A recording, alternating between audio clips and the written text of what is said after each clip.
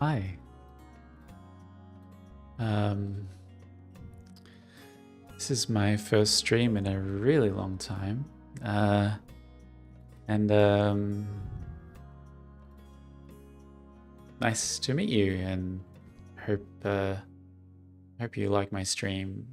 So I'll try not to look at my feed too much. It's just been so long since I streamed. This is a stream for my game development, which I do in my free time.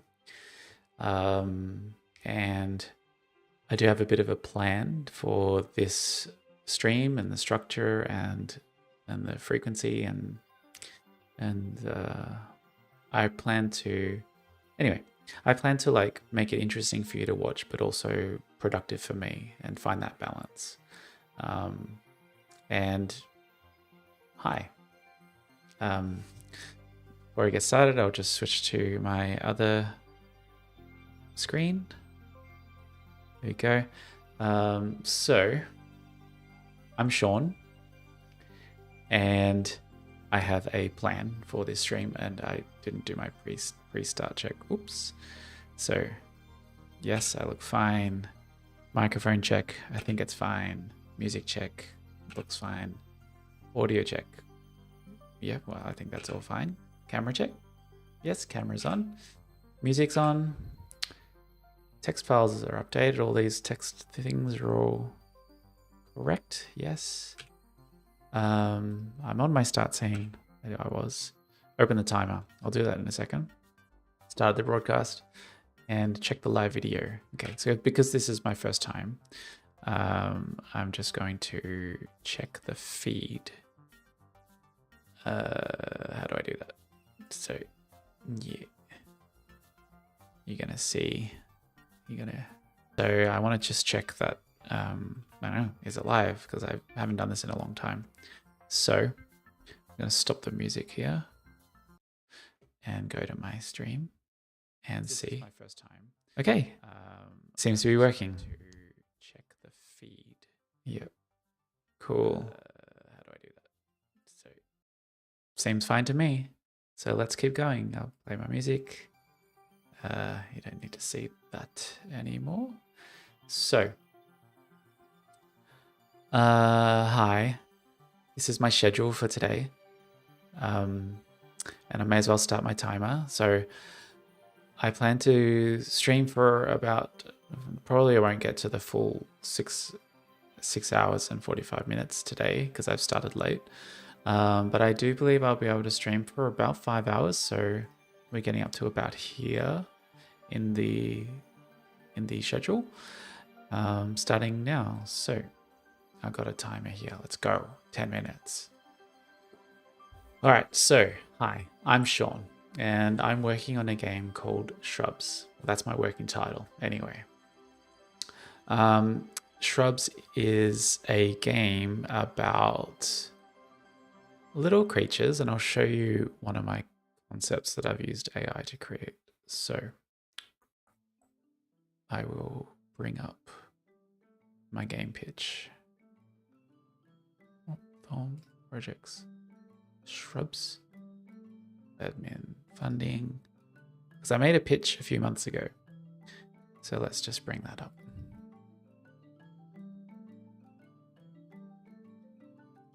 Should have got this ready. Submission, pitch deck. All right. So I made this pitch late last year to Screen Australia, which is it's a federal agency that supports screen movies and games through funding. And I made this pitch. So to explain the game, I may as well use this pitch. The game's name is Shrubs, and it will be a wholesome farming management adventure game, where you grow these creatures called shrubs, and they are kind of like rabbit, wombat, sheep, but they grow flowers and leaves on there instead of wool. So in a way, it's kind of like a mix of creature care, kind of like caring for like a ranch of animals, similar to Slime Rancher or like a horse ranch kind of thing. And then on the other side, they do grow plants and they grow them pretty rapidly. So in a way, it's kind of a bit of a farming game crossed with a creature management game. And exactly how it's structured in terms of like, is it open world? Is there a narrative? Is it just simulation? That still hasn't been decided yet. So in a nutshell, you would grow a flock, or you would care for a flock of these shrubs. You would, plant specific seeds on them, raise them, feed them, care for them, play with them, and then you could shear them off and sell those flowers. Or maybe the flowers have some kind of special effect, like some kind of like unrealistic kind of magical properties. There may be some kind of a shop element where you're selling them in a shop, but really at the moment, I want to just sort of explore the main idea of that creature. And then when I've got that, then I'll think about, is this good for simulation or management or story? As much as I would love to do a story, it may not be a good fit. So the aesthetics is going to be pretty cute, I think. And here are some kind of references, like kind of not quite ooblets, but yeah, it will depend on whether I'm doing the art style or not. If I'm doing the art, then it'll have to be pretty minimal. But yeah, we'll see how it goes. It's not really good slide, so I can kind of see why my pitch didn't get the funding. Anyway, technical. So I do have some experience, which I will cover after this. So I just wanted to launch my channel, with a bit of just an overview of the game, and then I'll explain who I am and what I've done in the past. So yeah, the project goals for this, I was going to make a prototype, and I wanted to still figure out, how do the controls work? What's the main activity you're doing? Like, are you herding them? Are you like interacting one-on-one with them? Yeah, I'm not really sure. And a bit of the background and a bit of the inspiration is on the left here. You can see that's a photo of me when I was a little boy, visiting my nana's sheep farm in Ballarat, Victoria. And it's this kind of nostalgic kind of feeling for me that I wanted to capture a kind of a different time, and just that feeling of like having these animals around you. And I think that's sort of affected me in my game development, is that I've always created games where you're kind of managing a lot of characters. And I think it just comes back to this kind of early fascination with sheep and chickens and things like that on the farm. And that started very early for me. Another inspiration is the Secret Garden, just that kind of, I know it was written in 1920s, but the 1990s video, the movie, it was kind of mysterious, but it kind of connected to this feeling of growth and change, and like children discovering something really cool. I think of the Secret Garden kind of like an early Western version of Totoro in Japan. Like, it's children discovering something secret and magical, and it's related to plants and nature. So that's one of the inspirations there. And then an inspiration for making a short contained game was A Short Hike. A really big inspiration is Pokemon and just creature care in general. And during this stream today, I'm going to actually talk a bit about my influences. For example, Pokemon, Tamagotchi, Neopets, a few other kind of 90s, early 2000s inspirations. And yeah, obviously in the mechanical side is Slime Rancher and Pikmin. So kind of finding that sort of area between Slime Rancher and Pikmin and this kind of creature management kind of game. That's where I'm hovering. All right. And yep, that's all about me. So I'll show you some other AI art that I've created.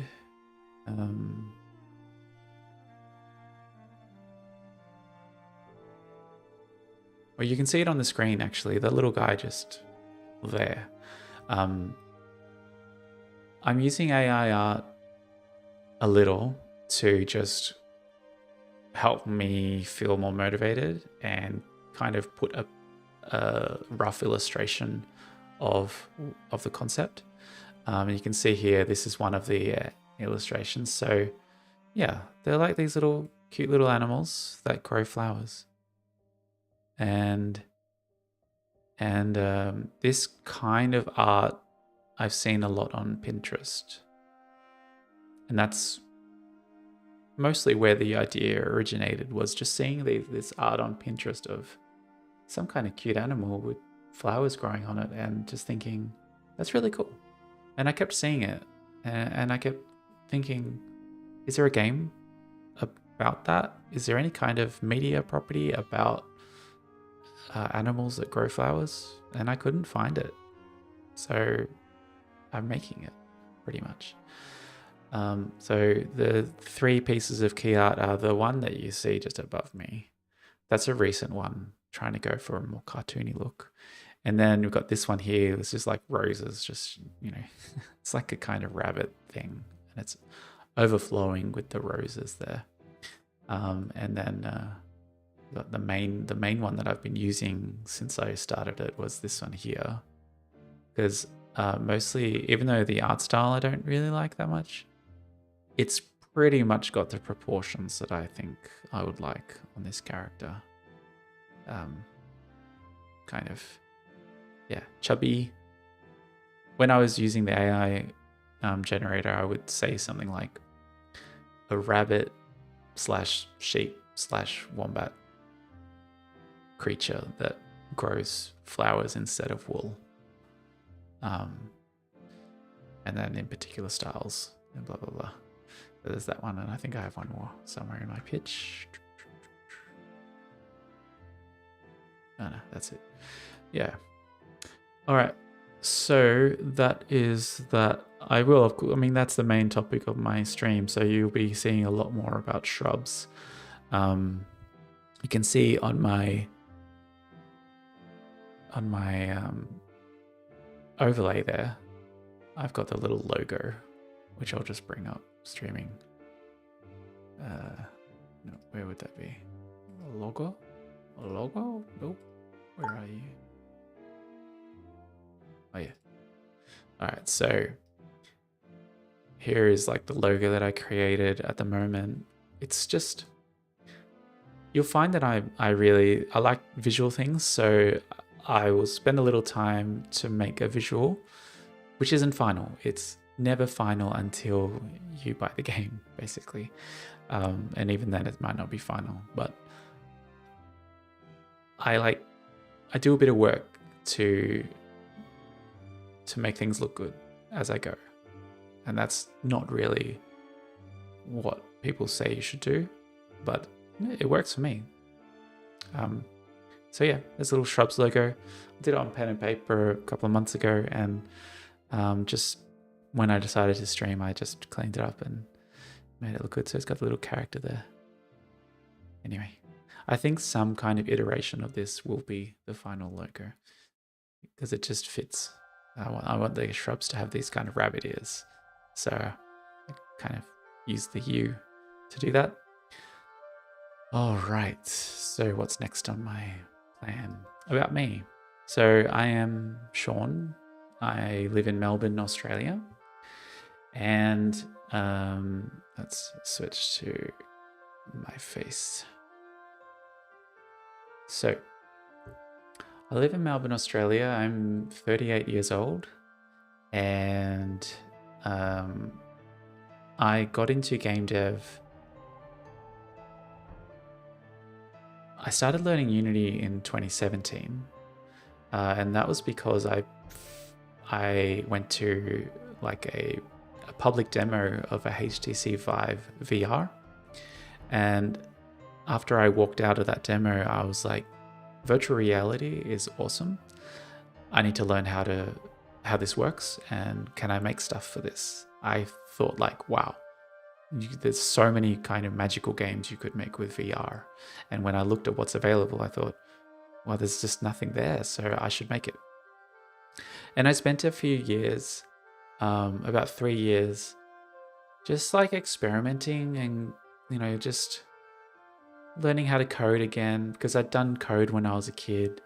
And I've always like done websites and Photoshop and a bit of 3D art here and there.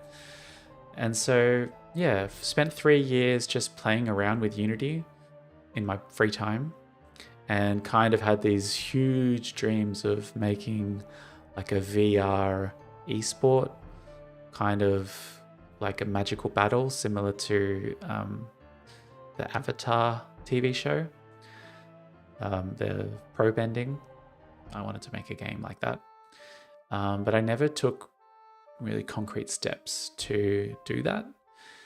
And that's what my channel used to be. I used to share a lot of virtual reality development, and it would just have like clips of a particular mechanic or what I've been working on. And I did live stream for a while back in around 2018. I have since deleted that from YouTube, and I also deleted it from my hard drive, all of those streams, most of those game projects too. And that's because at some point I tried to take the next step, which was finish a game. In 2019, I was studying a Bachelor of Business in 2018, and I graduated, and then I was looking for a job in the games industry. And I was applying for jobs as a producer or marketing or community management or QA, like all those kind of non-programming, non-art roles. And specifically producer, one of the job interviews, they gave me the advice that if I want to get into a game studio, then I should have some games on my portfolio. And until then, I had only been just playing around and experimenting, and never published anything on itch, never joined a game jam. And they said I should have something finished. So that was in 2019. Then 2020, COVID came, and really got more into games, but not as a programmer. I was trying to do events. Oh no, that was during COVID, can't be. So before COVID, I was starting to do VR, like community events, and trying to encourage other people to make cool things. I did a podcast, I was getting hosts. I went to San Francisco to the Oculus Connect 6 event. And yeah, just trying to get into the more of the community and content creation side of things back in 2019. Then COVID came, and during COVID, I had a lot more time to dedicate to games. And at late 2020, I was like,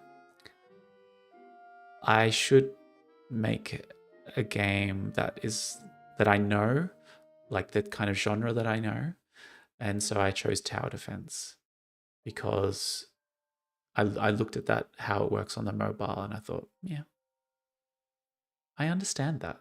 I can understand how to create this, and how to balance it. So I made a game called Unstung, and I'll show you on my studio's website. So Unstung is here. I'll play the video while I talk. So Unstung is a virtual reality tower defense game where you control the queen bee, and you have a hive of different types of bees, similar to Pikmin, You would control them and give them tasks to do, collecting resources, defending against evil bugs, and surviving, just like a typical tower defense. And I worked on this game for about 6 months in total, with a complete rewrite at the halfway point. And then I released it in April 2021 and didn't sell that well. That's a story. That's just generally the story of my life. But it was very fun to make, and I was very proud of that game, especially because I had done the art for it. And it was a lot of fun creating these cute bees and flowers and moths and bugs and all the sound effects and all that. It was a lot of fun. After I did that, I got a job in a game studio, and the name of the game studio was Toast. Toast Interactive. It's a virtual reality game studio in Queensland. I actually moved to Queensland to take this job, and I was working on 2 projects. The half of my time was spent on Richie's Plank experience. And you may have seen videos of this. It's a pretty popular VR game where you feel like you're walking on a plank, and people like to push each other, and really, this is the one where you see people freaking out. So my role was to maintain and fix bugs, and I did a content update, which was just the whole Christmas mode. And yeah, so that was half my time taking care of Richie's Plank. And the other half of my time was working on this game called Max Mustard. It didn't have a title when I was working on it. And yeah, this is a platformer. It's a virtual reality platforming game where you control a little character, and you go through levels collecting coins and things like that. And my role on that game was just kind of supporting the other programmers a bit, picking up some little tasks here and there, a bit of audio. And one of the bigger things that I did was the early work on the boss behaviors. So this game has, I think, 4 or 5 boss fights, and I was doing the programming for that in the early days. Now, I didn't stay long at this studio because I got another job back in Melbourne working at Hipster Whale. And Hipster Whale is the most popular, most famous for creating Crossy Road. Maybe it's in the press kit. Yeah, so you can see this character up here, that's the chicken. And they made Crossy Road on the mobile. And that's the game where you cross the road with the chickens. So this was a huge hit in, I think, 2010, I think. And they've just kept going, like just kept making more versions of it, more platforms,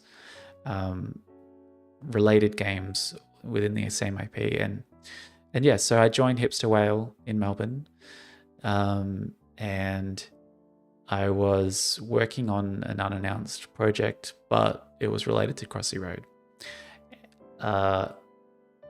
After that, oh, I forgot to press my timer. Anyway, maybe I'll just start with a ramble. So after I worked at Hipster Whale, I really felt like just being a programmer is not for me. Like, it was for 2 reasons. One is that I didn't want to be a hardcore programmer. Like, I didn't find it interesting to be dealing with multiple layers of abstraction and APIs and things like that. I just didn't like it. Maybe that meant that I wanted to be more of a gameplay programmer. But on the other hand, there was stuff that I used to do when I was working on my own games, and a little bit when I worked at Toast, which was I got to kind of touch more of the game in it. I got to do a little bit of art, a little bit of audio, A little bit of branding, a bit of story. Like, that was what I was missing when I was working at Hipster Whale. So, spent a lot of time thinking about it and decided with my husband and I that we were going to get married, and then we were going to move to Vietnam because he's from Vietnam. And we're going to move to Vietnam, and I'm going to work on my own games. So, while I was working at Hipster Whale, I released this little VR game. This is called Moon Slime. It's kind of like a 3D Pong in VR. And it's basic, but it has just like the kind of core elements that make up a game. You know, it's got a little bit of progression, a little bit of variety, challenge. Yeah. And that didn't sell very well either. So I was 2 for 2. My games don't sell. Anyway, so that was Moon Slime, my second game. And then I moved to Vietnam. I was working as a teacher to keep my visa. And I'll show you, maybe I can just show you what it was like in Vietnam. So Le Chan, Hai Phong. Moved to Le Chan district in Hai Phong City. And I was here for 18 months. Where do I? Maps. I was in Hai Phong City for 18 months, living with my husband and teaching English. Hai Phong City. Oh, wow, I've kind of forgotten the layout already. Yeah, Ton Duc Tang.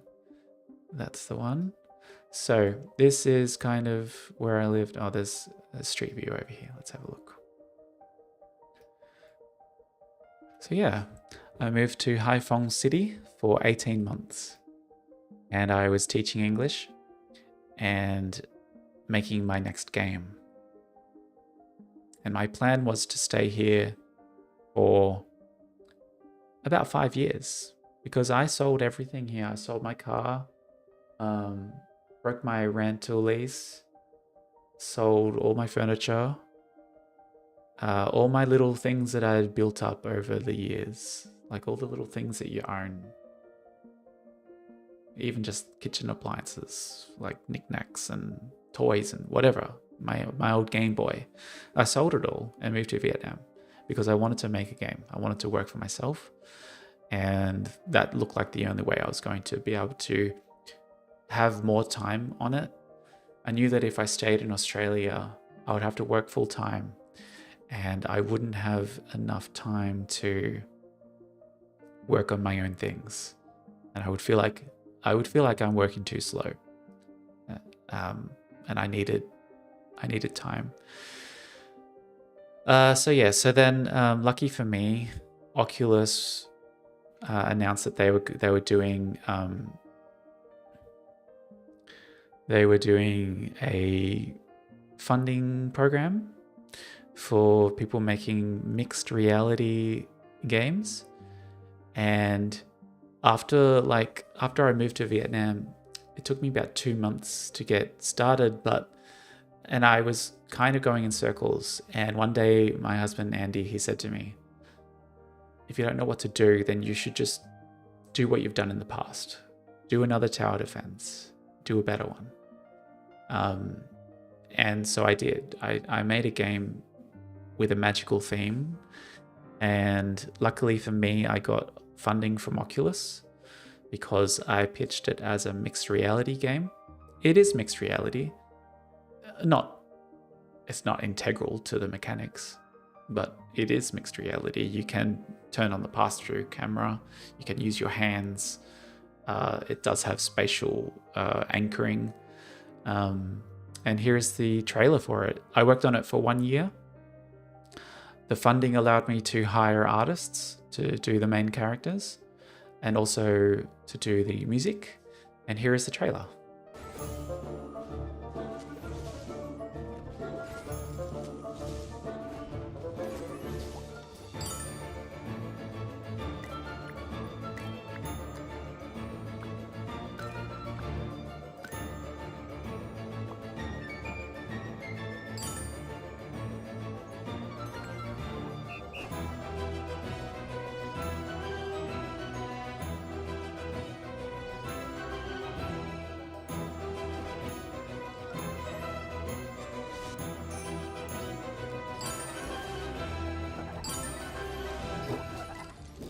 All right.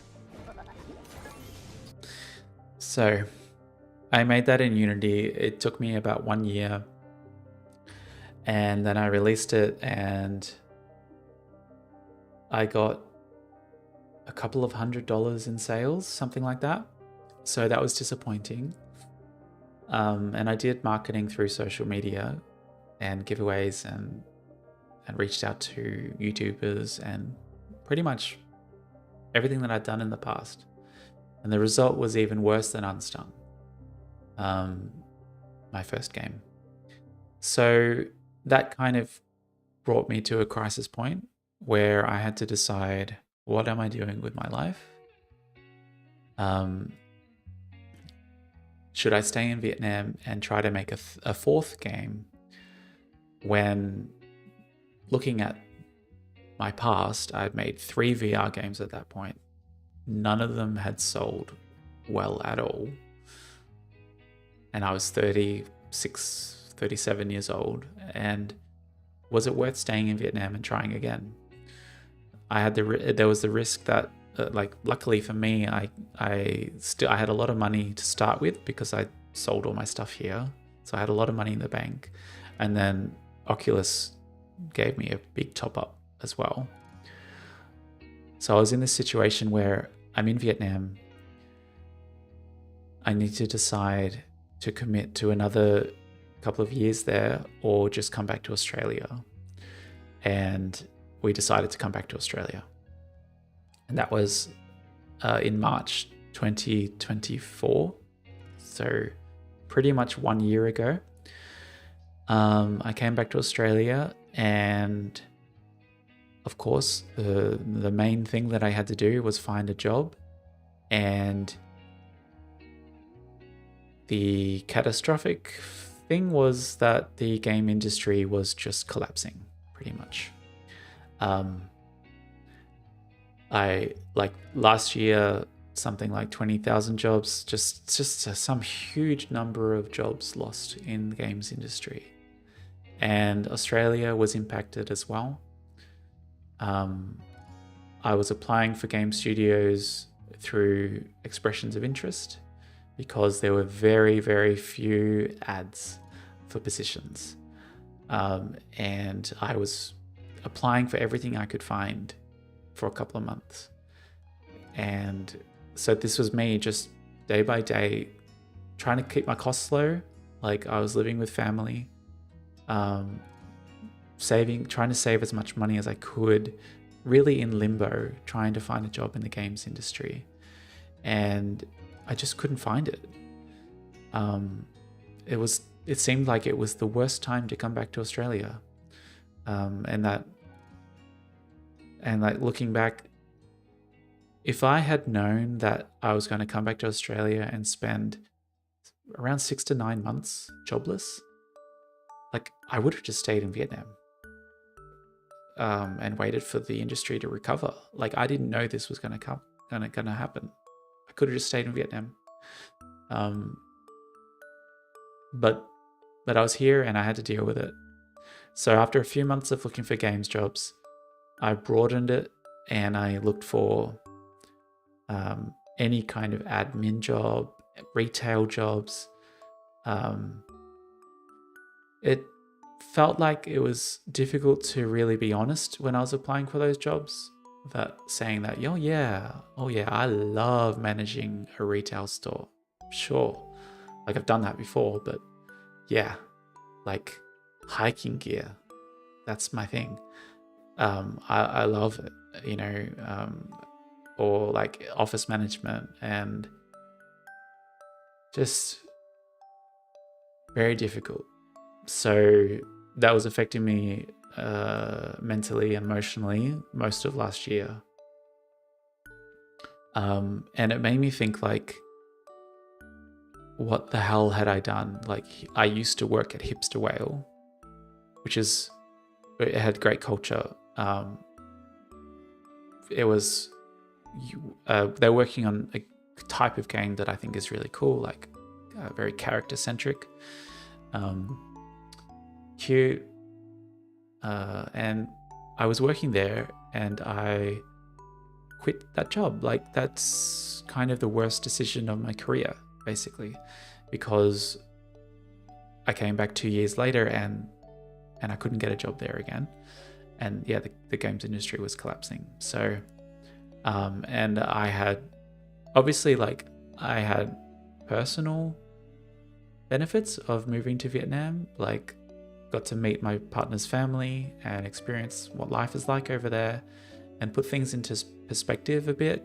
It kind of broke the, it was a break in the mindset, the direction that I was going in my life, like going to Vietnam. And I learned a lot living there. But yeah, coming back, so I still haven't got a job in the games industry, and at this point it looks like that's not going to happen for a while. So I do have a job as an admin assistant, and it's not related to this industry at all. Like, the closest thing is using an email. It's maybe a tiny bit of project or task management, but yeah, basically I have so many skills that I'm not using. But I have settled into that job, and I'm now trying to get my life back on track.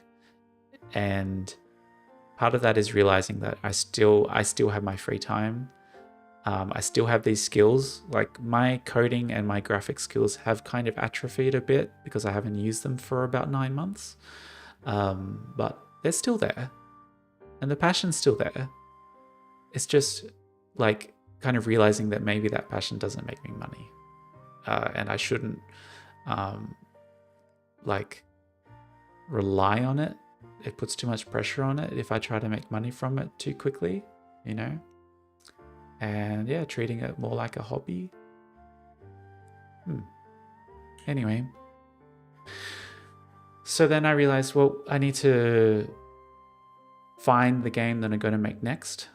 And I wanted it to be a game that, like, I kind of could point to as being more like it sounds like high pressure, but more of my legacy. What is the type of game that I would feel most proud to say that I had created that, and that I could own it, and work on it in the long term.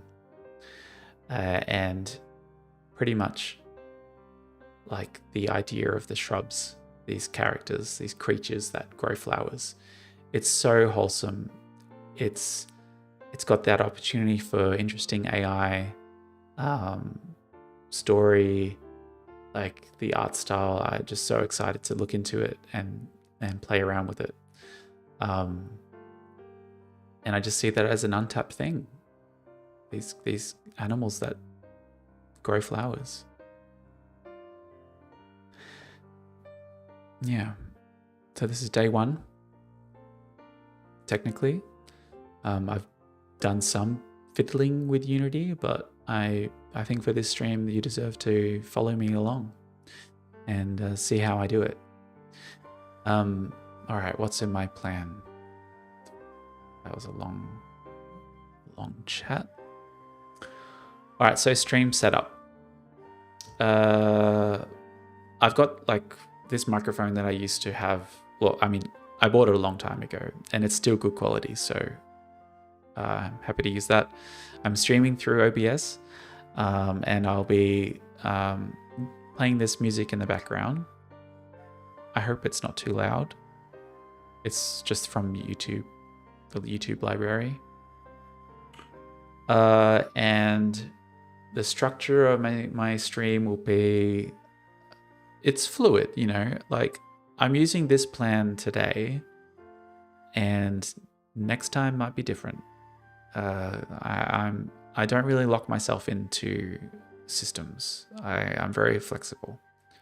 My schedule, I will stream at least 1 day per weekend, maybe 2 days, and maybe one of the nights during the week. So yeah, who knows? But basically, the schedule is probably 1 to 2 days on the weekend, and that will be like a longer stream, maybe about 5 hours each. And I might do maybe about 3 hours during the week on a weeknight.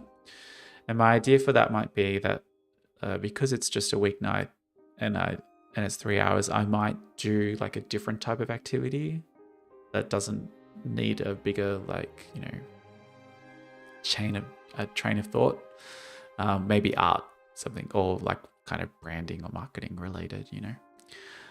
So that's my schedule.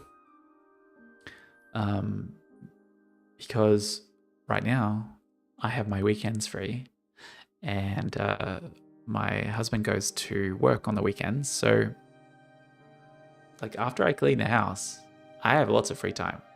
And I've kind of been wasting the last few weeks of just like, you know, watching TV or going shopping. I like to go to like secondhand shops and just find weird books and things like that.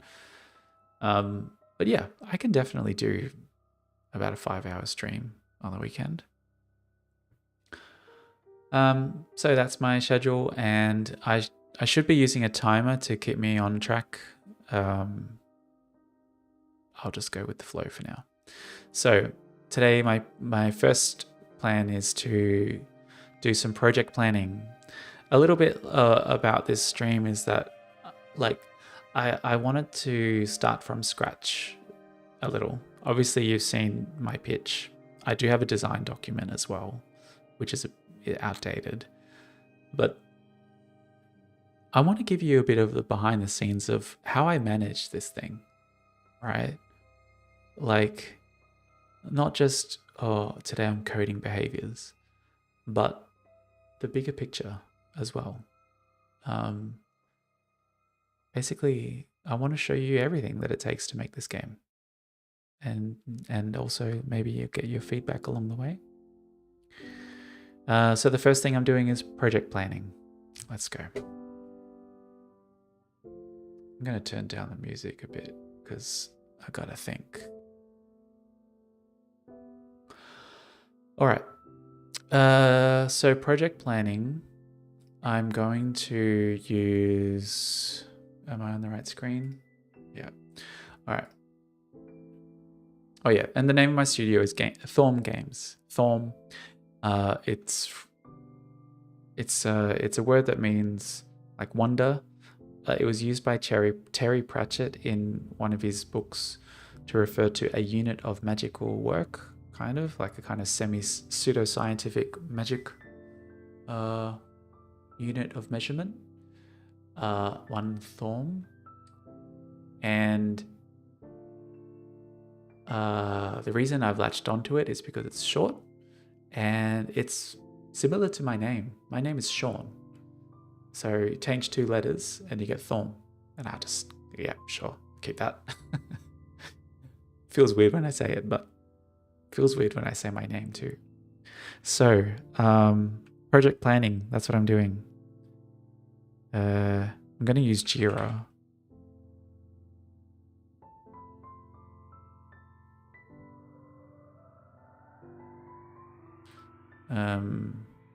So Jira is something that I've used in the past. Yeah, let's just make it company.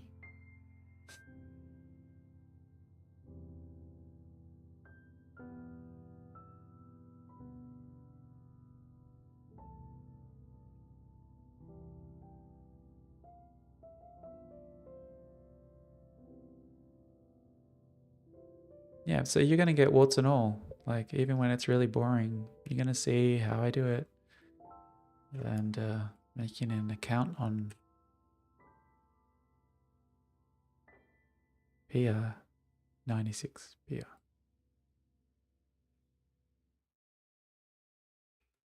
Wouldn't let me paste. All right, I'm going to set my timer. So I want to do 1 hour of project planning, and then we'll have a chat. I'll do 30 minutes. Okay, so Jira, there is a free version, and this is a project management platform. I'll call it Film Shrubs.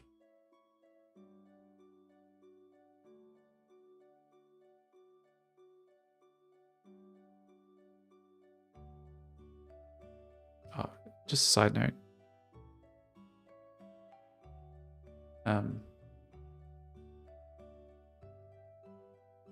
When I'm walking around on the street and I see like, when I see like a shrub plant for the last like 6 months, I see plants like this on the street and I just think, oh, they're cute, but wouldn't it be better if they had a little creature, you know? Like what if that could just get up and walk around? Anyway, so it's a cute idea that I keep coming back to. All right, so Jira, what kind of work do you do? I sip coffee and then I do work. I'm going to say other because I don't want any kind of templates thrown at me. Project management.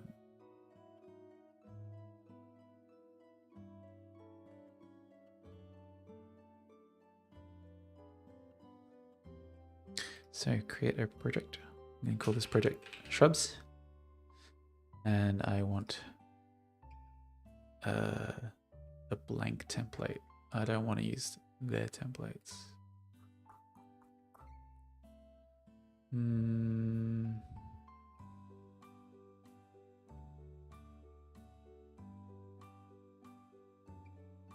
Blank.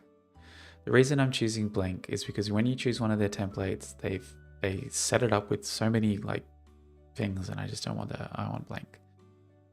All right. And the key is this little letters at the start of every issue, and they just get annoying. So I'm just gonna do SH as short as I can. All right.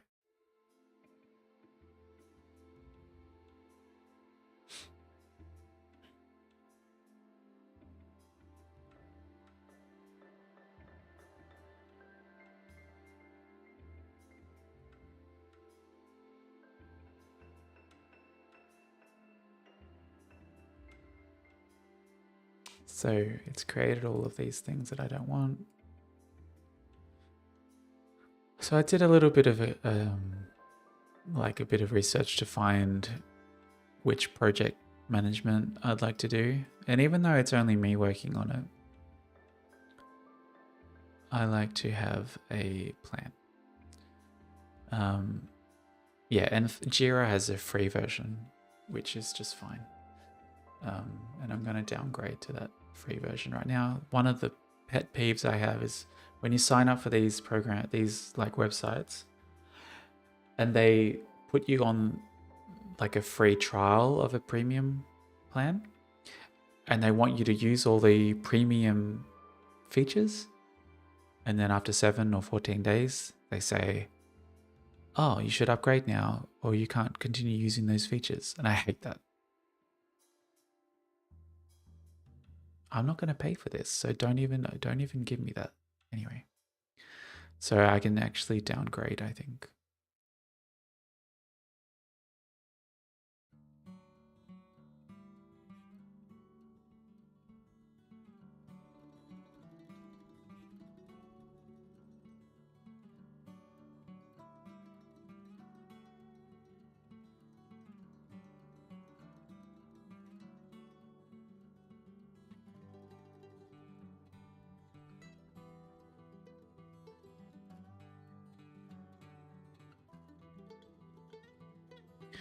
So now my Jira plan is the free plan, and I'm not going to get any of the premium features.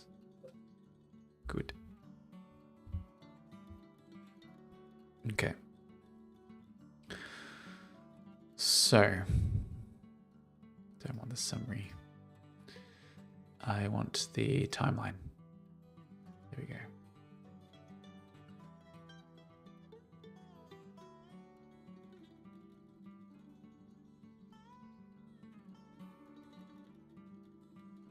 So Jira lets me set up task types. So I'm going to create the epic type.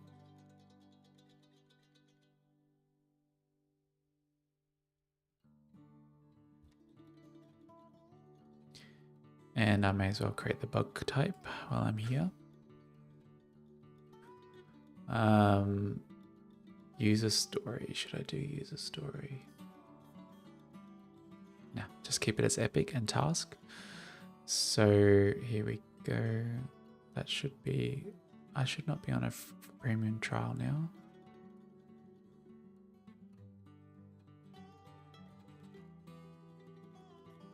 Okay. So back to my project. Let's change the icon.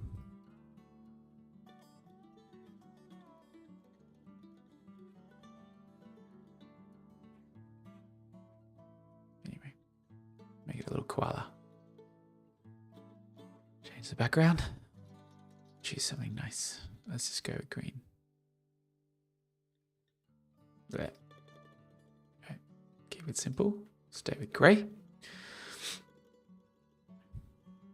Okay, so hide that. Going to create an epic. Oh, here. So, project management. So, I'm going to just write down some initial steps, and these are things that I'm just going to do today. Because I'm starting this from scratch, I haven't even generated really a plan for myself yet. But over the last few days, I've been really itching to just get started on the mechanics. And that's what I'm doing today.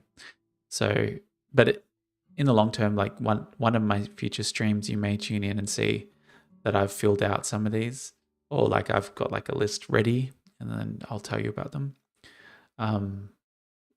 Because that'll just be like me in my free time thinking about what I need to do next.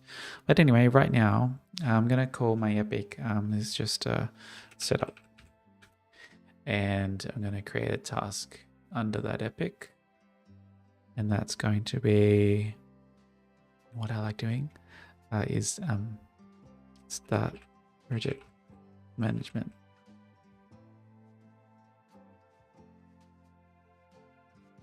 I like to add one that I've already done. My favorite thing to do. All right. And then I'm going to,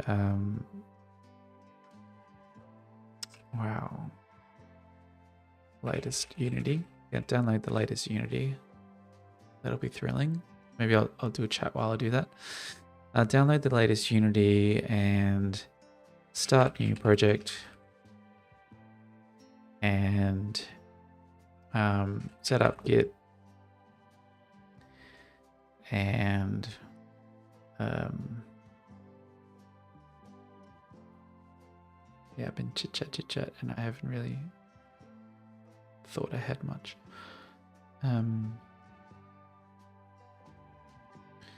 Set up Git, set up Unity.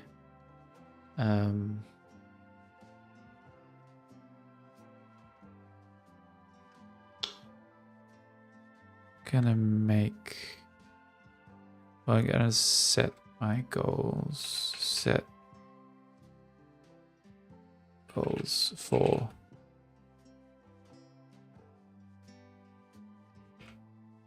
Actually, setting goals is a big one. I should do that early. Anyway, set goals. Okay. My brain's telling me to set goals. I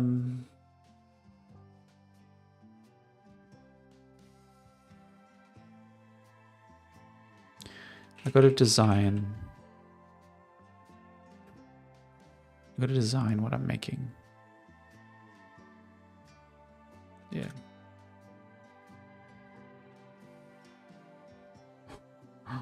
What am I doing? That's not really set up.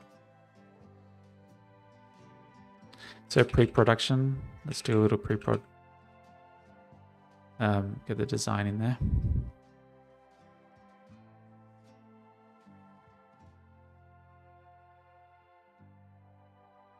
Put the goals there. All right, so I can see that like I'm just trying to skip ahead here and it's not really working for me. Setting up Unity is a task, is a production task. And so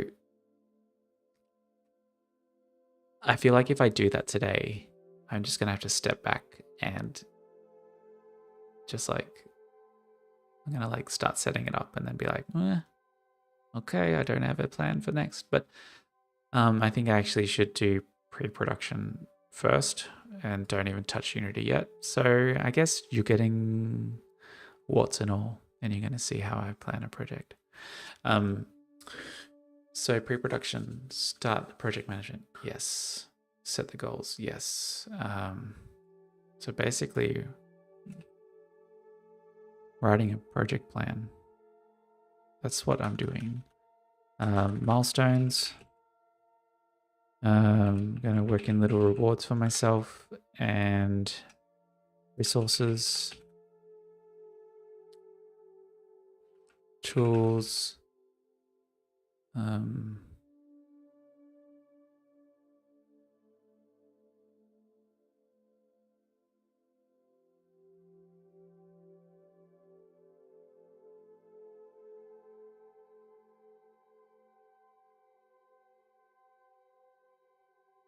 Yeah, it's all right.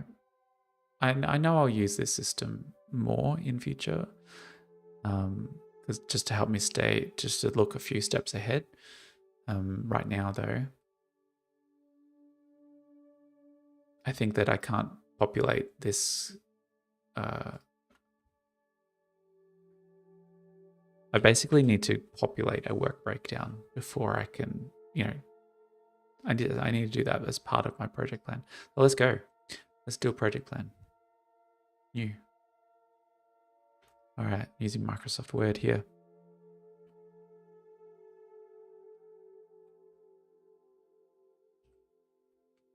Shrubs project plan. Why are you in Times New Roman? That's bizarre.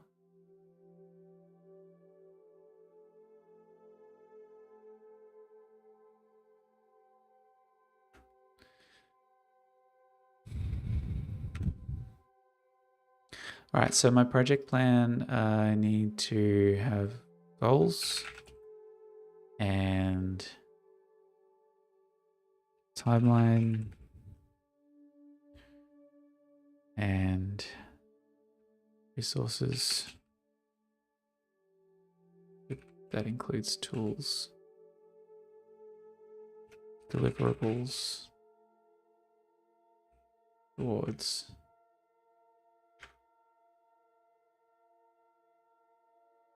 So my goal in the immediate term, like I'm just focusing on the thing that I'm making now, which you will play.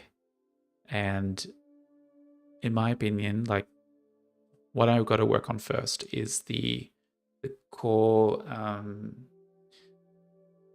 like the biology and behavior of the shrubs and nothing else.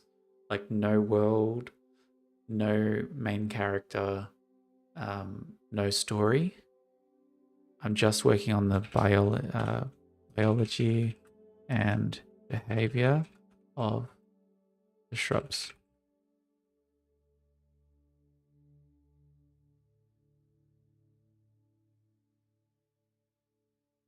Why are you in Australia?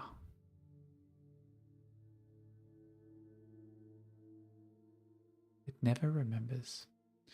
Anyway, so goals. I want it to be smart goals. So actually, it's going to be release a playable, playable program named Shrubs. Shrub. Let's call it Shrub Playpen. Maybe I'll change that later. In which players, which features the shrub character and its core biology / behaviors. Players, so I'll move that into scope.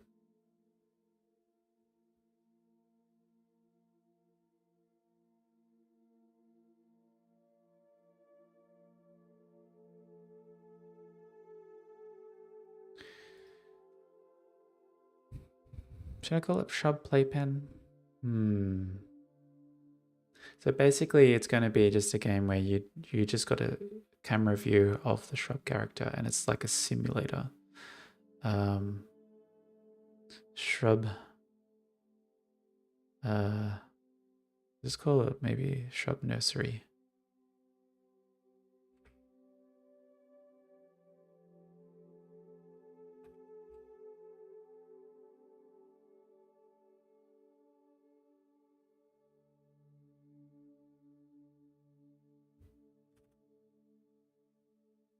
So release shrub nursery demo.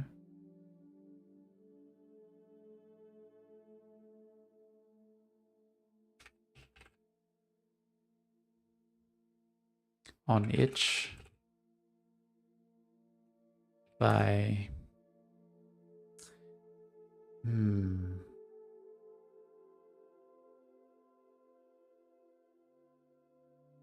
let's say 2 months.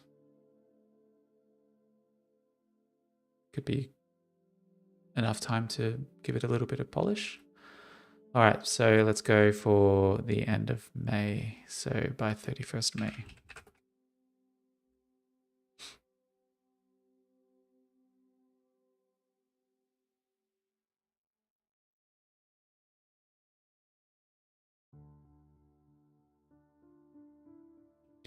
So the nursery demo is, it shows how shrubs work.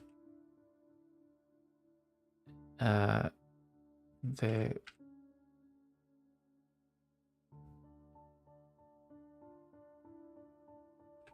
including core biology and behaviors. It's more like a simulation. And the purpose is to iterate and discover the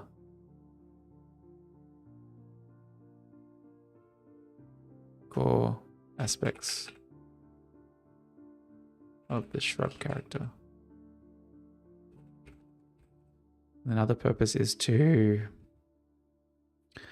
constrain scope in order to stay focused. Because I have a problem of, like, I do want this story and world and character, but I need to stay focused and do the most important thing first, which is the shrub character. And another purpose is to build audience and get feedback. So purpose, scope, goals.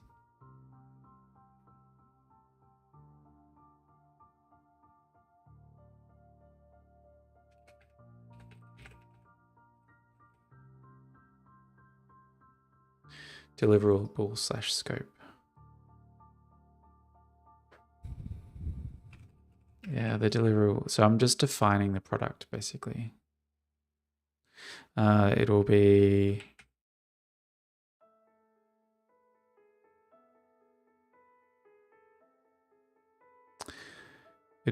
a standalone. I was just thinking, should I do a web build? But no, I'll do standalone Unity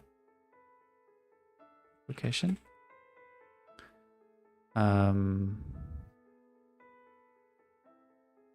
It should feel fun to play for about 15 minutes.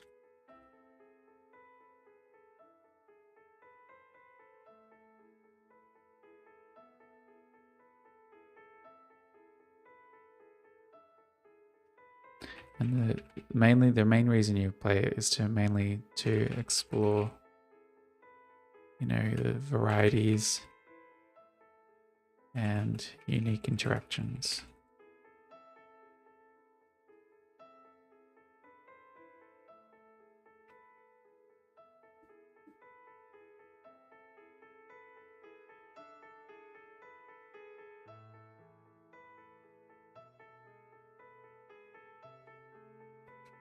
So for example, the types of biology and behaviors is like it's how it moves, what it eats and drinks, the whole foliage system, its mood, and like ailments, so conditions and care.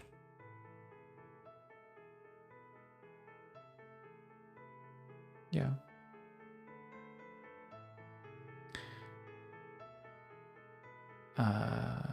Yep.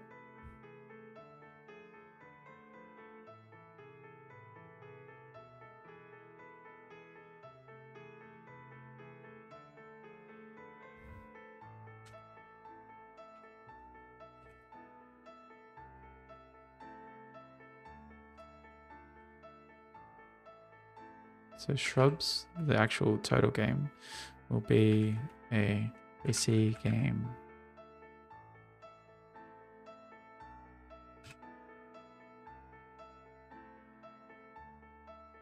Involving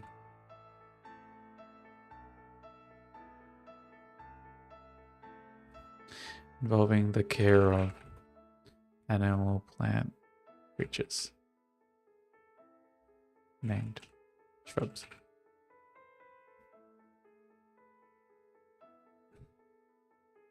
The first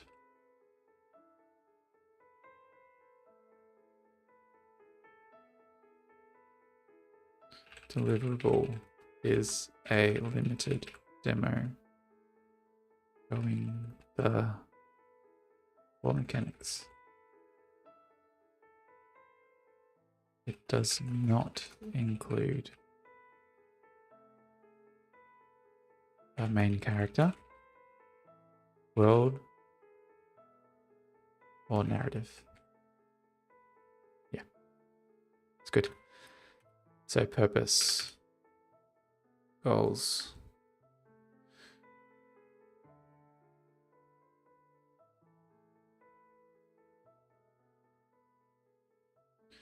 So my goal is to release the nursery demo.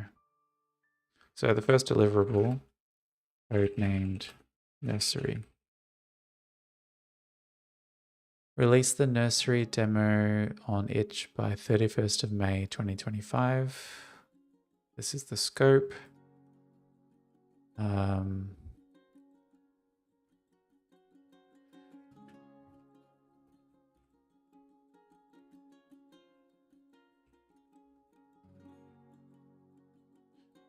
Resources and tools. So like, what do we have to work with?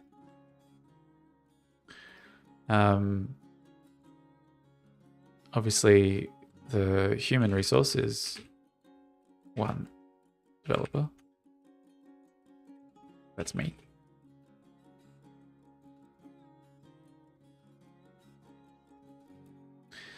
And then tools, we have Unity. I renewed my Photoshop. Oh, I spent 6 months without Photoshop. First time since I started using it, basically. Just felt weird to not be able to just edit something. So yeah, I'll be using Unity, Photoshop, probably Blender.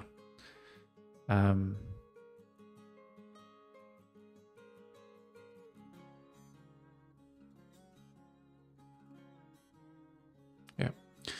And budget. Should I spend anything? I'll just say that I have a budget because this is a 2-month. It's a 2-month mini project. I'll just give a budget of $200.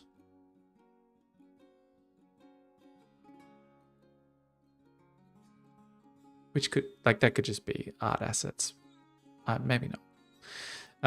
The scope needs to have a bit of description of art quality. So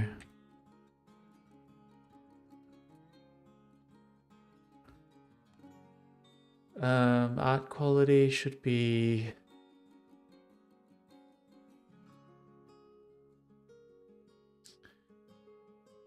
It's not really a prototype. It should be V1. V1 of a final, like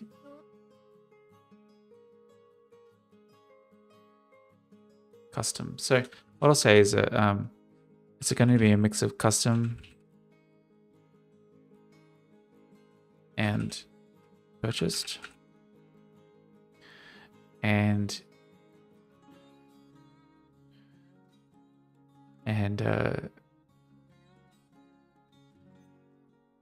it's going to be kind of like a V1 of finished product.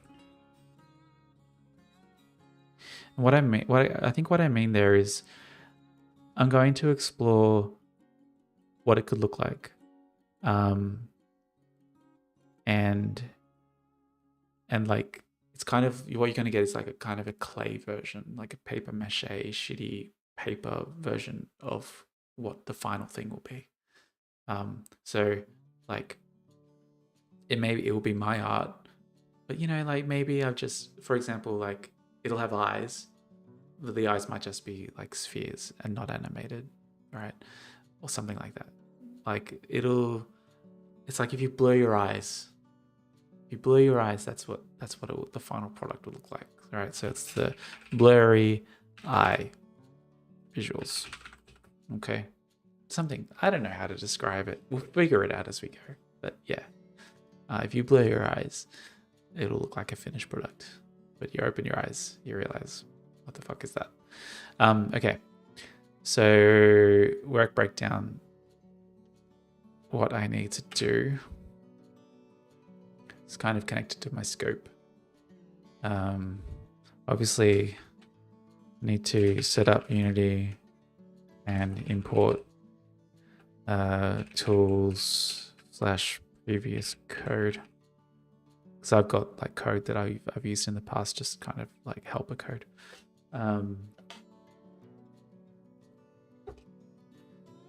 Then I need to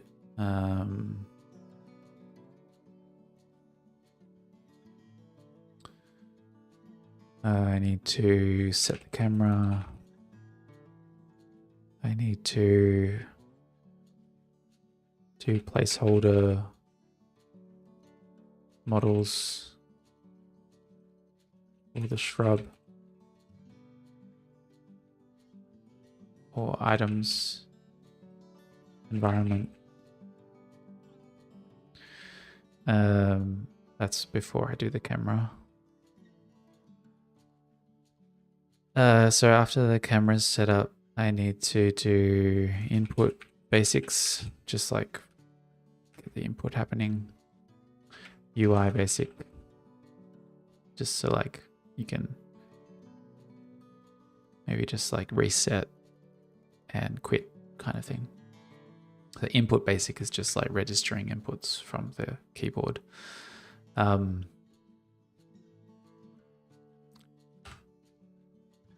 And then I need to do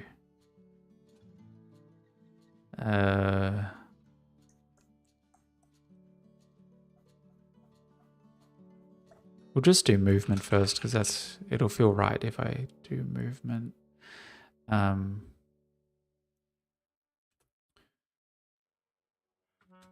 Before the movement will be just set up the nav mesh. Yeah. Oh,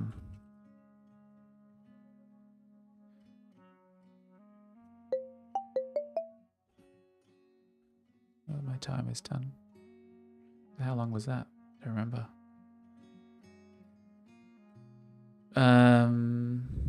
All right, I plan to like break up my streams with little chats. So let's have a little chat, 15 minutes. Okay. So my first break chat is talking about 90s creatures and culture. So I was born in 1987 in Melbourne. And that means that when I was just starting high school, that was year 1999, and I was around 13 years old, and that's 1999. And at that time, let's have a look at 1999. What does the Google show for the images? At that time, we had like Harry Potter, Toy Story, Matrix, Pokemon. People were worried about Y2K. Like, people thought that all of the computers in the world were going to crash and the banks would crash and there would be an apocalypse. And me, I was, let's see if we got photos of me in 1999. Photos? 90s? All right, so this is me. Here we go. Are you ready for this? The bowl cut.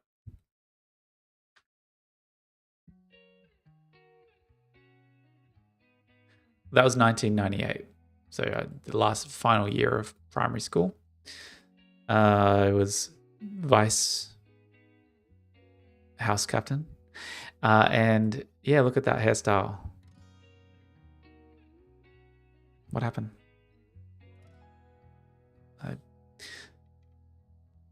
It's like all my hair came out when I was 12. Yeah, so that's that. And Pokemon was huge, like just taking the world by storm. I was playing my Nintendo 64, and I remember that actually in this year when I was this old, the school was doing it, like teaching us about finances and jobs, and the teacher saw that I was good with math and pretty responsible, so he gave me the job as the bank manager of the class.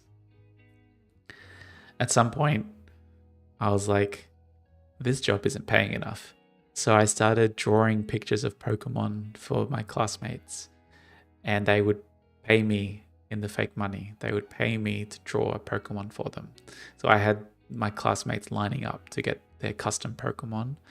And one day, I remember the day, I told my teacher that I want to quit the bank manager job because I get better income as an illustrator.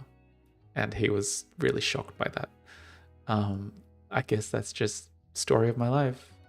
Quitting jobs because I see something shiny. Yeah, so I was living in this house here, which is what it looked, well, I mean, it looks nicer now, but yeah, back then it didn't have a garden. And my parents just divorced. And anyway, the reason I'm talking about the 90s is because I think it was pretty interesting period in like, it's obviously personal. It has personal meaning for me. That's when I was sort of 13 years old, going through a lot of changes, but kind of finding who I am, and how I connect to other people and the culture around me. But also, like, it was early internet, and back then websites were really basic. There was no social media, and no video streaming. It felt like websites were when you wanted to find out something. Like, I used a website to help me finish Zelda. I made some fan websites. I learned how to do HTML. And it was just a different time. And I think, like, when I work on this game, that's the time period that I'm going to set it in, because the main character is going to be around 13. So that's how old I was in 1999.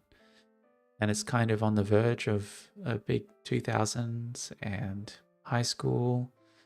There was also, like, obviously the Pokemon craze, but there were things like Tamagotchis. These were really popular. So these little digital pets. I had one and I remember losing it and being totally distraught.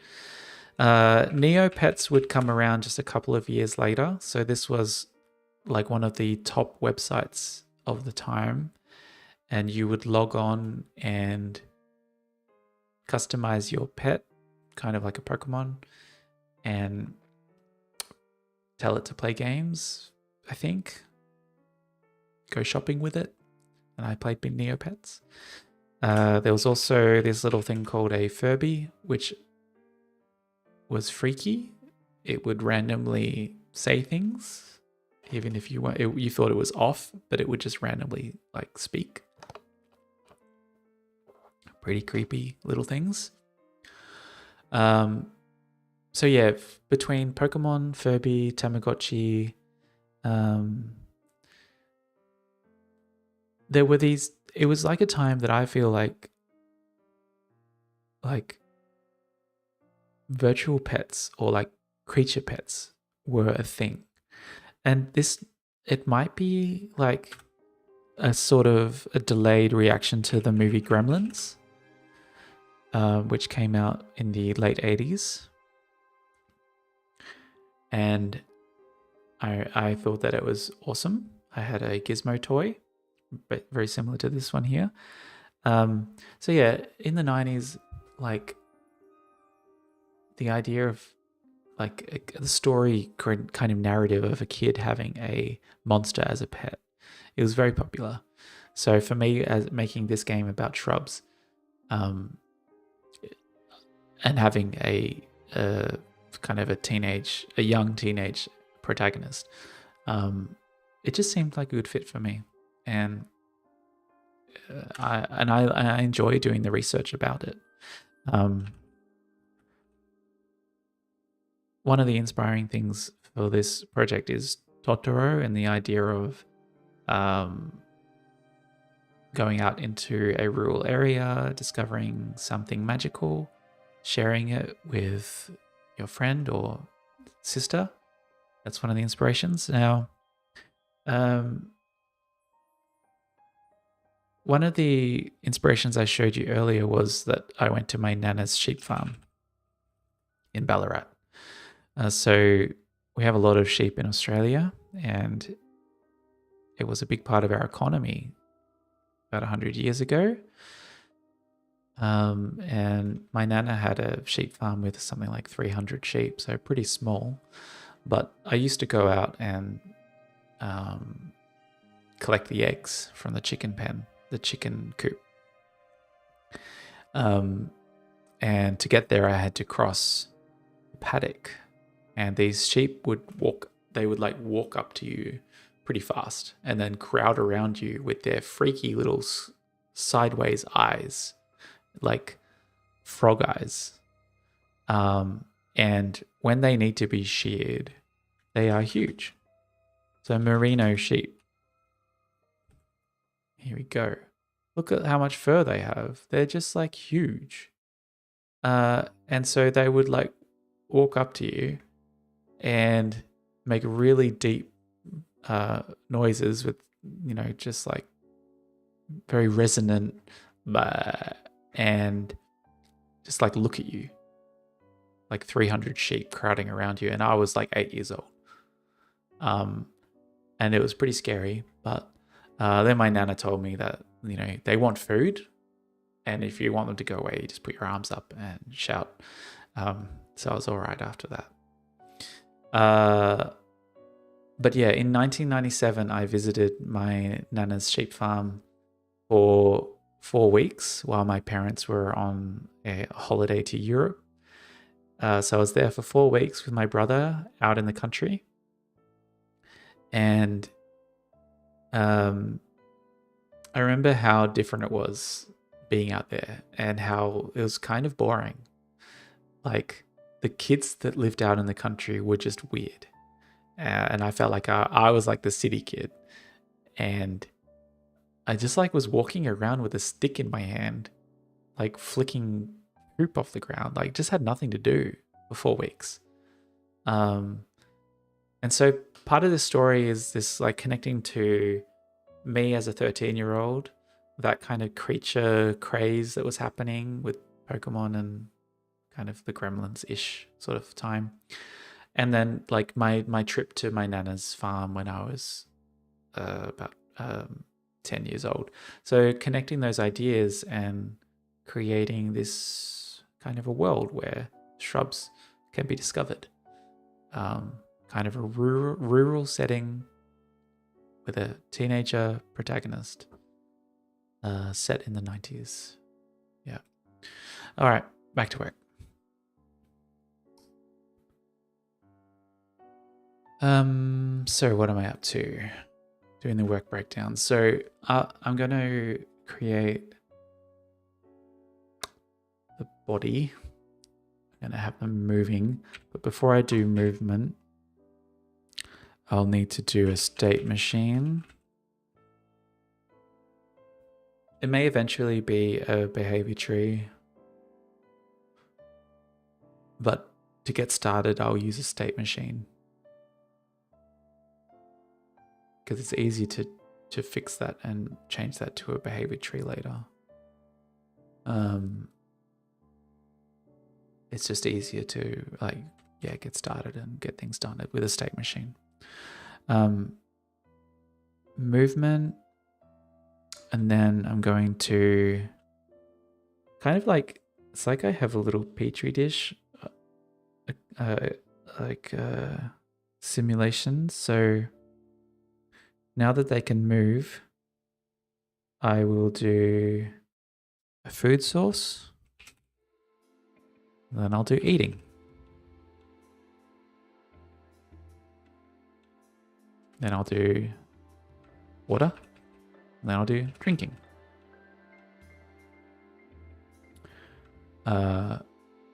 And then I'll do... so what are they? They can walk. Or they got to sleep.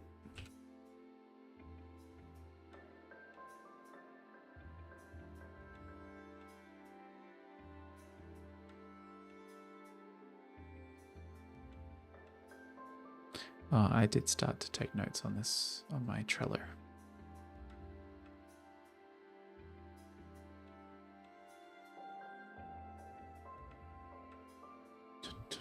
Shrubs notes.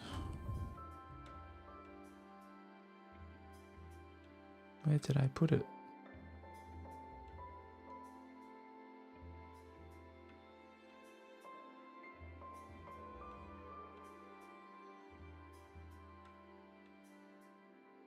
I have this old project plan that I'll just check for ideas.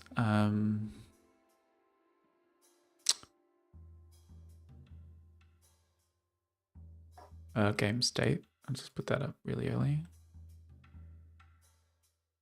So game state, just like loading, reset, stuff like that. What we got? Skip the tools. Oh, life cycle, yeah. So the shrubs will be born from an egg. And then we got the hatching behavior. And then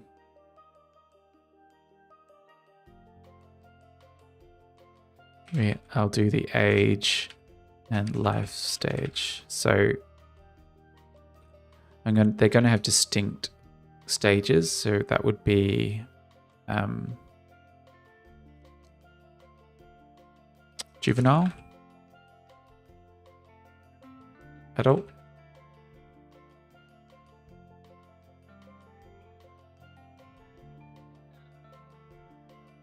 I'll just do 2 for now.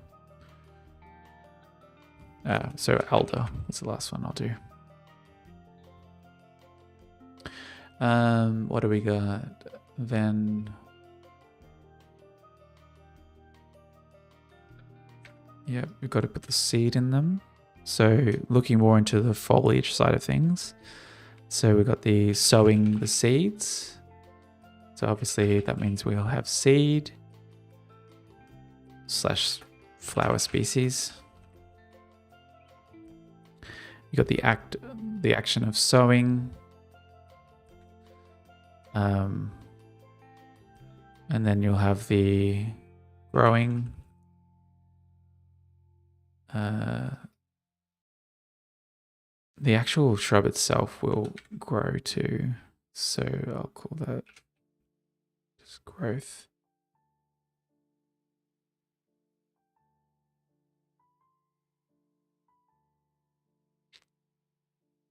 Got to think about my terminology because I've got this little model here. So to help me stay motivated, I found this at the op shop and then I put these little flowers on it. So basically, this is just to, I put it on my desk just for motivation reasons and because it kind of reminds me what am I working on. I have others. Like the first one I got was this one. Sorry for the side note, but when I was in Vietnam, I found this little guy. So it's an astronaut on the moon. And I made a game about cute astronauts on the moon. So I was like, oh, bet cool. It's like I found merch for my game, right? That's moon slime. And then when I came to Australia, I was always just checking the op shops to try to fill out because I wanted a bee for my unstung game and a wizard for my wizard game. And I found a bee. Took a long time to find a cute bee. There we go. So these are on my desk. Just to like kind of like fake merch for myself, kind of a reminder of the projects that I've worked on. And I made this one in advance because I haven't done the game yet. But yeah, so kind of wrap it with flowers on it. So yeah, what I was saying is that I need to kind of work on my terminology because the shrub is an animal. It's also like a hybrid animal flower. So the shrub can grow and the foliage can grow. The shrub may have no foliage, in which case it would look like kind of like dirt, kind of like a really sad creature if it has no foliage, because it's like a sheep with no wool. So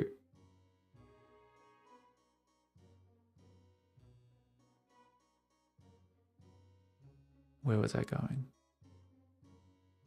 Terminology, systems. The foliage needs to have its own growth. And I'll probably just refine. I'll figure out the terms when I get there. So basically this is shrub growth and foliage growth.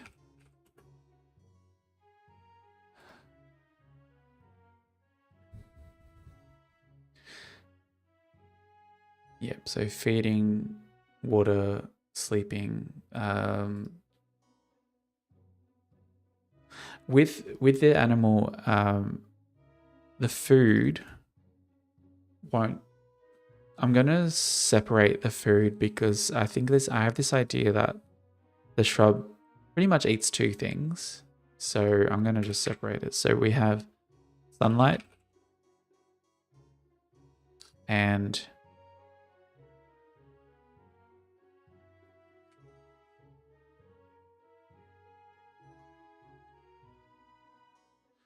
they eat sundew. It's my idea for like a kind of visualization of sunlight. So they eat sundew and then we'll call that eating.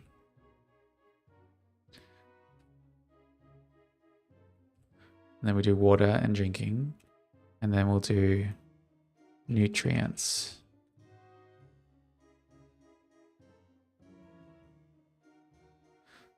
Yep. So it's like their food source can be sundew and nutrients.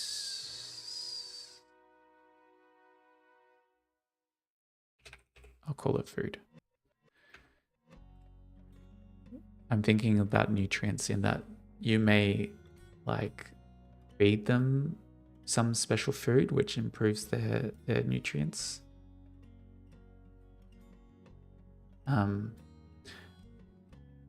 but that you may also, it may not be food. It may be nutrients in the water. So what I'll do is I'll just separate it.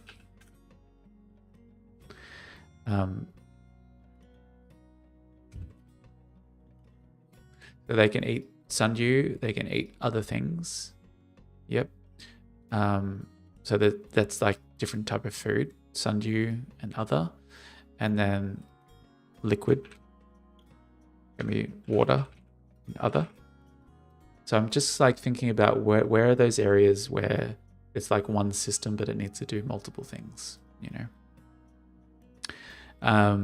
Sleeping. Sleeping is connected to energy.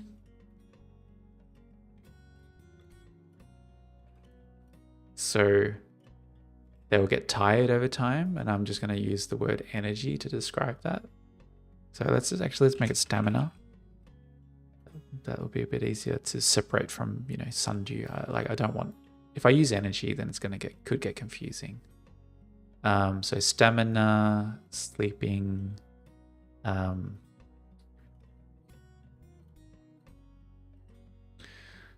there's this idea of a nest. So my idea for these shrubs is that they have preferred sleeping locations.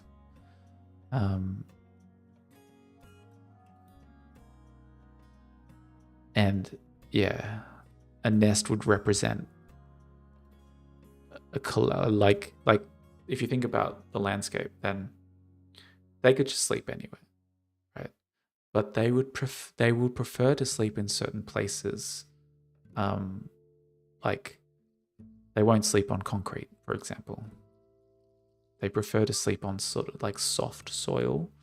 But my idea for the player is that they may actually lay down like these little pots, so that the shrub will like walk around and they'll see like a pot that you've laid down, and they want to sleep in the pot, kind of like a cat wants to sleep in a box, like that.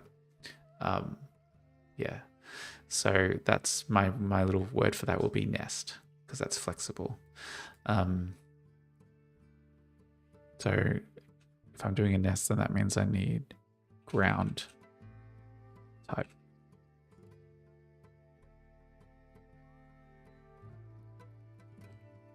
Ground properties. Yep. Movement, nav mesh will logically mean that I need pathfinding.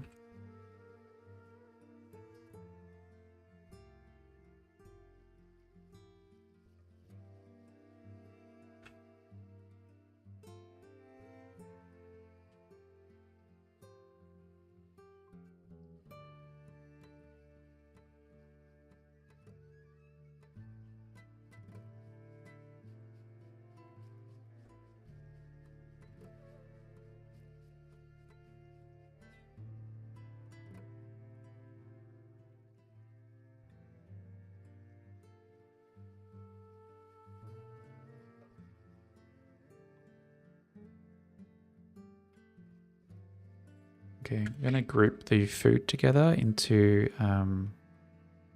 consumption category.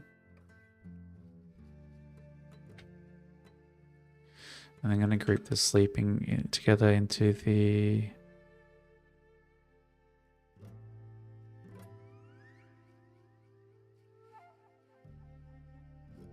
just call it sleeping.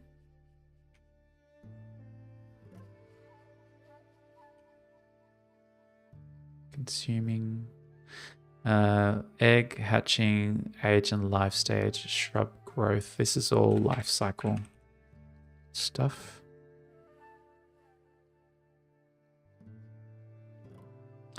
And then we have foliage related. So seed, sowing, foliage growth, and shearing. Yep. We have now the And then we have conditions. So these shrubs will have, they can be soaked, they can be dry, they can be bloated.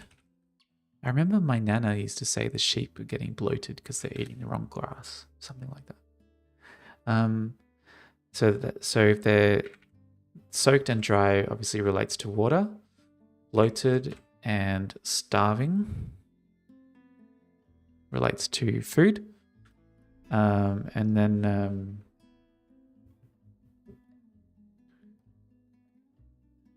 there will be conditions. So they can be tired. So what I'm doing is really like detecting these states in a discrete way, so that, you know, like in the simulation, the shrub may be low water. I just want to have this condition, like this kind of code there that will detect when they're thirsty, you know, and just display that in a way, because that will hook into like affecting other parts of the simulation. Like if they're dry, then the plants should start to die. If they're soaked, then, you know, maybe something else will happen. Or it depends on the flower that the foliage that they are equipped with. So foliage will need an ability to, what would you call it when you kind of strip out the seeds? It's like, my idea is that you can shear the flowers off, but the seed is still there. The shrub will still grow that flower. But what would be the term for totally removing? Oh, maybe I got a viewer. Hi. So the term for keeping the shrub but removing the seed from it.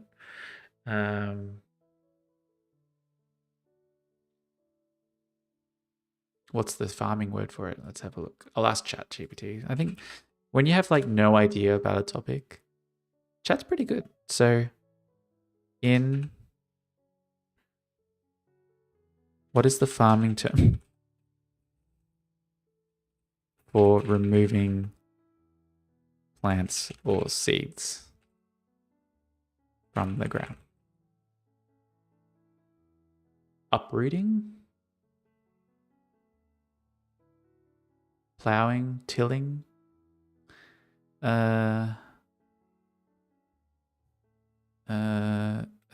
Give me more. I'm not a fan of those ones. Grubbing. That's the nice one. Really? Grubbing. What is grubbing? Dig or poke about in soil. To search in a clumsy manner. It's a removal of trees, shrubs, and stumps and rubbish from a site. Okay. Well, I'm going to use that term because it sounds cool. Grubbing.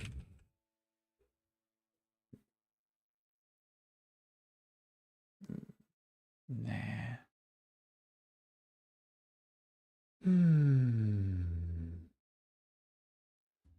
Nah, I can't go with that one.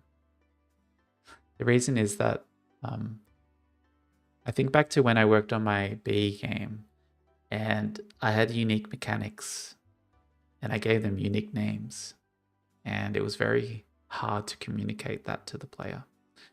So I think I'll just go with uprooting. So that's the act of removing the seed from the animal.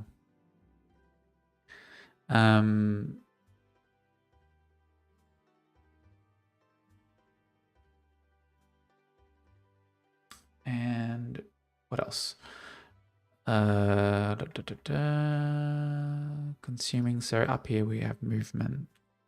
So let's just call that the physics. Movement, pathfinding,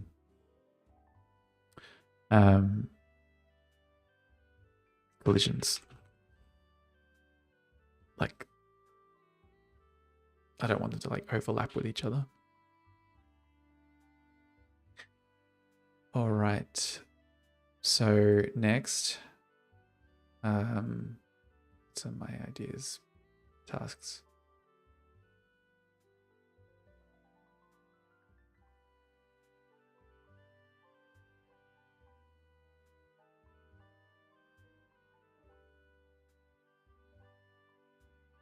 Weeds. Yep.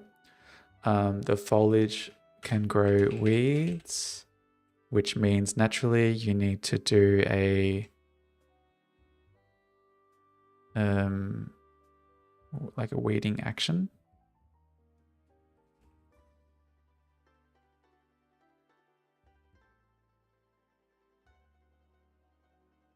Yep.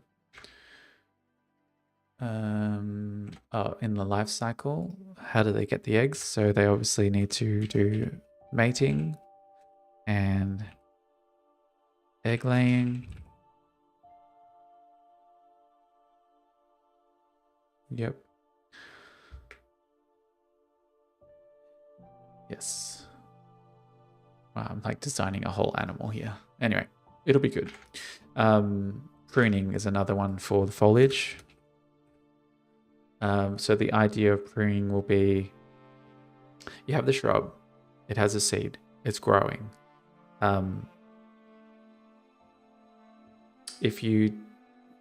It naturally will grow weeds, so you have to do the weeding, but it also just continues growing, right?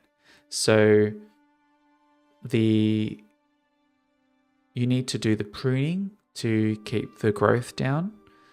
And if you don't, then the animal will get tired because it's carrying too much. Yeah.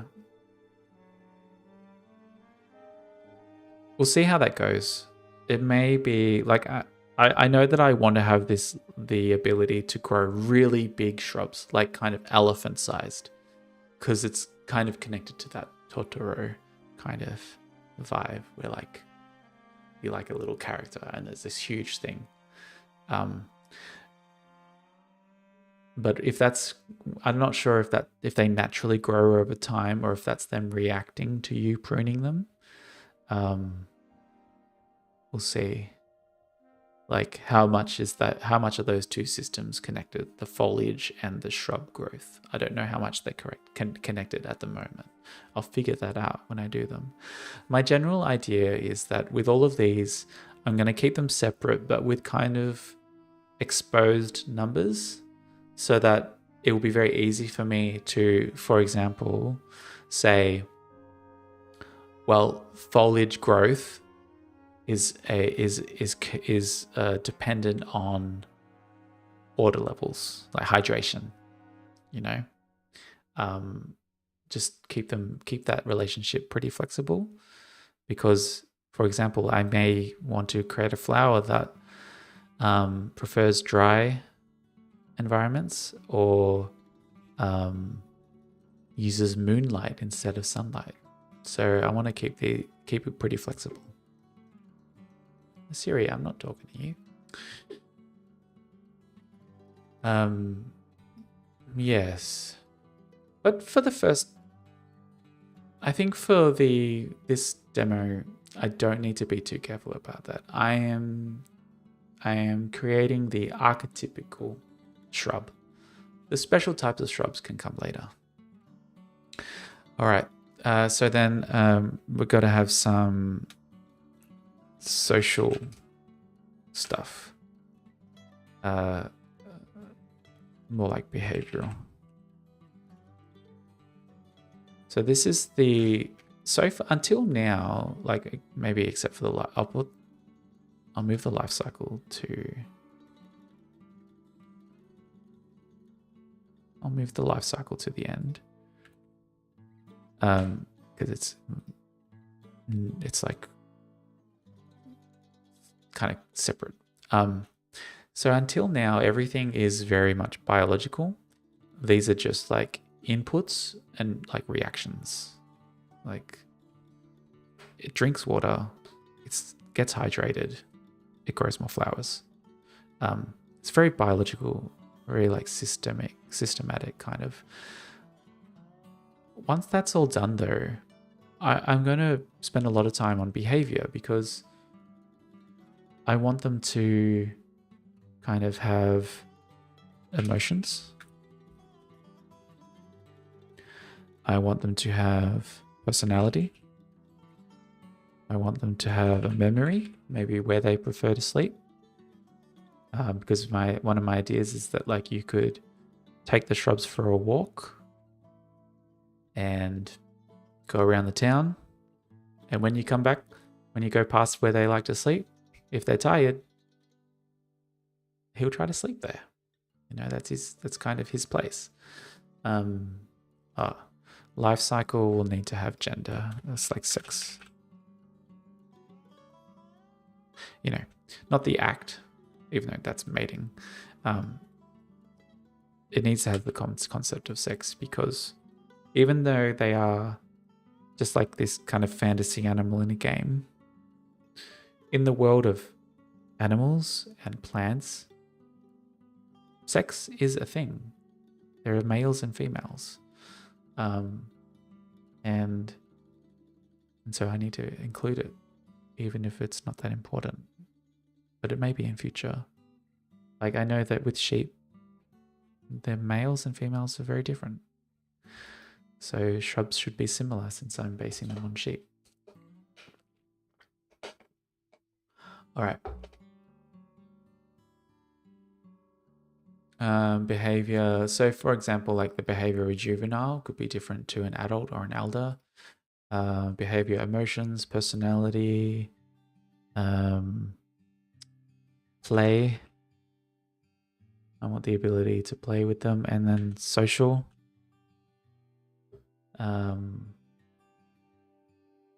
Like maybe they prefer to stick around each other.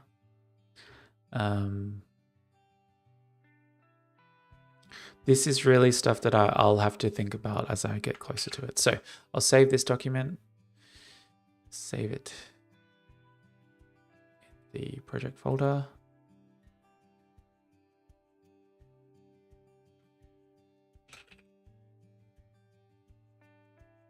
This is the nursery plan. Yeah, life cycle is going to get bigger. So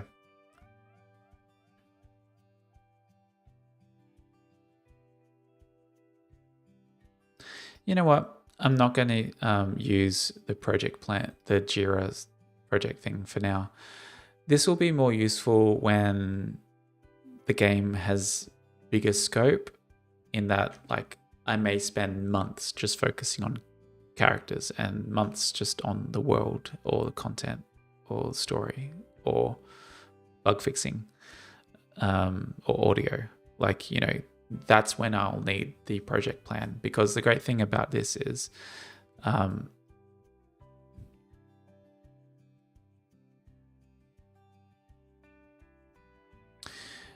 you can set the start and finish date and it shows up on the timeline, and you can move them around, and so I will be able to see how long I expect things to take. So yeah, I'm sure that this will become handy later. Right now though, because I'm making this sort of contained demo, I don't think I need it at the moment. So bye Jira.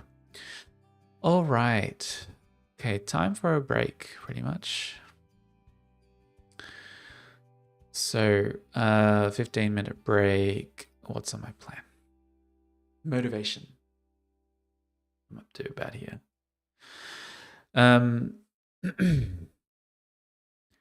So why am I making this? What motivates me?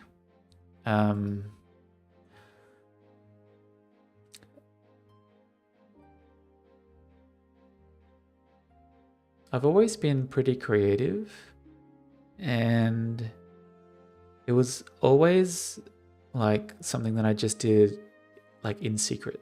I never really showed what I made, and I never got very far either until I made my VR games, and then I was pretty public with that. But now that I'm close to 40, it's taken on a different flavor of why I'm doing this stuff. And it's connected to my age, because I think like I look at some creators, like the one that always comes to my mind is the guy who made Where's Wally.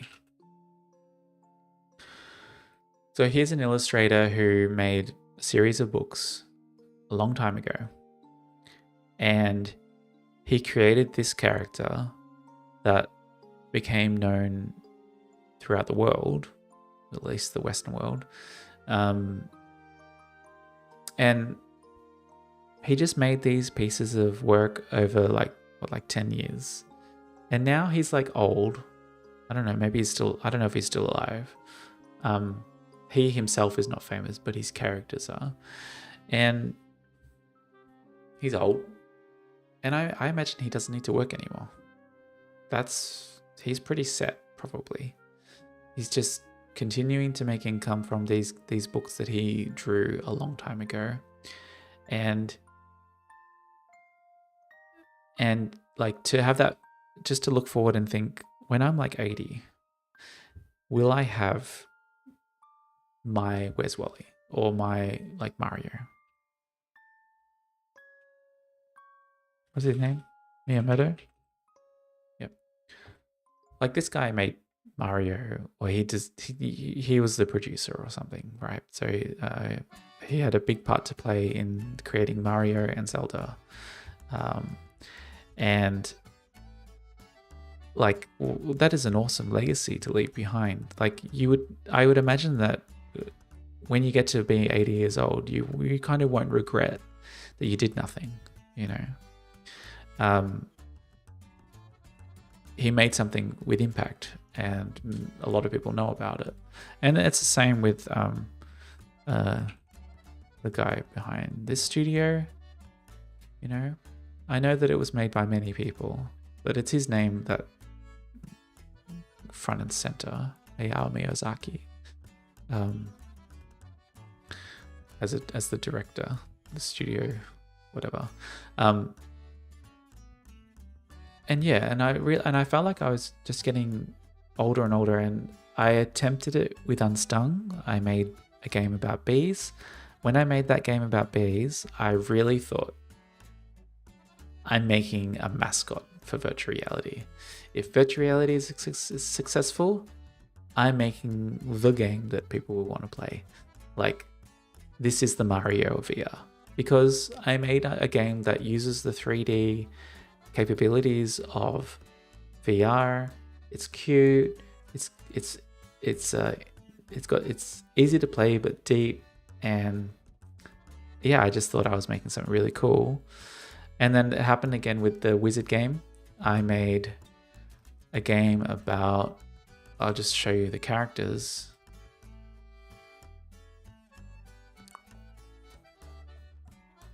Art, characters, wizards.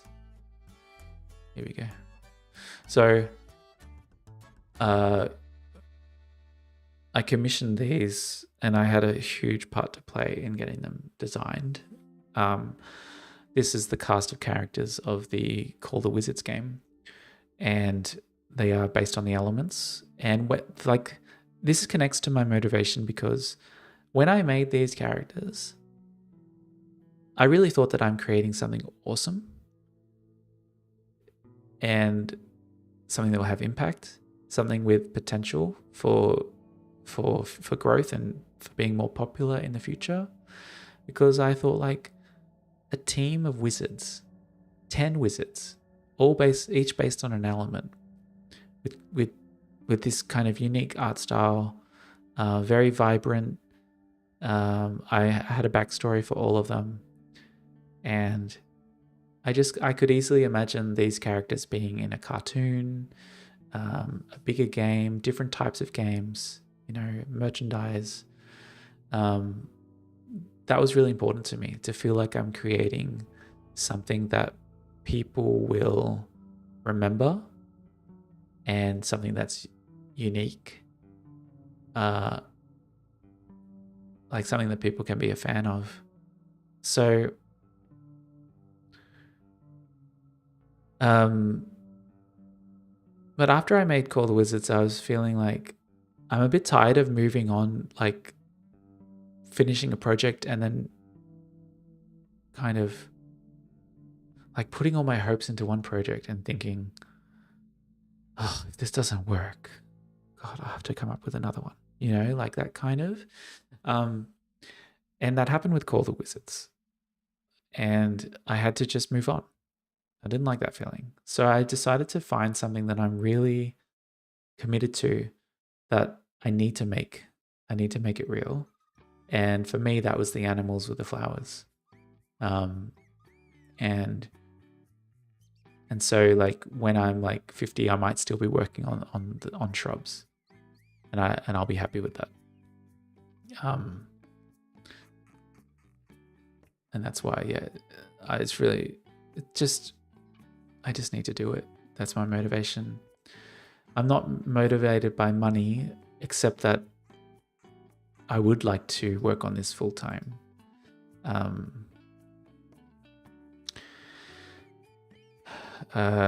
Yeah, I would like to work on this full time, and I would like to stop working on other things that are not Shrubs. And so the motivation there is, obviously I need to monetize this somehow. But I'm not forcing it, right? That's more like a side goal. I'm mostly just like, I'm often just walking around on the street, and like I said before, I see a shrub on the side of the road, right? Like in a garden. I just walk past them and I just think, wow, they take so long to grow and you can't even pet them. I see that and I think they can't even move. I love plants, but they don't even move. And then like, yeah, I just feel like I need to make that real in a way. And I want to also, like, after I figure out the shrubs themselves, I would like to bring in more of my own personal stuff, like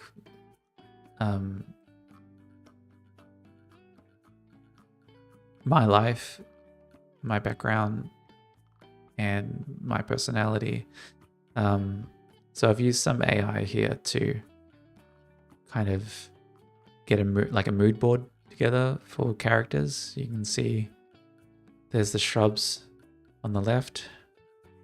I may lean towards more of a kind of marsupial koala wombat kind of look rather than a rabbit. And then the main character of the game, like my husband's Vietnamese, and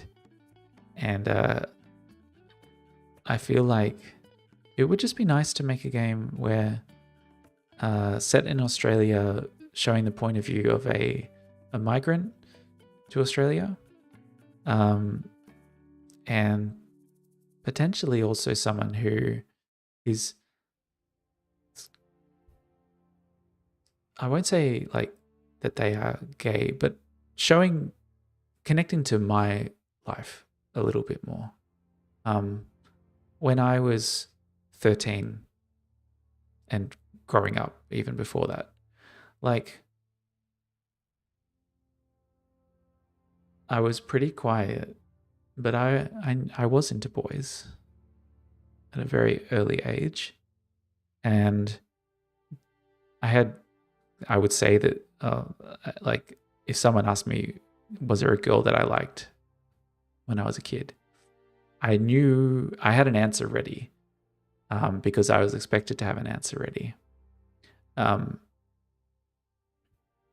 but it was pretty much always boys that would take my focus. Like, I remember when I was about 8 years old, there was a boy in my class who changed school, and I just went home and cried.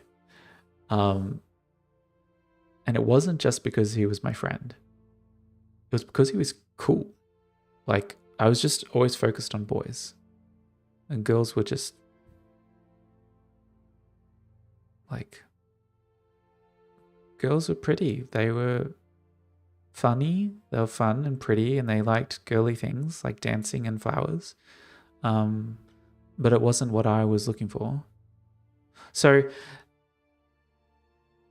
because this is like a long-term thing for me and to keep me motivated, like I want to make a game that it shows the unique character of the Shrubs, but it also brings in some of my life and tells a story of that time period, of the issues that are important to me now and what kind of was affecting me at that time. And so that I like join them together in a way. And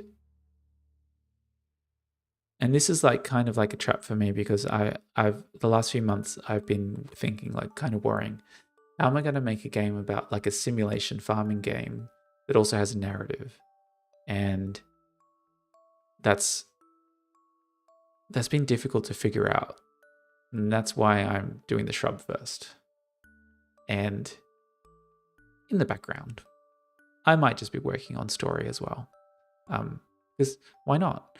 These are the two stars of the game, the Shrub and the main character. I will not make a game with only one. It will be both. But I have to start on one side, and that's the Shrub. So yeah, motivation is to feel like I have a legacy. I have a few characters that I'm proud of, that I make the world better by making people happy, shining the light on kind of the issues that people face, and like just every now and then during the week when I go to work, like I go on the train and I just like see someone and I think, yeah, you would probably play my game. Like I just look at people and I think, yeah, this game's for them. And I think, wow, I really need to try harder. And then I go to work and I totally forget. But yeah, I do need to try harder, because if not, it'll just take too long. So that's the motivation, is to get my story out there, to create create characters that deserve to exist, that they exist in my mind already. But I got to bring them to light for you. All right, back to work.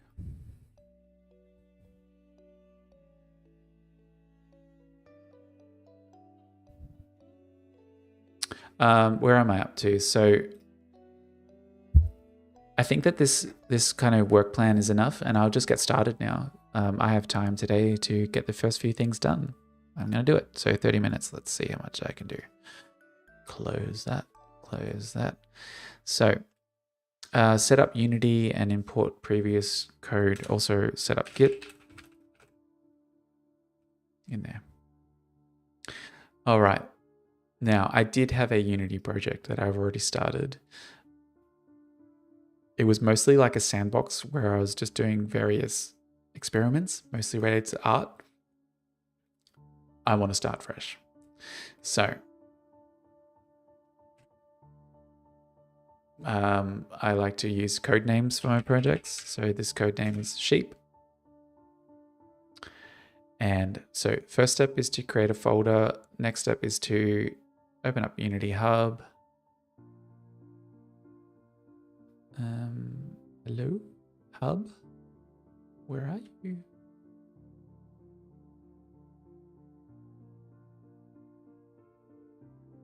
Okay, here we have the Hub.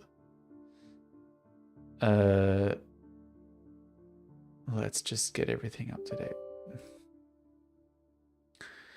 Maybe I'll have another chat while Unity updates. This is a warts and all. You will see everything that it takes to make a game.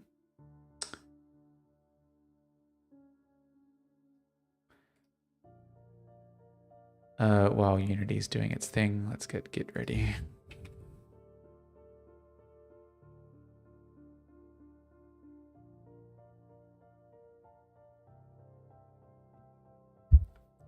So I'll be using Unity to create my game. My 3 previous games were made in Unity. In the last year, I did think about Godot.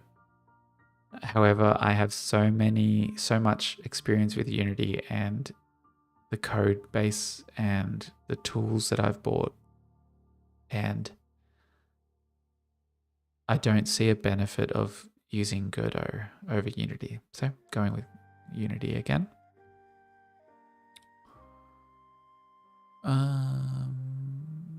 What's the latest Unity? 43. I'll just use the one that I've already got installed so that you won't have to wait an hour. Let's go new project on using Unity version 6. 3D. Project name, sheep. Location. That folder. I don't want Unity Cloud. Create.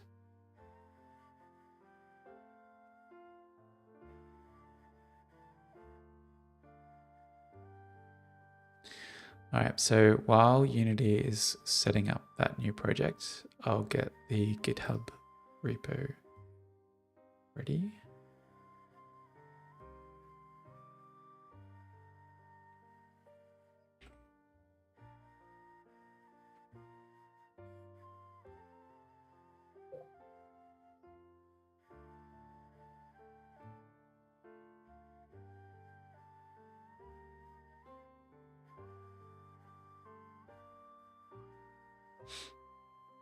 Okay, so I already had a repo named sheep.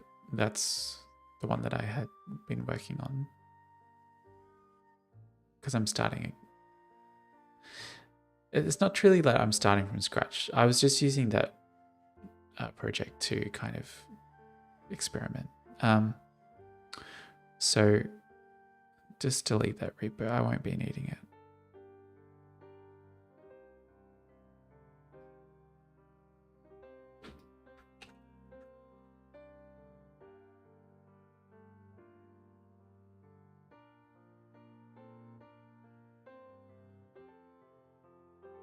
So codename sheep. Private. Don't need a git ignore right now because I'll use one that I've already had. Create. So Git is a source version control, SVC, and I'm not like an expert in it, but basically I treat it as a backup that I know that down the track when I have a released game and then I want to keep working on it, but like the main use case for me of Git is a backup. Secondly, to see my work over time. It's nice to see my updates and my little notes on what I was working on. That helps keep me motivated. Down the track though, like the main purpose of it is to have like a released version of the game and then kind of branch off and then continue working on like new features and stuff, right? But then at some point I may need to do a quick fix on the released version. Well, the great thing about Git is that I can just say, okay, go back to the release version and make an update, and then publish that, and I can bring that update back into my working branch. So it's like it lets you work on different versions of the game. Oh, I hope I was close enough to the mic there. But yeah, basically it's a backup for me. Lets me undo things. Like if I spend a couple of days on something and it just didn't go anywhere, I can step back. And it's saved me a few times when when something totally gets screwed up. Like just to be able to step back and like restore a previous version. It's good. If you make games, you should probably use this. Okay.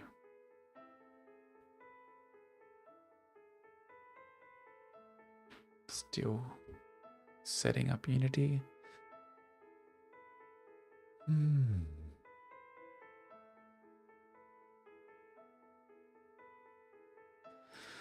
I'm not familiar with how to use Git at the command line, so I'll be using this visual interface. Okay. Just close Unity for right now because this music's making me. All right, next. So on my computer, I've got this sheet folder and then Unity's created it within another sheet folder and I don't want that. So I'm just gonna grab all these, move them to the parent folder and then delete that one and then delete this from the list. All right. Here are my previous games right here. B, that's Unstung. Bounce, that's Moon Slime. And Tower, that's Call the Wizards. And the next one is Sheep, number 4. So I'm going to bring in my git ignore and git attributes from different folder. There we go. And that just like tells Git what to ignore and how to save big files. So next I need to, my way of doing this is probably so wrong, but so I'm going to rename that to sheep old and this one sheep 2 because what I'm about to do is silly and I haven't ever figured out the way I should do it. So clone goes into my source folder, clone that. Okay. So now I'm in the source folder. You can see there's a sheep folder here empty. And the first thing I do, I don't know, just I probably do things so weird, is the first thing I do is copy in the git ignore and the git attributes. And then I commit them. And I don't know if it really matters. So call that initial.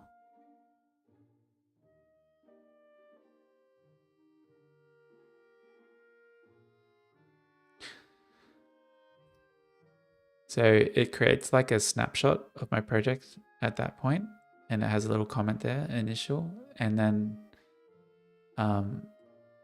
that's also been uploaded online. So that's kind of like a backup for me. And I need to turn on git LFS. And then bring in the Unity stuff.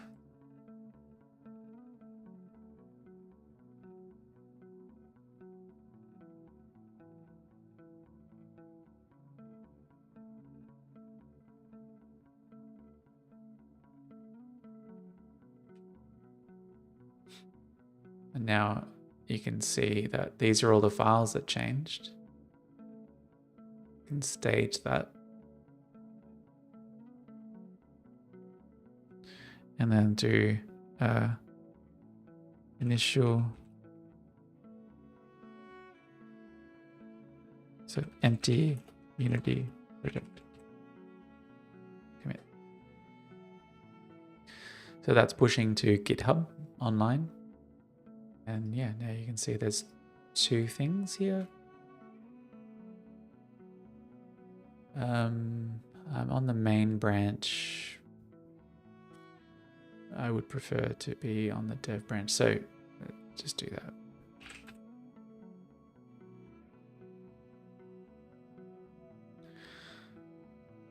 All right.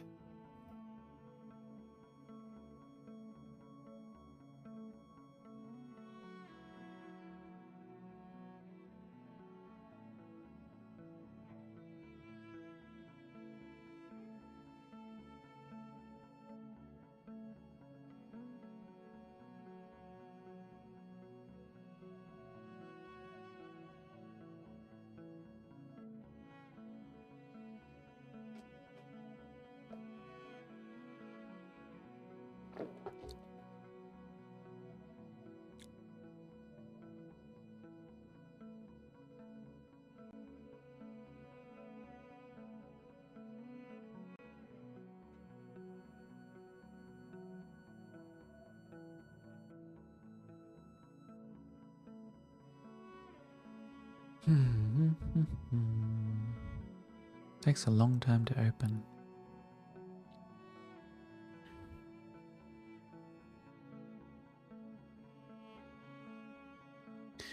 So, a blank Unity project.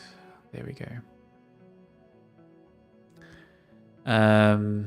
So what am I working on? Set up Unity, set up Git, that's done. So set up Unity and import tools and previous code. So setup for me, that really means check. What is this button? Don't want that. Project settings. Let's have a look.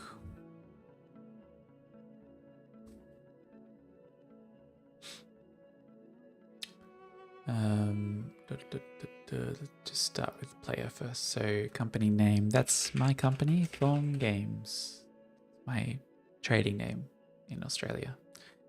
Version 0.1, product name, called the Shrubs Nursery.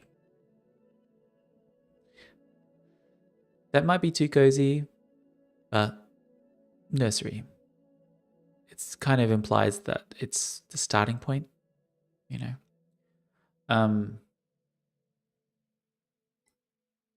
What else?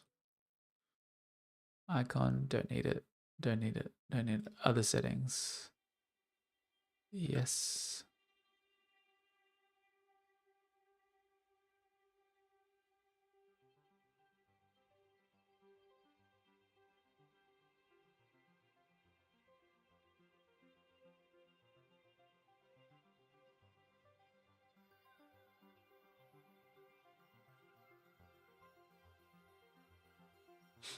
So I'm just checking all the settings because I'm pretty familiar with most of them, and I'm just looking for anything that stands out as being like not what I want.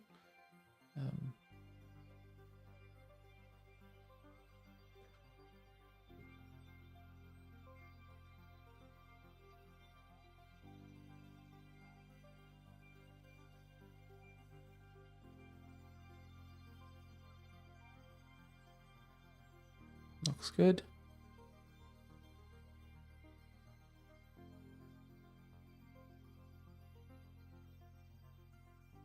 Looks fine.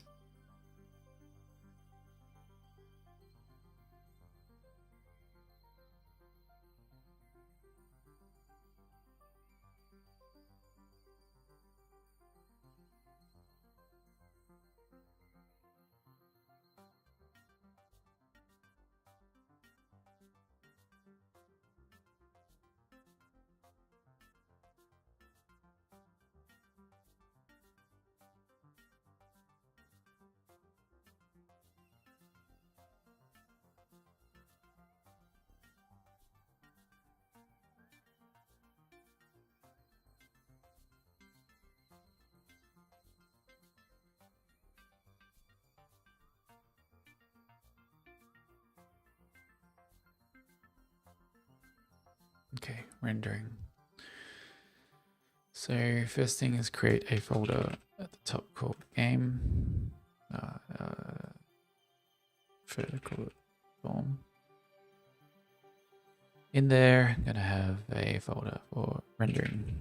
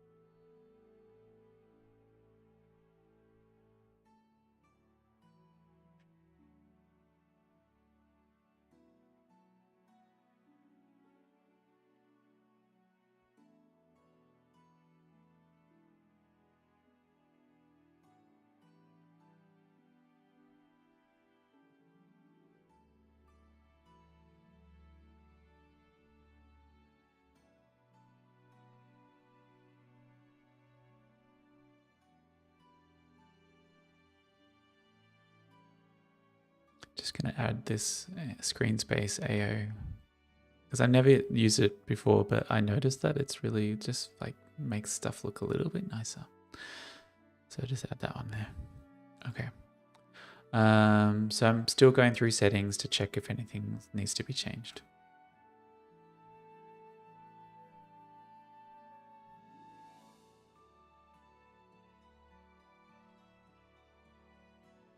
Input.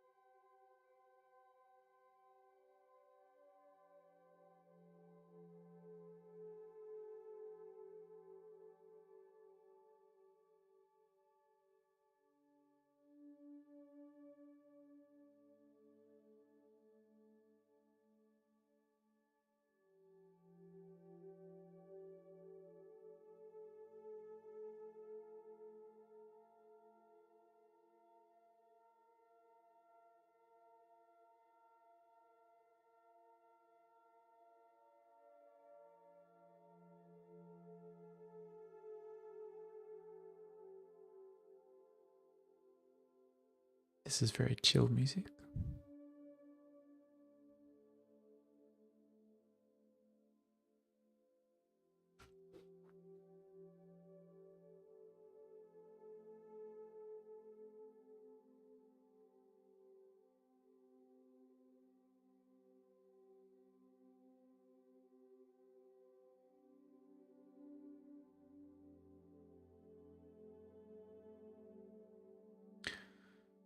Okay. Build profiles. Oh, this is different. Okay. So Windows is active. Okay. They've changed this Windows with this window in the new version. I see.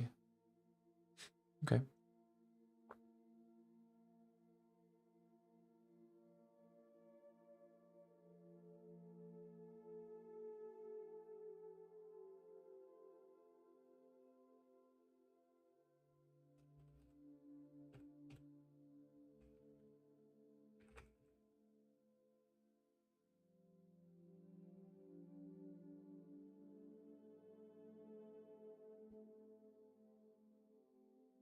Well, that's a good feature.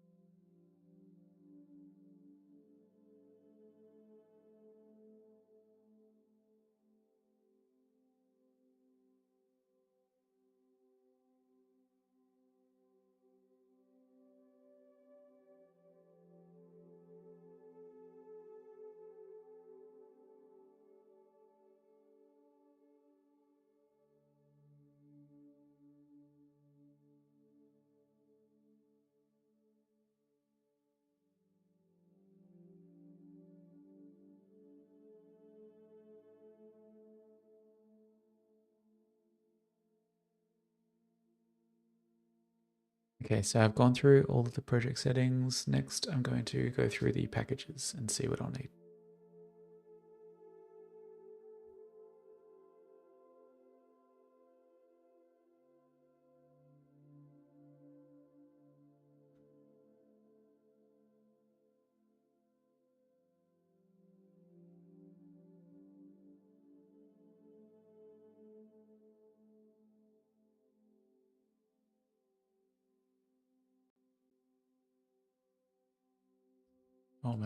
Almost time for a break. Okay. So Unity registry. So now I'm looking at the kind of the add-on modules that Unity offers. See what I'll need in my project, and then I'll import them.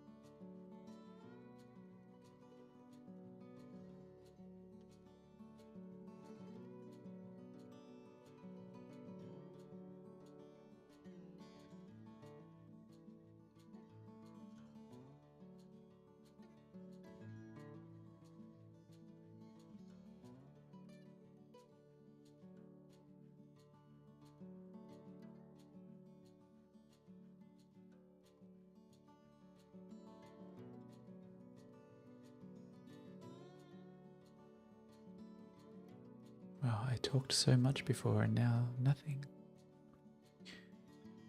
Yeah. So this setup stuff, there'll be a little bit of downtime, but generally things just take a minute or two. It's kind of relaxing actually starting from scratch before the chaos of importing things. Alright, I won't have a formal break because it's not like I'm doing that much right now. But I'll just have I'll just continue to talk about a topic while I'm setting up the project. So my next topic is other games, just in general. So I like to play League of Legends, and pretty much for the last I've played League of Legends for about 10 years, and that's been my main game. And in that time, I also played Overwatch and Valorant. So you can see that I really like the online multiplayer where you queue and you get matched with a team of about 5 or 6 people, and it's competitive, and you get ranked results.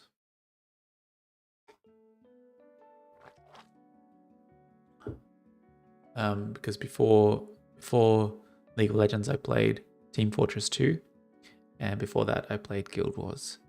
And that was my first competitive online game. And Valorant is awesome, but I get way too attached to it. Yeah.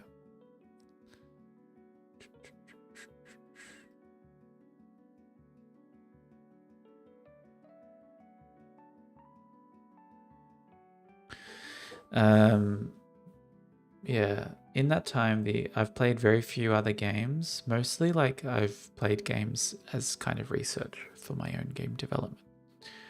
The games that don't fall into that category would be, I played Journey, and it was beautiful but very short, and I expected more mechanics.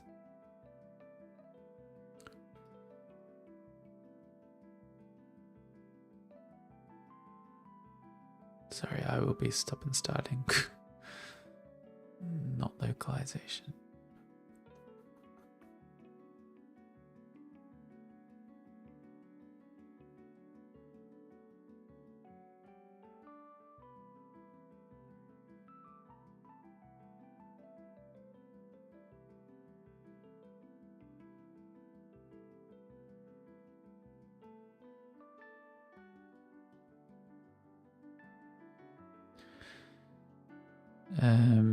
I used to play Mario and Zelda because I was brought up with a Nintendo 64, and so I had a GameCube and a Wii, and I played all the Zeldas up to Skyward Sword.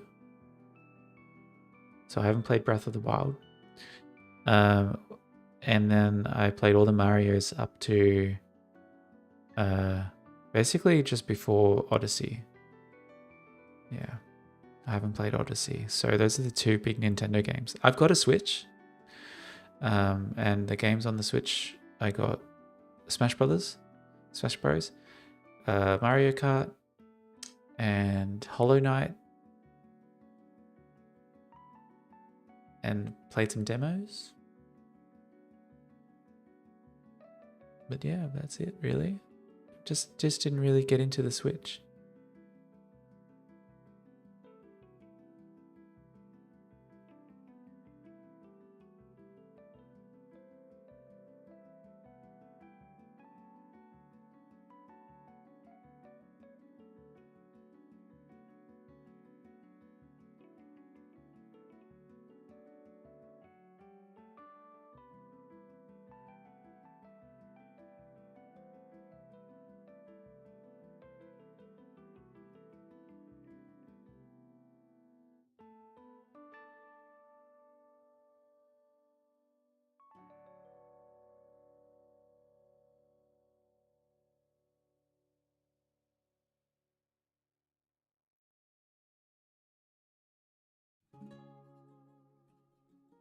And obviously I've played VR games in that time too.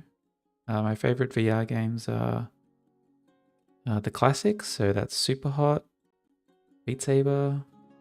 I really like Fisherman's Tale because it does really cool things with perspective and scale. Yeah. All right, I'm almost done here.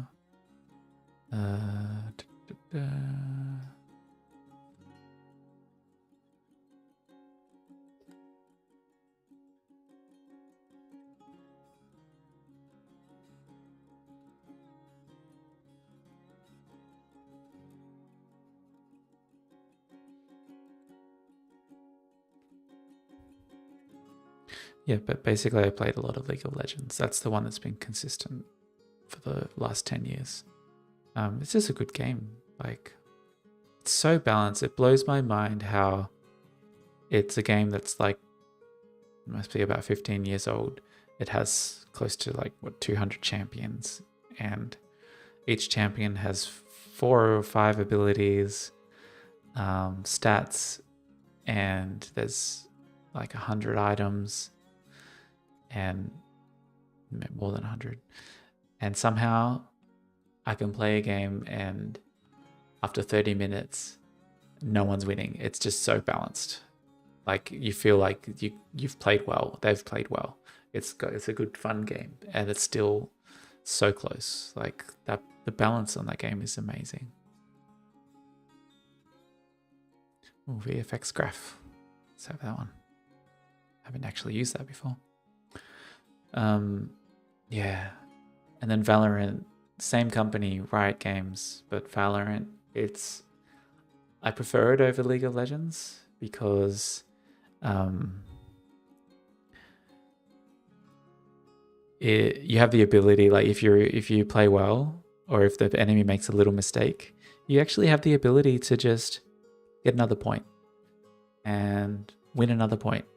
And you only need to win to 13 points to win. All right, so it's the first to 13 points. And I really like that compared to League of Legends where, like, especially in Summoner's Rift. I don't play Summoner's Rift very much. I don't like how you can play for 30 minutes and if an enemy player got lucky or did well at the 5 or 10 minute mark, it kind of snowballs. I just also don't like farming creeps. So yeah, Valorant's awesome. Probably with this project, if I get more productive with my own game in my free time, like if I'm doing well and progressing, I might start playing Valorant again. But I can't do it until I find some balance. It is too much fun.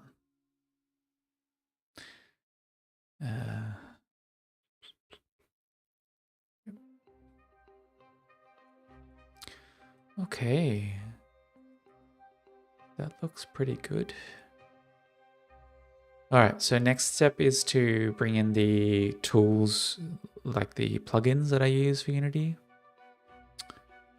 And there's about 10 that I bring into almost every project. So let's have a look.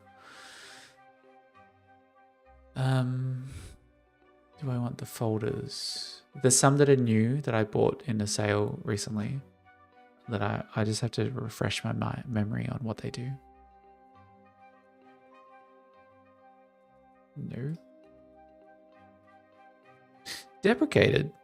I just bought it.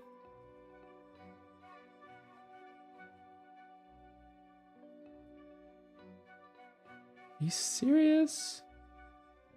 Oh, upgrading to 2.1 is free. Let's have a look. So I just bought this app like a month ago or something, and it's already been deprecated. So replaced by 2.11. Okay.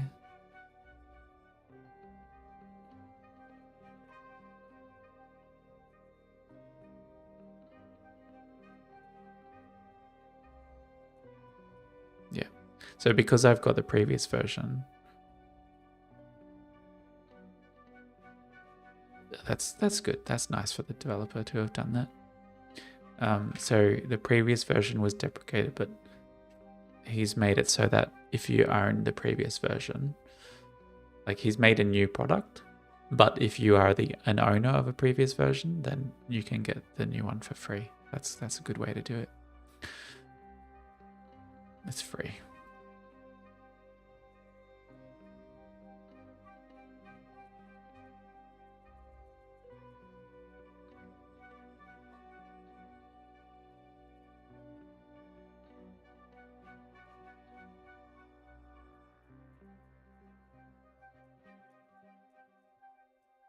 So my streams will get more interesting over time because, like, as the character appears and starts to do cool things, it'll be fun to interact with it.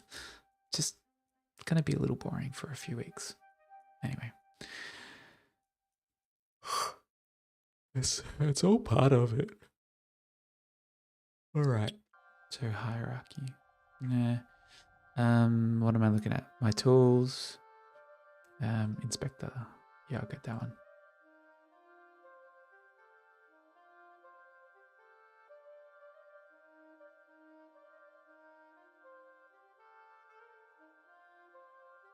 So there are some that I haven't used before, because I did buy like about 5-ish of them recently, and I thought that they might be useful in future, kind of more utility ones. One of them is this one. It's A-line. It lets you kind of create gizmos, like debug gizmos that are visible in the game build instead of just the editor. So I like that one. I think I haven't actually used it yet.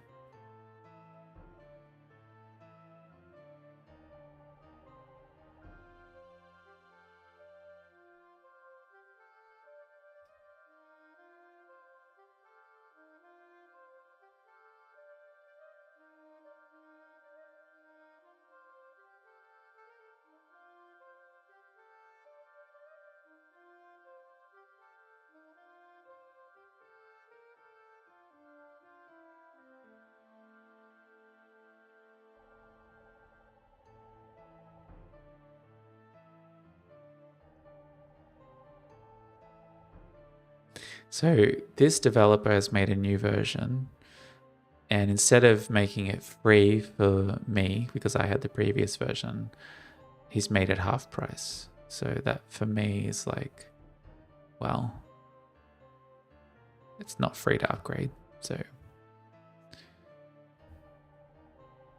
stick with the old version for now. So this is Animancer. It lets me use animations without having to touch the animator controller in Unity. And I can use code to start and stop animations and blend animations.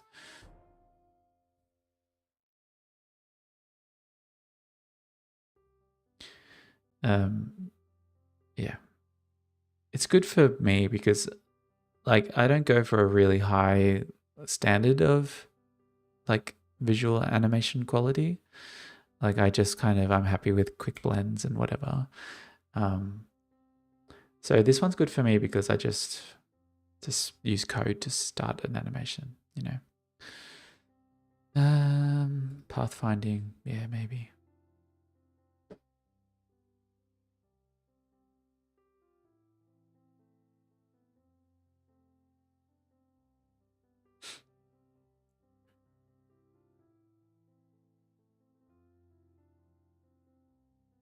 So pathfinding is what the little creatures will use to navigate the world and avoid obstacles and get to where they want to go. This is a plugin that does all that and means that I won't have to use the Unity one, which is nice because it's like kind of more out in the open. Like, it has a lot of features, but I can always just check how something works. Whereas with Unity, it's a lot more hidden. Maybe integrated better, but not so many features. So that's why I prefer A-Star. I used A-Star in the early days when I was doing the Call the Wizards tower defense. Because the first version of Call the Wizards had more flexible enemy movement.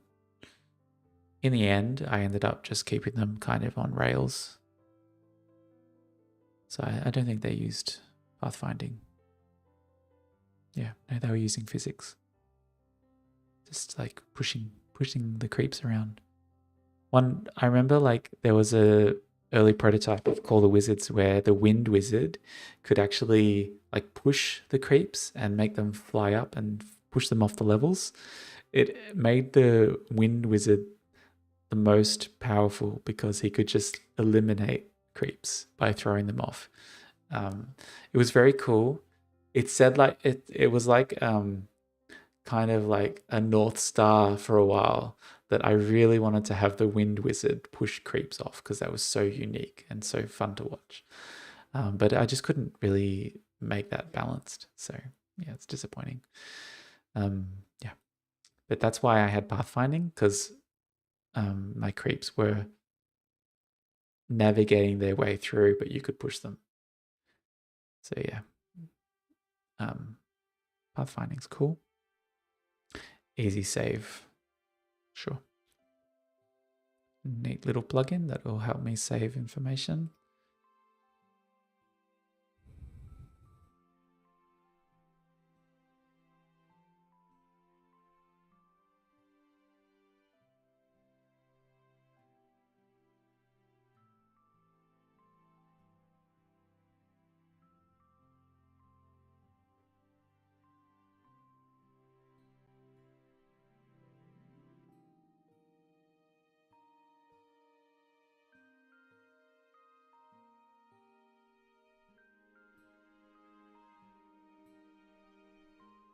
I don't know if I have a viewer.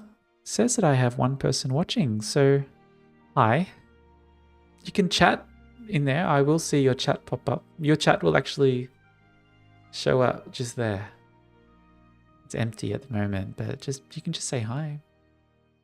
I don't know. It's not me watching. I'm not watching myself. So say hi if you like.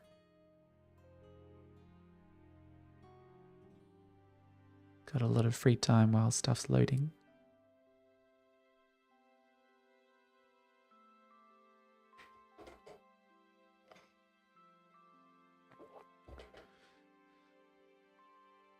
This is a much more productive way to spend my Saturday. Oh, is it? Shit.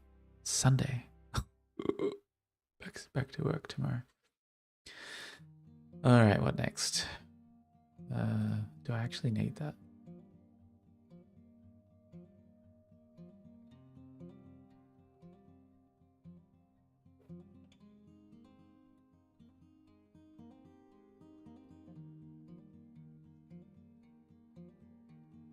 I'll just leave that off for now. I don't want to do too much setup shit. All right, what we got? Maybe templates. Essentials. That should have something good.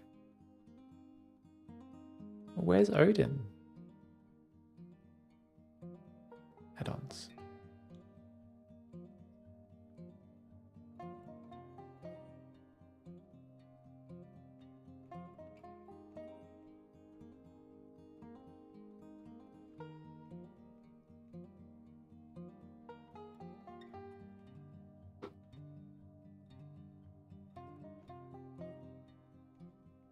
Where's the Odin inspector? Why doesn't that show up for tools?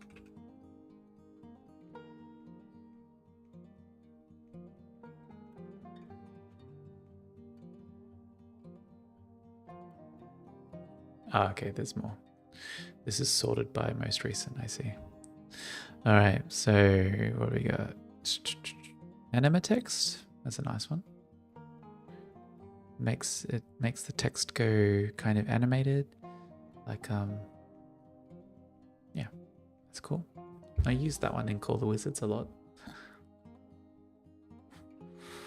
Just figured while I'm here, just import them. It's a very high chance I'll use that one, even for the nursery demo.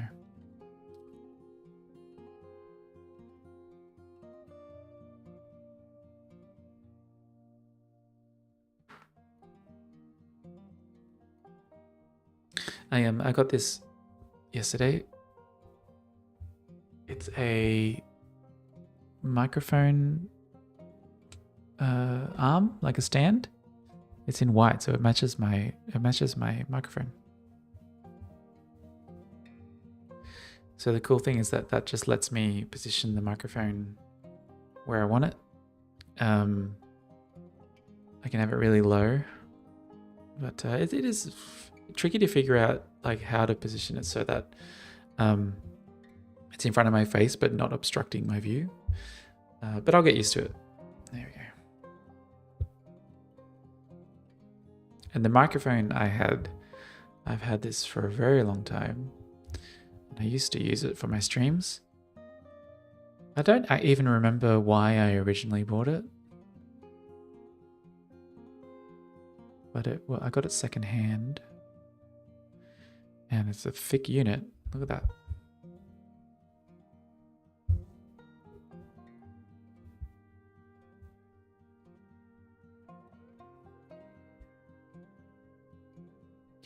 Now that I'm doing this step, like I can really see why people say that Unreal has got its act together, whereas Unity doesn't. Like, look at all this stuff that I have this time I spend setting up, looking for the stuff that I consider to be kind of mandatory, that I need them. How did I set this before? Yeah. Don't want to block my view. The other screen. Yeah. I don't know how it works in Unreal because I've only used Unreal a little, but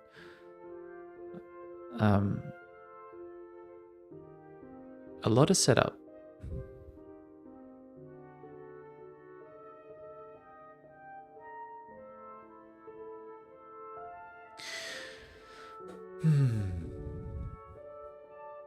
This is taking a long time.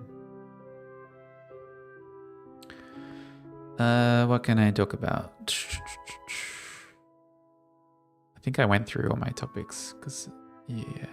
Oh, the games industry. Oh my God. I can still talk about other games. So I played Pikmin when it came out, and that's one of the things that influences me in the games that I make now.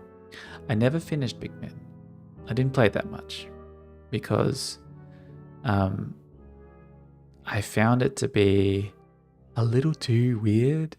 It really had that kind of like weird Japanese feel to it. Yeah, it just I didn't really like the vibe. But I did like running around with these little characters that they had different classes and you could get them to do things. And that's carried through for me with the Unstung games and Call the Wizards. Unstung and Call the Wizards, yeah. So I've played Slime Rancher just to get a feel for it. I got a bit motion sick though. And yeah. That happened when I played Minecraft the first time, I remember. I got motion sick because I was so into it. And like the first time I played Minecraft was during alpha, I think. And I mean, there was lava, there were caves, there was creeps. And I remember digging down into the lava and just getting stuck. Sorry, there's a little fly here. Just getting stuck around the bedrock. And then I started to get motion sick because I was looking around the cave and trying to figure out how to escape. And that was the first time I ever got motion sick from a video game was in Minecraft. I changed the field of view and just took it easy And then I got into Minecraft, but always it was when I was in caves that would really affect me. Because with caves, you could look up, you could look down, and there wasn't a real sense of up and down when you're looking around. And also with caves, stuff could be anywhere, so I would be looking anywhere, looking around, looking for creeps, skeletons, gold, of course, diamonds. But yeah, I remember playing Minecraft a lot with the Guild Wars people, the team the guild that I was in. They had a Minecraft server, and although I didn't play it like in the long term, I played it for about 1 year, but like that was a really unique experience. Setting up a castle, visiting other people's places, and setting up creep what's the name for it? Mob grinder? Mob farm? Something like that. So, you're killing all the creeps and getting their resources. That was cool. I didn't like try to make mine too optimized. I just was mostly just do minimal or try to make it aesthetic. Yeah, but people were amazing with the stuff that they were doing in Minecraft. I stopped playing Minecraft when roughly when they made beds or wool, I think, like sheep. I think sheep was new. And then I played a little bit into when they first had villages or the end. I think that's roughly when I stopped. Just when villages were new. Dungeons were new. But the main period that I played was when they introduced the blue lapis lazuli and the wool, the colored wool. Yeah. That was fun. And then I got into modding. I think like I wasn't playing when the villagers were in the game, but I came back into it to do modding when the villagers were there. Okay, well, that was a huge asset to import, whatever it was. I might use Node Canvas. Yep. I think for the shrubs, like I will be using visual scripting for the behaviors. So Node Canvas is probably the one I'll use.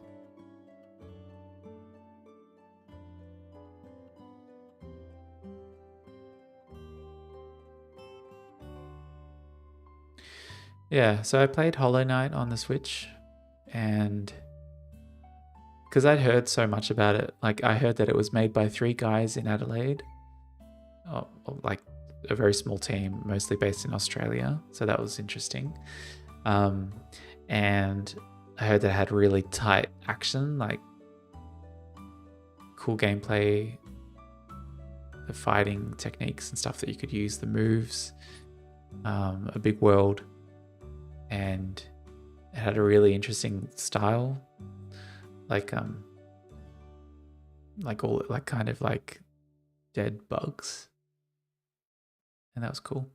And I played it and I got lost, and then after I figured out where I was, I didn't know where to go next. And like it turned out that so yeah, I played a bit and it was fun, and then I really got lost and I felt like I was checking everywhere, and it turned out that there was just one little room that I hadn't visited, and that meant that I was trying to go places where I just couldn't go yet, where I just didn't have the right ability, or like into the mines or into the grassy area, and there was just like one boss that I hadn't found yet, and that really made me discouraged me from playing it. And basically where I stopped was when you fight The girl? The one that's in Silk Song? What's her name? Forgot her name. Hornet. I pretty much stopped after I fought her the first time. Because it was a hard fight, and I thought, like, I'm not really enjoying this enough to go through that struggle. But yeah, now when I'm developing, usually I listen to Hollow Knight music, but I'm not today because I don't want to get any copyright strike.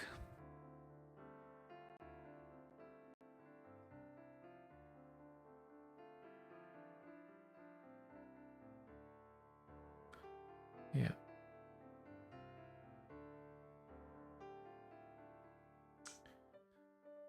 Have a look at this cup. Look at the size of it. I got it for free. It's an Adventure Time cup.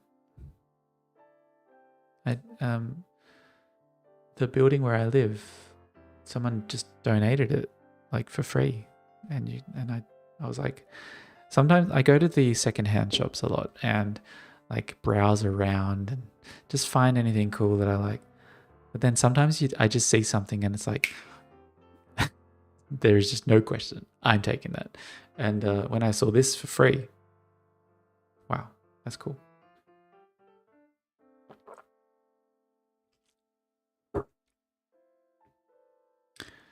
Oh, right, next. Yeah, let's get that one.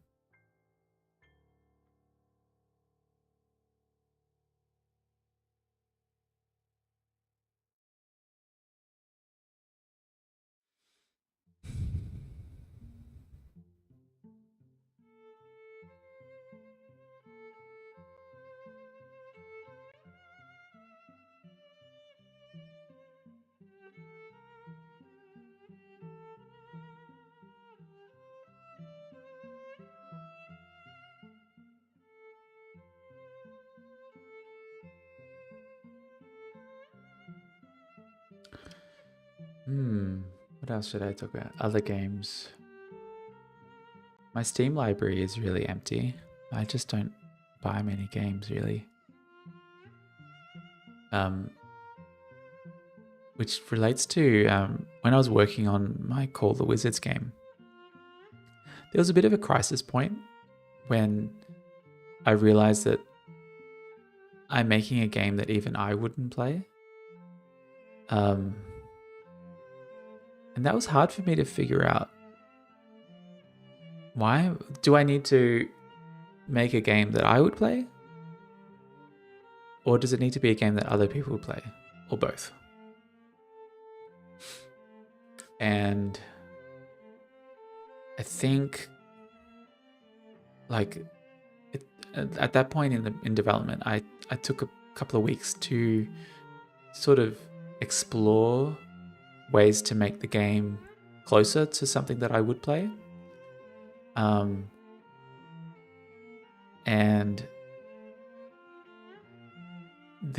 as a result, the game ended up being a bit more like a puzzle rather than like just a reactive action game.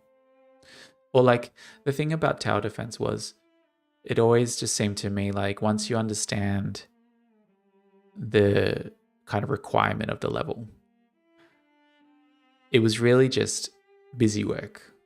Like, you know which buildings you need, you know where they need to go. And then after that point, it's just a matter of going through the motions. And I didn't like that. I really wanted my game to be more active, either more active or more decision making. Harder to figure out the optimal path. And so, yeah, I made the game closer to what I like. It may have damaged the game's success because it wasn't a typical tower defense game, but it was the only way for me to get through it by making it more like something I would play.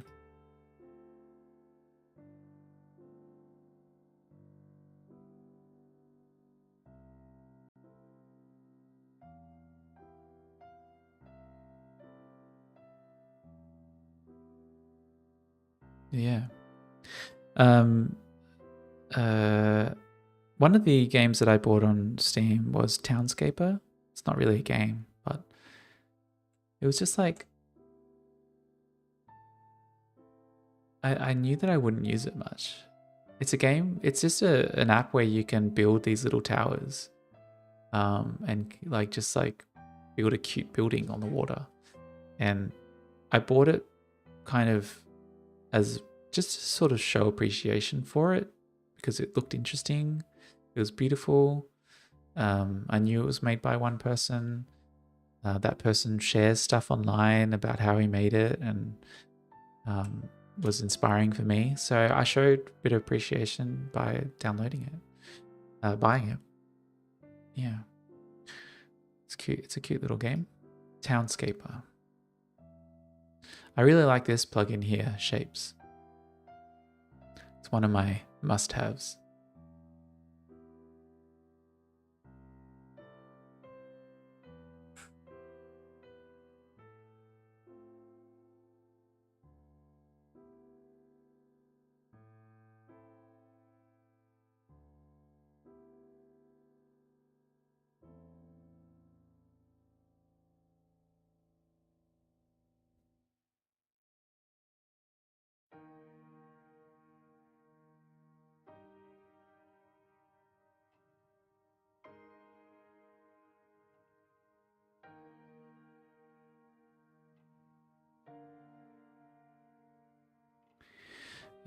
Other games. So I haven't played Stardew Valley. I'm not really into pixel art, and I just think I prefer a tighter loop, like where you do a specific thing more rather than an open kind of game. Yeah.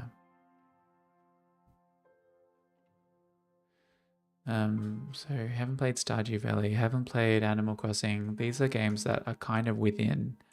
I think that the game I'm making, the audience for this game, Shrubs, is like they might play Animal Crossing and Stardew Valley, maybe, but I haven't played them, so I don't really know. When I'm making this, like, I don't know if it's scratching the same itch or not. I wouldn't really know how similar my game will be to those. But I just have this gut feeling. I need to make a game about shrubs. I'm just doing it, you know.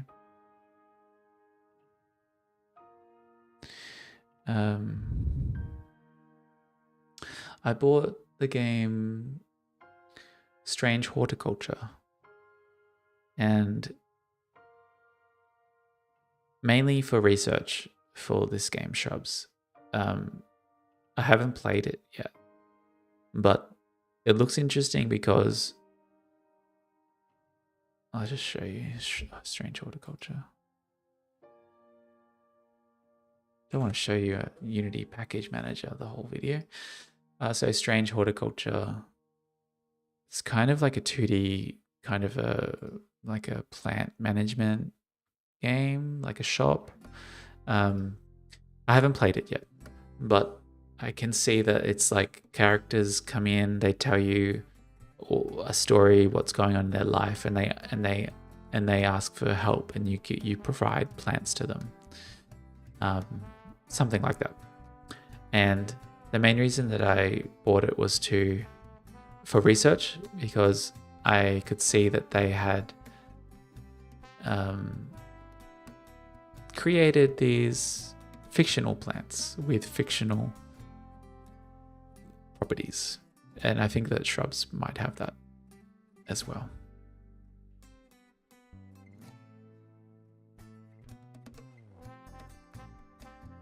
Odin Inspector, the #1 must-have for Unity, definitely.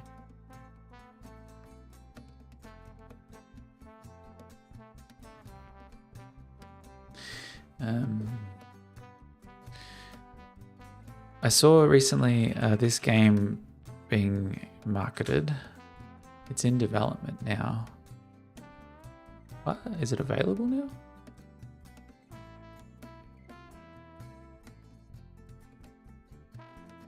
So the game is named Herdling. Why am I in Chinese?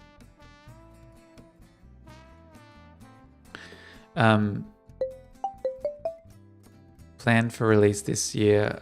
Because I already had this idea to work on a game about like taking care of these sheep kind of animals, and then I saw this trailer for Herdling, where you herding or guiding this flock of sheep, kind of sheep, through the environment.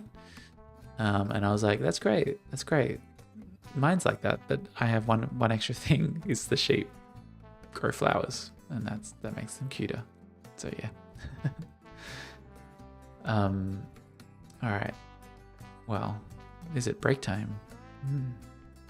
This whole last few hours has been like a break. All right, next topic. I will probably stop the stream soon. But the next topic for chat is the game industry. So, as I already said, I was in the game industry. I decided to work for myself. And then when that didn't work, I couldn't get back into the industry. So that sucks. And the game industry, like, it's getting hard for me to figure out where I belong anyway. Because like I want to create characters, I want to create story, I want to do programming, I want to do a little bit of everything. Maybe I'm just not a good fit for the game industry. Maybe I'm just a solo creator forever. Who knows?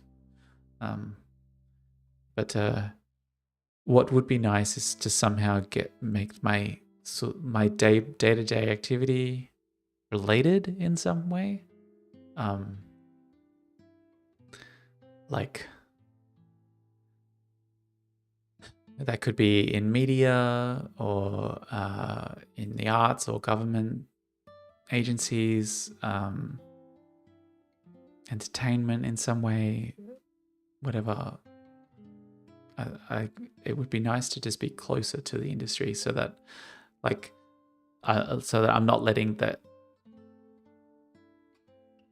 skill set kind of atrophy even more, you know.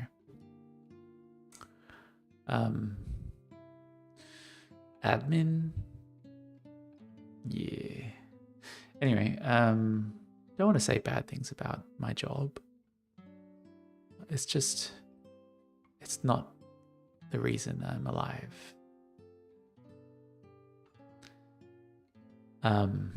Yeah. All right, what else is we got to do?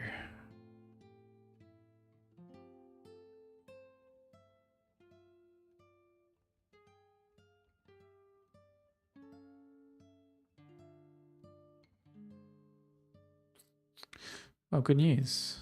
That is basically done.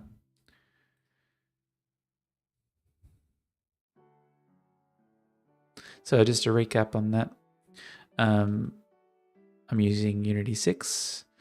I've just created an empty project. I went through the settings. I imported packages and plugins. And now I should be ready to go. Just waiting for Unity to compile.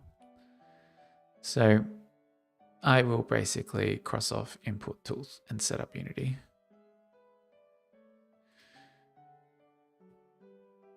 Previous code.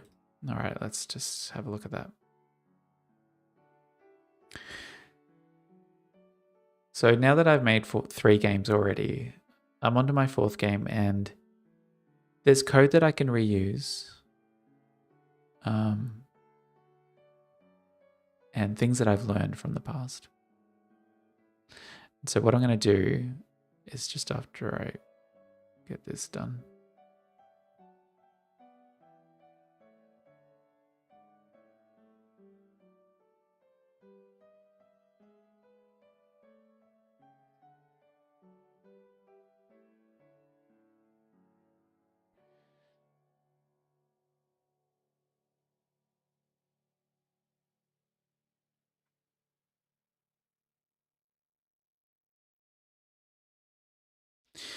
I'm going to import code.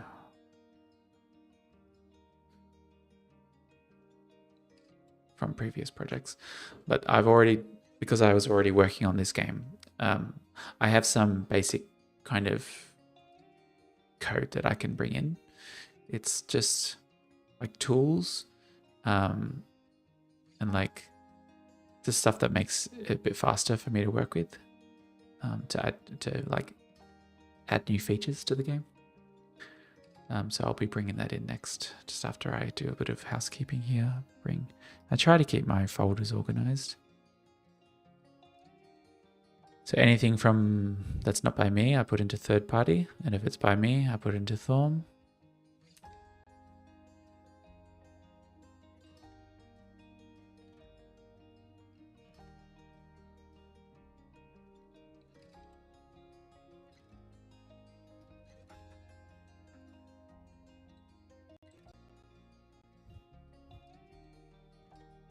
Getting hungry.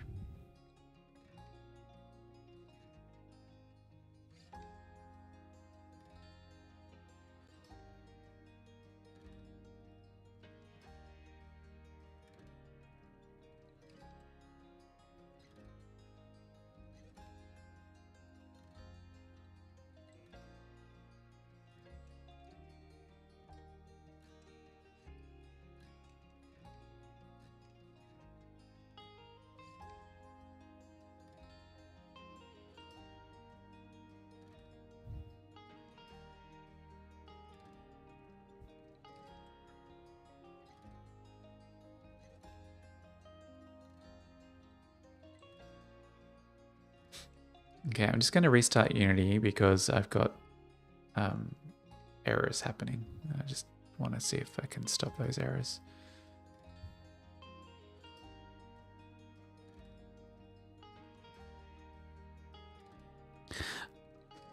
I remember, so when I was working on my first game, if I had an error, I would fix it.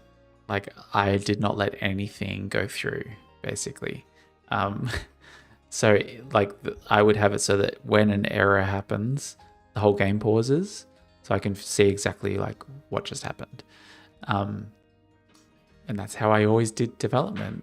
That's how I taught myself. And then when I got my first job in the industry, I downloaded the game like on their computer, like getting started, have a go at the game, see where it's at, and I press play. And there's so many red errors, which are just, kind of critical errors, just going by the console. I was like, what is happening? And that was normal. Most people didn't have the console on, or they didn't know, they didn't care. But for me, I was like, this game's been in development for 1 year. What is happening? This is code that they're sharing in the team. It's not like a development, like one of the developers' personal branches. It wasn't. That was the thing that everyone is using. It's like errors everywhere. And I thought that was very funny. It made me really reflect on my own development style. How I'm pretty organized, and I don't let things just like go past. Like for example, right now I can see A-Line has just created the settings again, and I just I pick up on this shit. I stay organized. So that's good. The error seems to have disappeared. I do hide the warnings though, because that's just annoying. So next step is bringing in code from previous projects. Source sheep old assets. So script templates, that's a nice one to have. Let's check that. Film games. Looks good to me.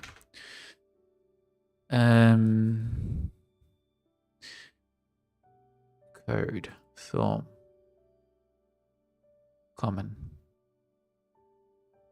So this whole folder is like just like useful stuff and kind of like base classes that I will use. So bring that in.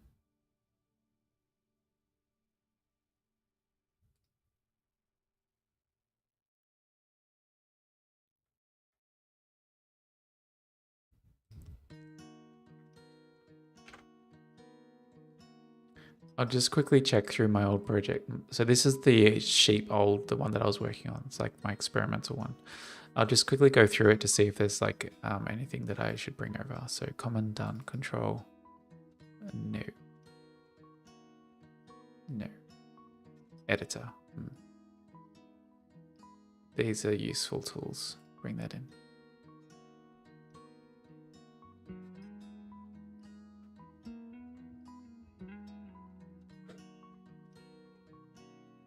The entity system I wasn't happy with, so I won't bring that in.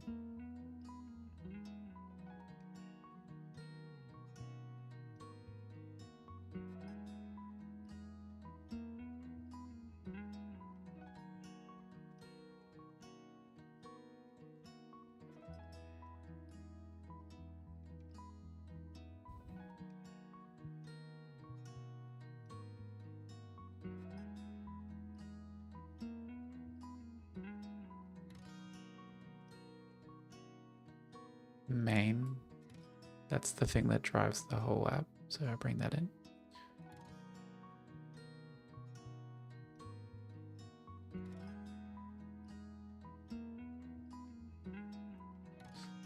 This is a neat little one.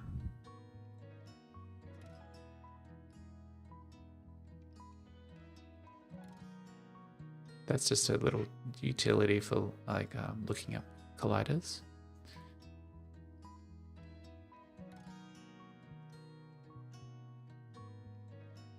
So here you can see the prototype, like how much work I did. Just like, these are just placeholder stuff. That's all I did really. Most of my work for the last few months has just been like design and a little bit of art exploration, like shaders.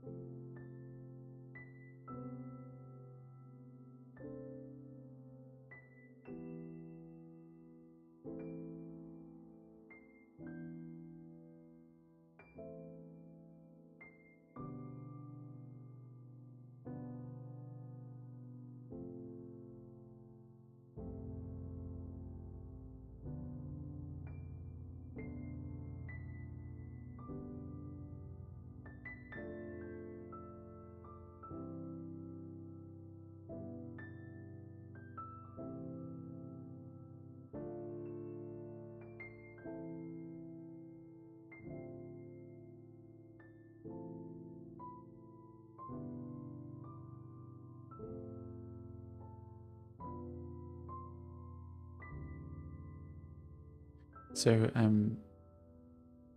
to make the game like to make the compiling, every time I make a change, the game has to compile. To make that a little faster, I set up the assembly definition file, and that's what I'm doing right now. It just means that I have to manually add external assemblies that I reference. So I can see that the shapes runtime has changed its name since the last time I used it. So let's fix. Oh no, that error is gone, so it must be fine. And then this one is in the editor. Form.editor needs to reference.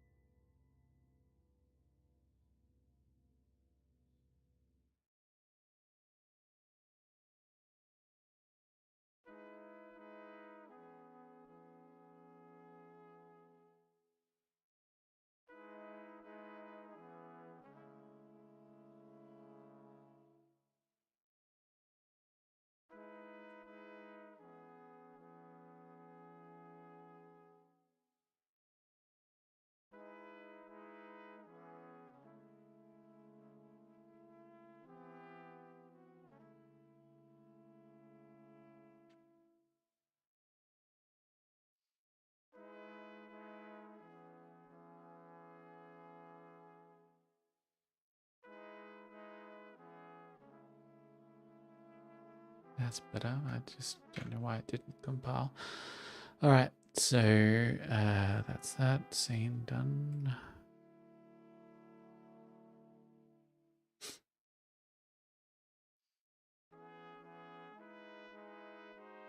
Yeah, so very little like common code to bring over.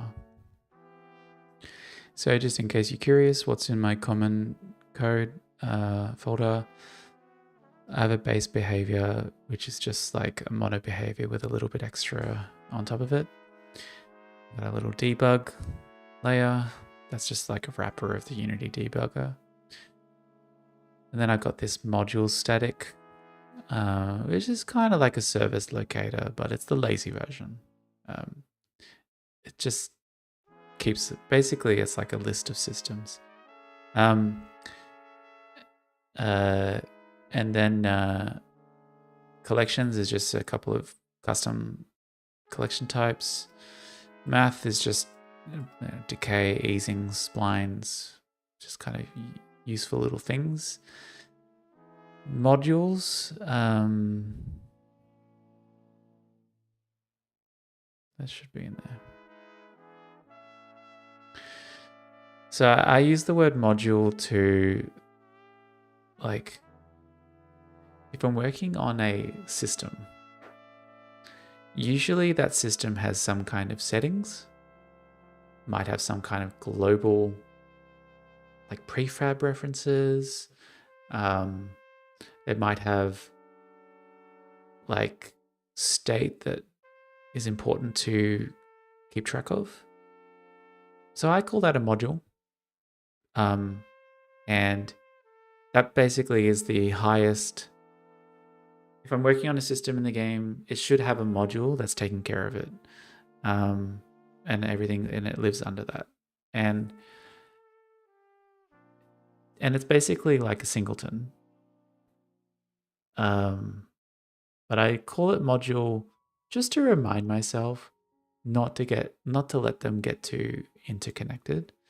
They can, but the word module just makes me feel more like I need to do it a little bit better, you know, and not just have connections everywhere. And then like if I'm working on a module, for example, I might start off with a foliage module, and that takes care of the plants growing on the shrub. Oh, so the better example would be I start off with a shrub module, and then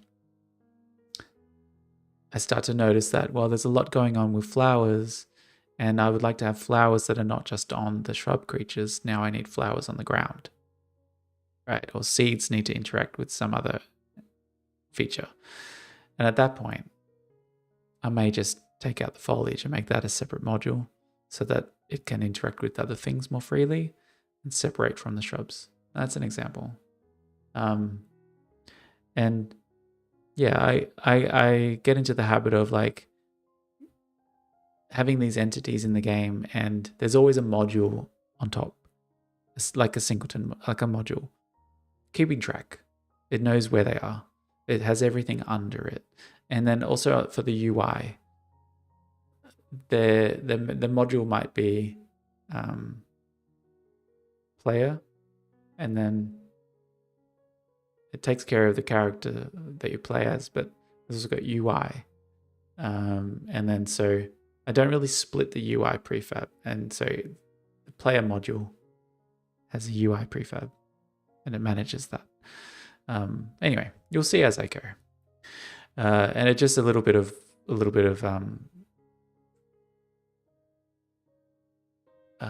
it also helps me connect to the update loop in Unity. So I don't like it. I don't like having things update in a random order depending on script. Like I know I can do script order, but if I'm not going to do that for everything, obviously. So I don't like having objects in my game that are just kind of updating in an order that I don't explicitly control. And I didn't know that this stuff until I worked at Hipster Whale, and I realized that the more you should keep tighter control of the way things work, and less of it just using whatever Unity throws at you, basically. So I use the main class as the thing that hooks into the Unity update loop, and then main just runs through modules. It just like does the update through every module, basically. Yeah. So main drives the application. Modules are the highest level class. It's like a singleton. And then everything else falls under that. So that's my code imported. Let's go. There's really not much. Placeholder models for shrub, items, and environment. So it's nice. We can finish with a little bit of art. Programmer art. So let's rename my scene.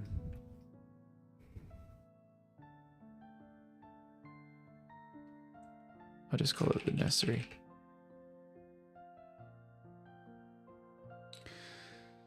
So I need to do the shrub, items, and environment, placeholder models. So what that means is, firstly, I'll need to create a folder for shrub.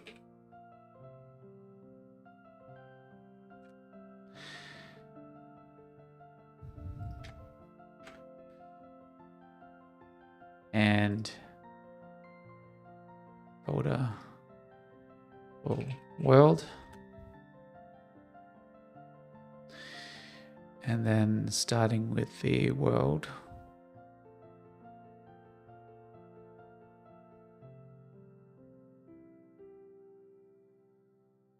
do a 3D plane.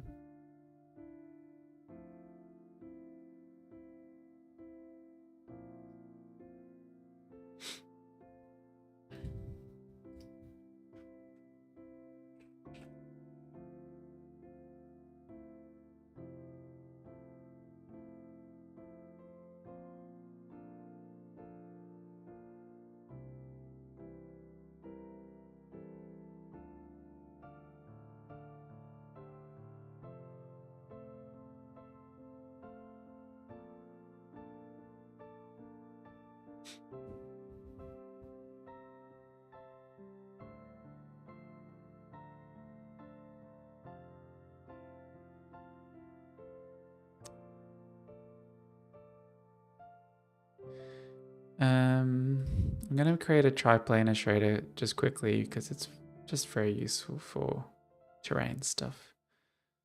That one.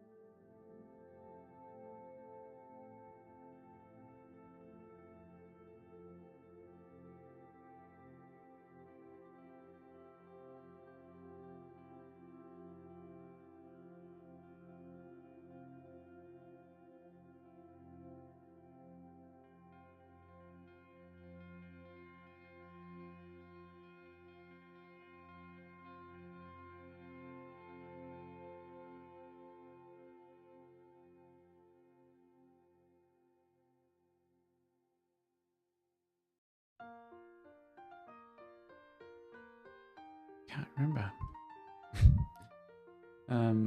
So I'm trying to get the color depending on the angle of the normal. I think that's correct. That looks like a good preview. And then top color.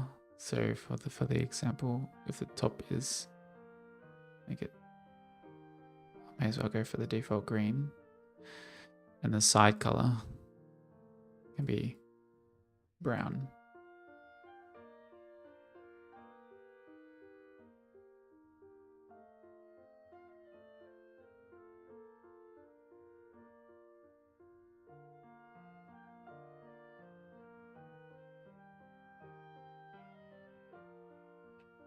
And then I think I can add, there we go, that's probably right.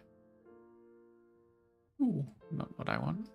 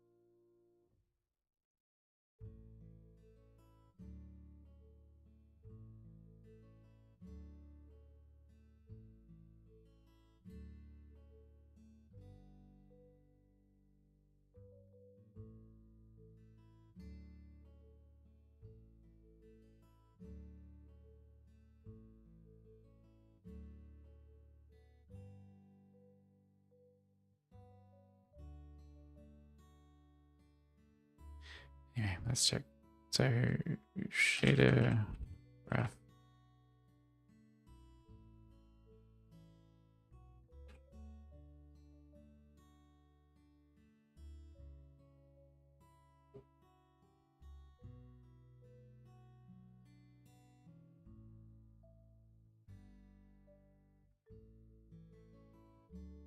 Or blend sharpness.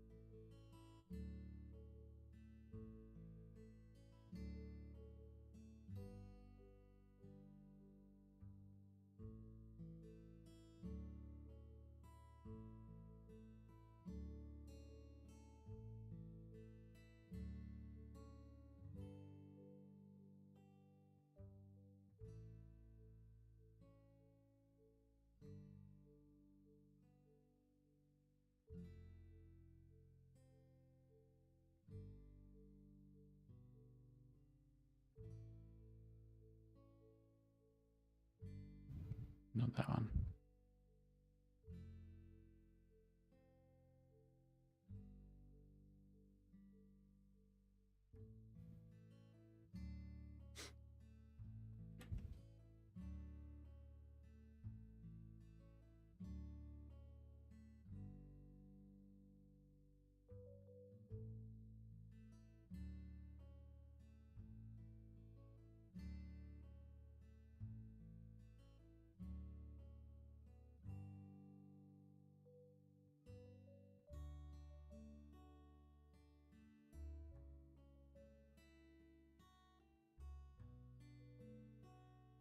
So the main thing I'm looking for is how do they combine the colors? I think that's the part that I'm missing.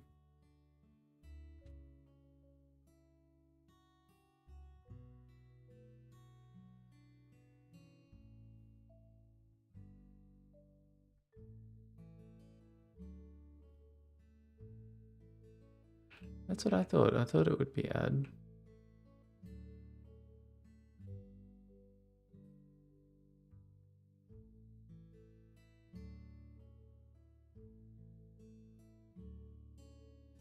Why is my ad going pink though?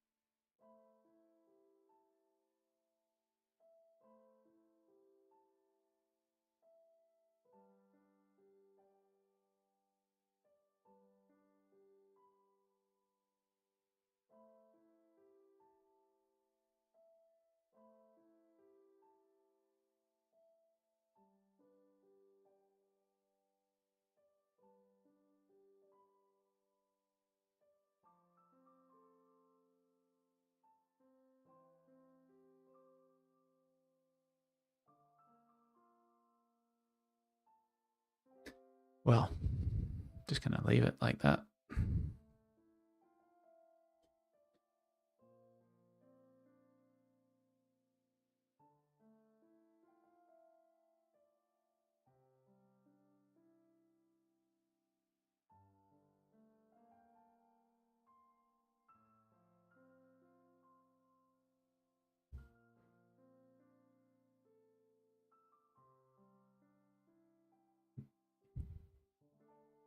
Anyway, that'll do.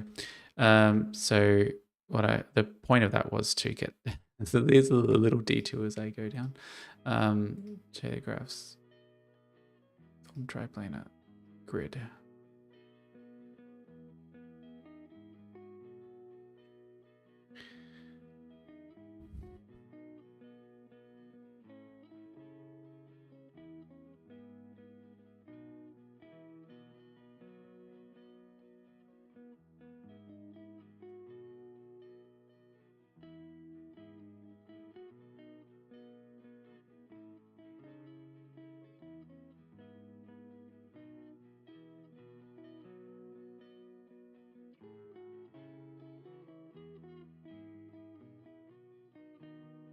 Okay, so the point of that was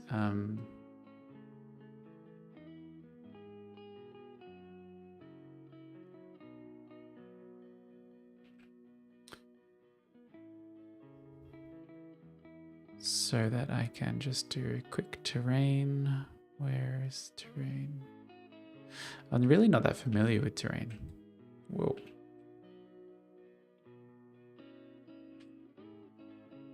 Let's see if I can throw a texture on it. Doesn't work.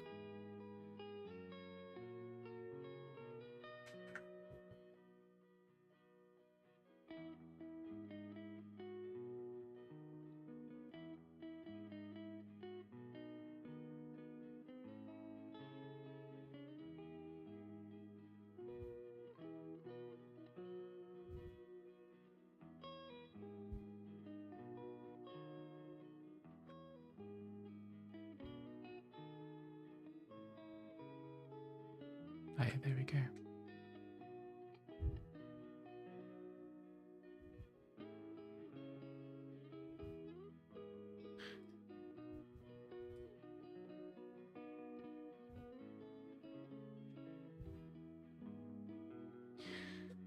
I'm going to create a basically just a placeholder for the player model, just so I can get a sense of scale here. So capsule, sure, leave it at default scale. So there we go, that's a player. Looking good.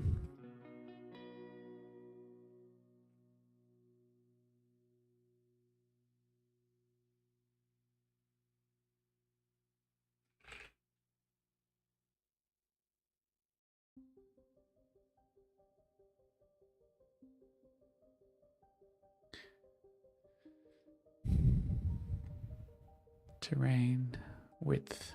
We're just done a little demo scene here, you know? So 50 by 50? Still pretty big. Let's do that.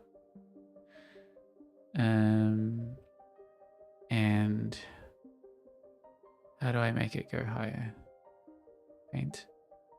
Yeah.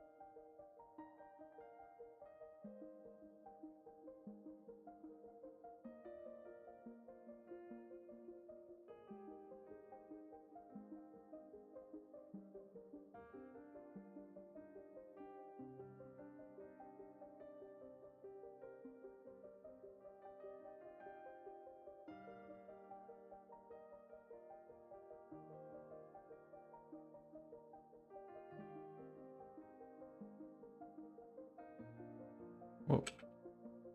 Okay, there we go.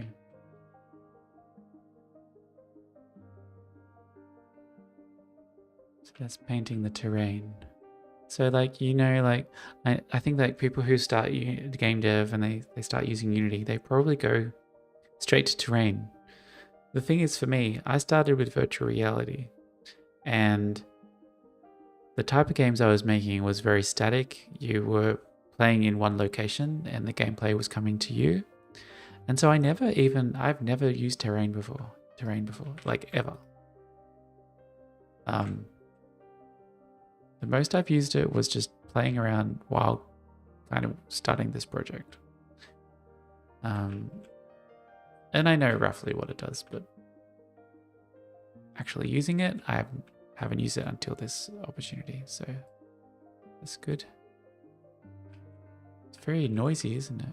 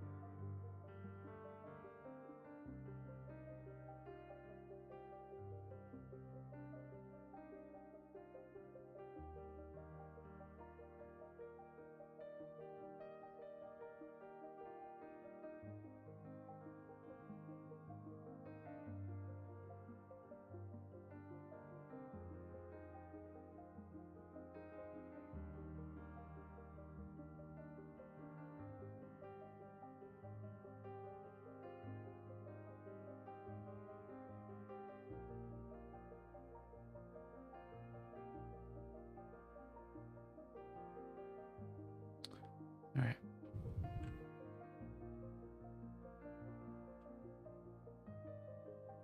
So I can see that actually my shader isn't working.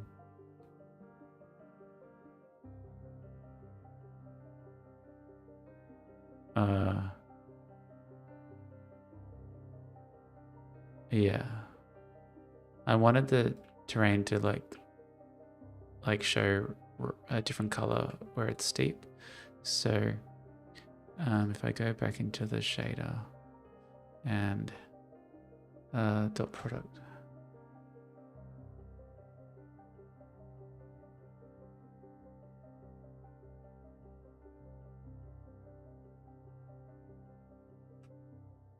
What is it that I have to do there?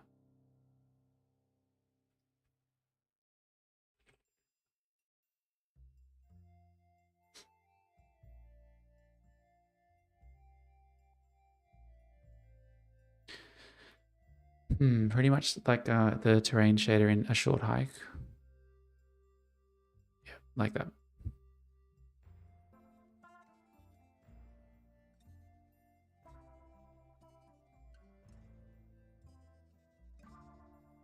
Nine years ago. It's not shader go.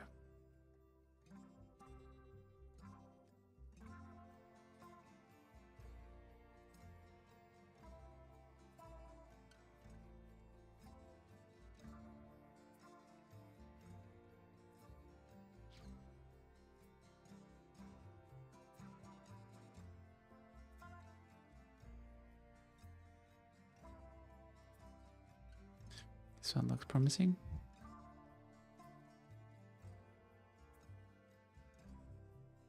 No, not Shady Grow. Oh, I have my list of stuff. Let's have. I have like a list of resources that I was keeping while I was doing shaders. So if I just check that.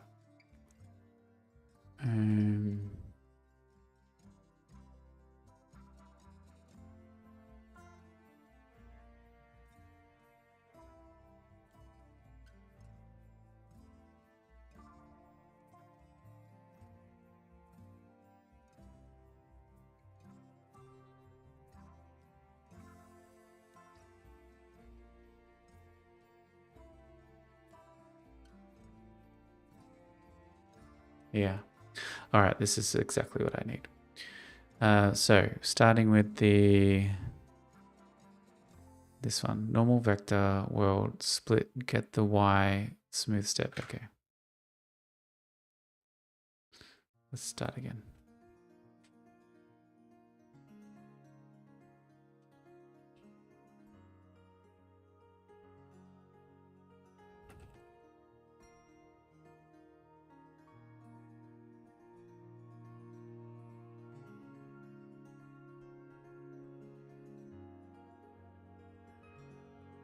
Saturate and then into the triplane.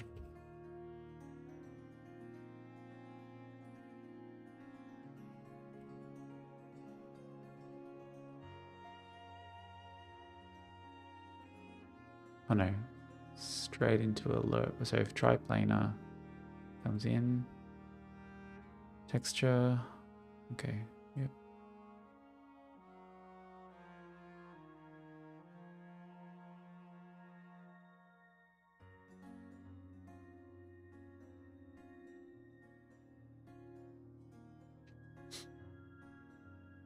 And then lerp.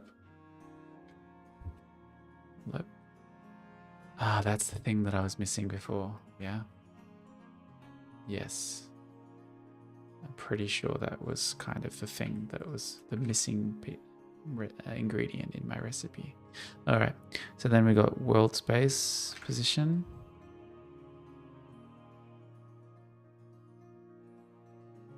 Absolutely. Split, create a new vector.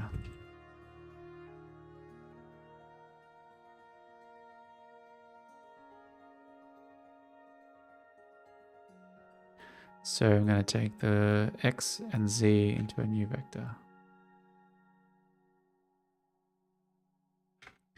And then tiling and offset, okay. So I'm happy that I kept that resource, right? It made it quite easy to find a useful thing.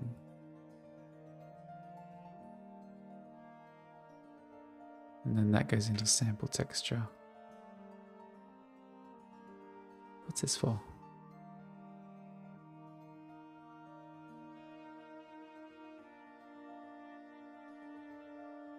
Alright, just do it anyway. Same texture, right? I think so.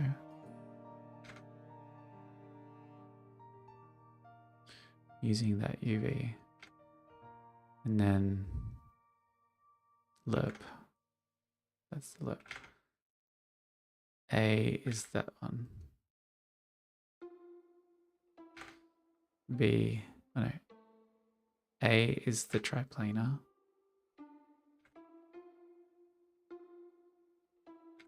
We're going from this one, so let's move it up.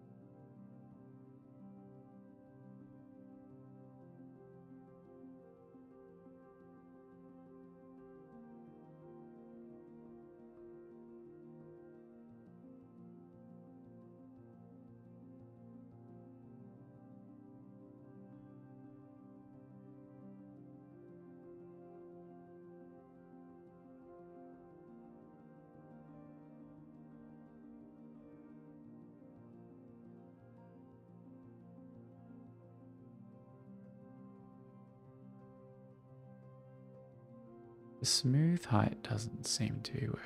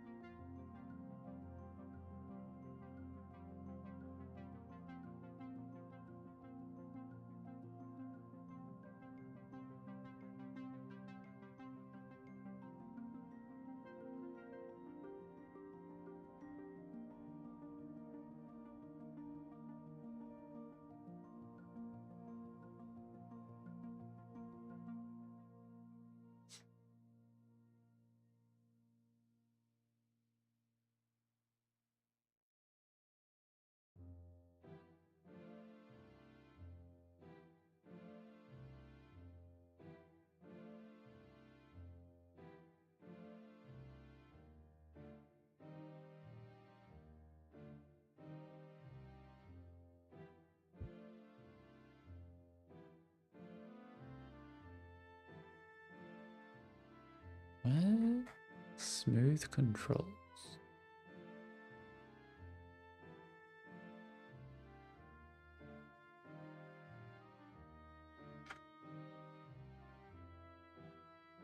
Okay.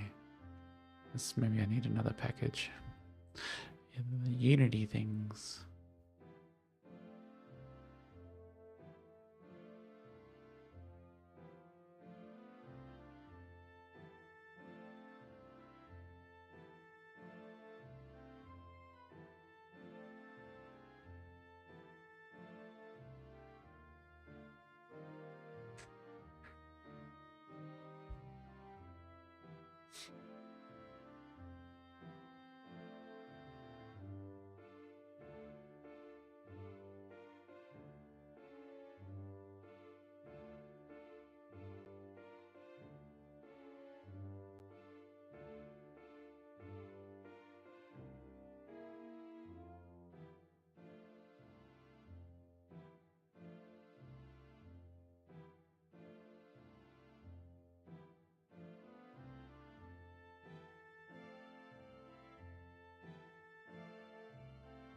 Try again. Oh, that's better.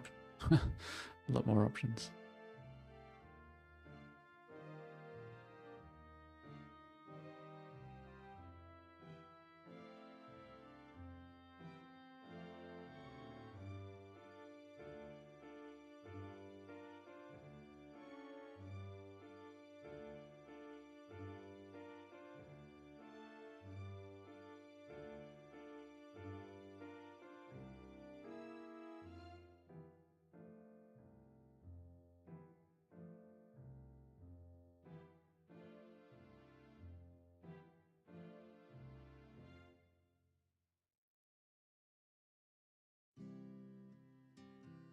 Okay.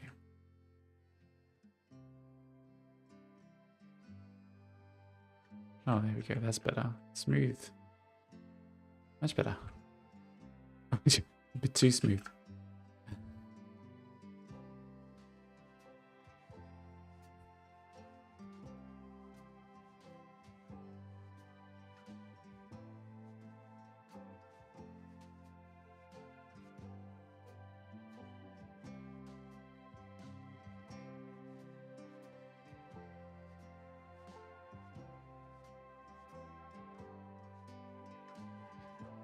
Okay, that's a lot smoother. So I'm going to basically create, for the nursery demo, I'm just going to create like a ridge all the way around. And then you will play in the middle.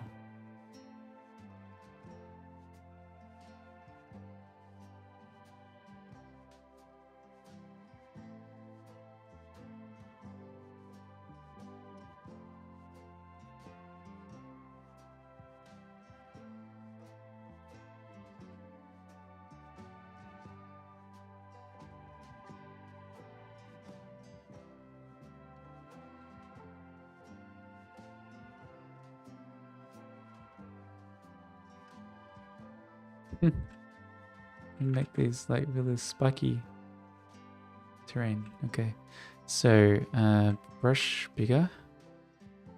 Oh, I can't use the shortcut anymore.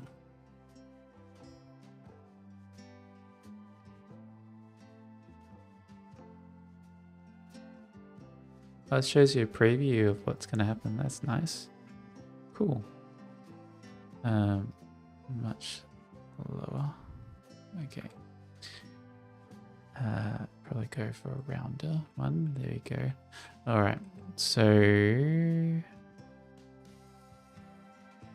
I think this game's gonna be a little bit more video gamey. So I'm gonna go for a hard edge like that. All right. And I need it to be not so strong.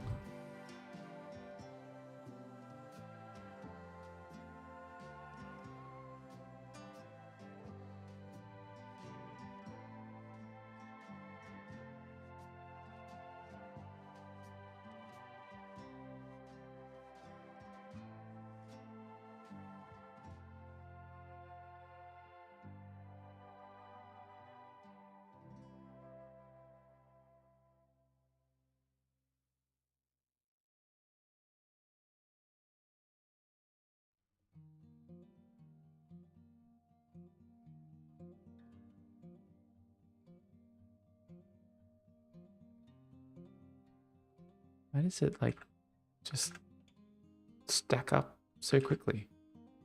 What is that?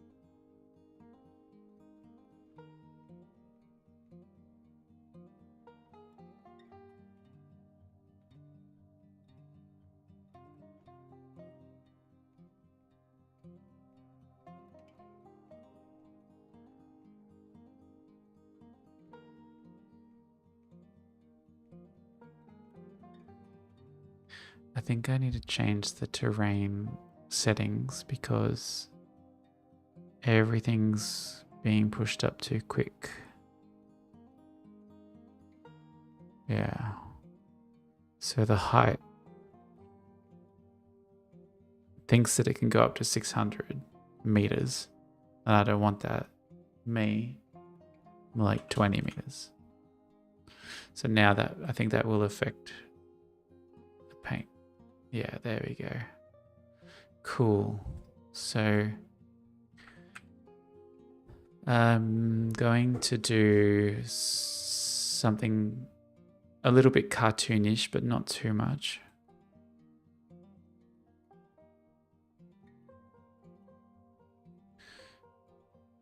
When I say cartoonish, I mean I'm sort of saying more like a video game, less like reality.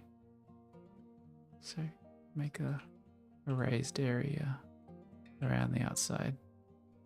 Keep these baby shrubs inside.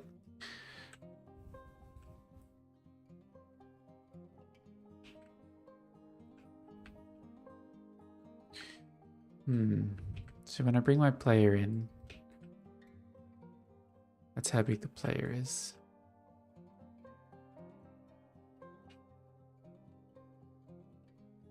I'm going to make the terrain a little bit bigger. Maybe double the size. Just a little bit bigger.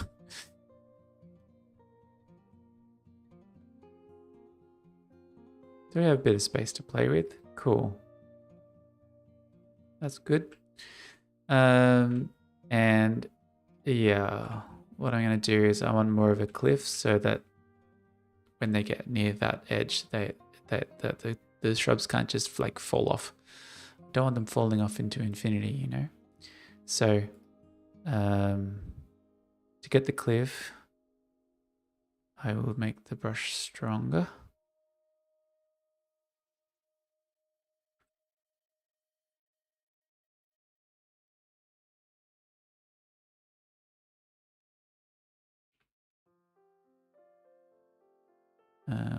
Set.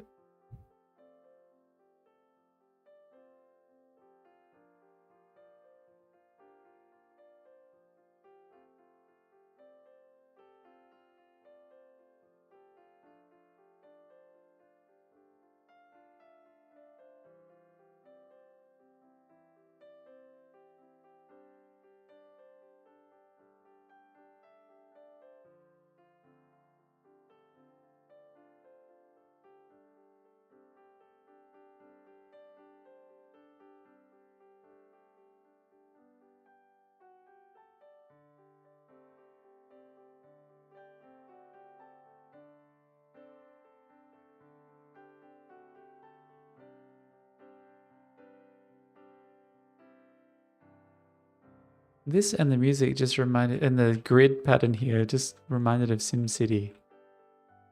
What was the sound effects for demolition? Something like that.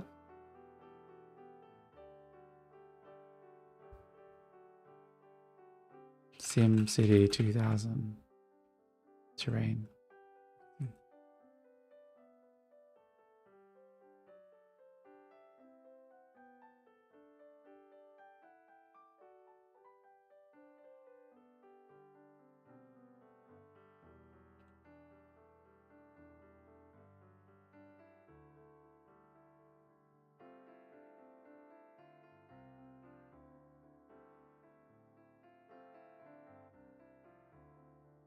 Anyone you let drive your car. So I remember when I played SimCity, and this just reminded me of that. So see a flashback. You know, I'm making the game about the 90s, so to attempt. It looks draw power. Diagonal. This is where $1,000. Anyway, SimCity. Yep, back to work. Focus.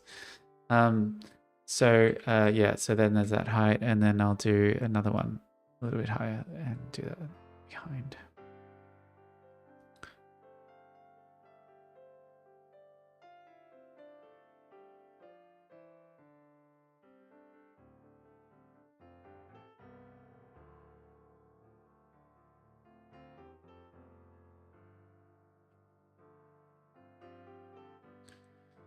And I want to have a little bit of variation in the middle. So I'm going to smooth it out in a second.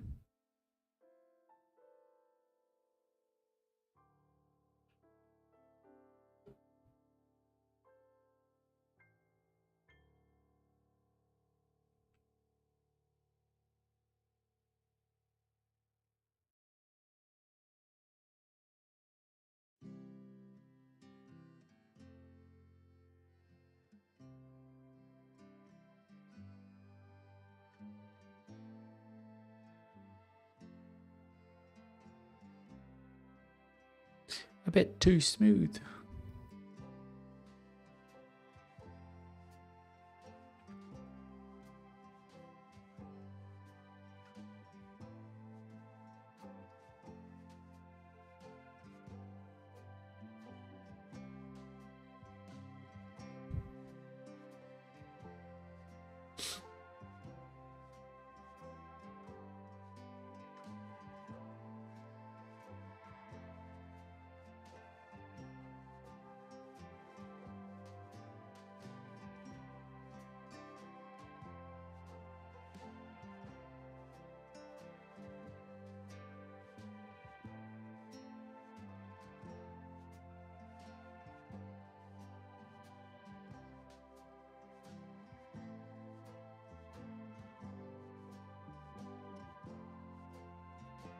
I think it'll just help for positioning, like orienting yourself if I make one side high.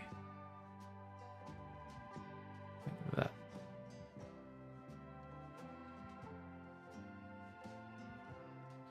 And then one corner is like a mountain.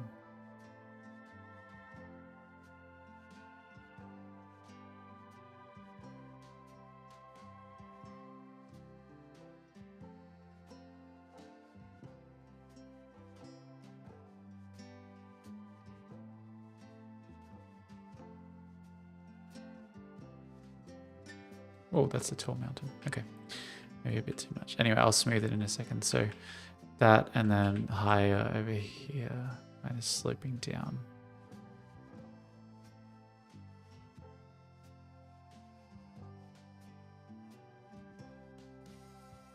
Yeah. And then, so that's the tall side. And then on this side, I'll make like a peak around the middle so that you can kind of orient yourself pretty easy. There you go. Kind of maybe coming into the play area a bit, like that. And that should come into the play area too.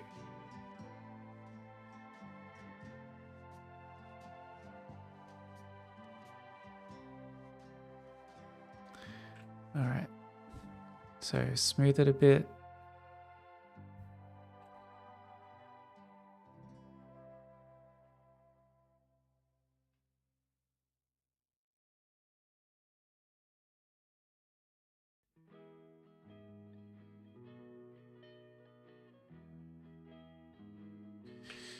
And then I'm gonna carve in the height to create that clear cliff.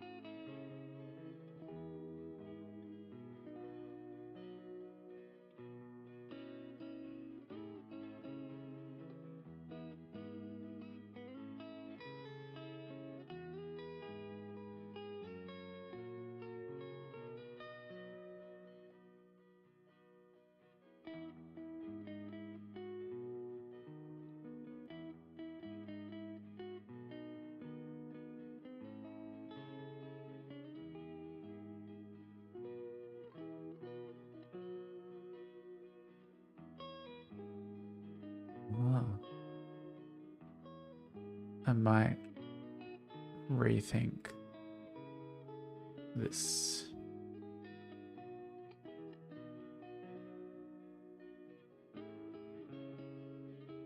Because I still want those pretty clear edges, you know.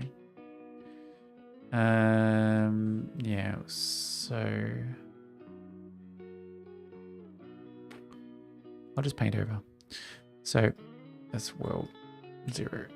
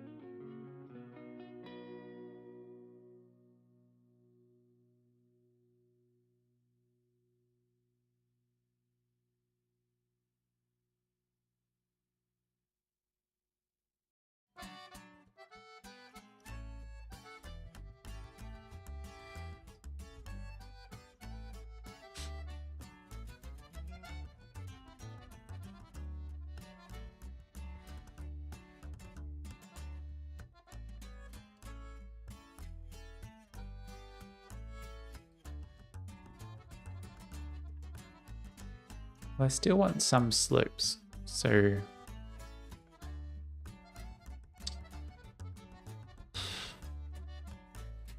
what am I doing?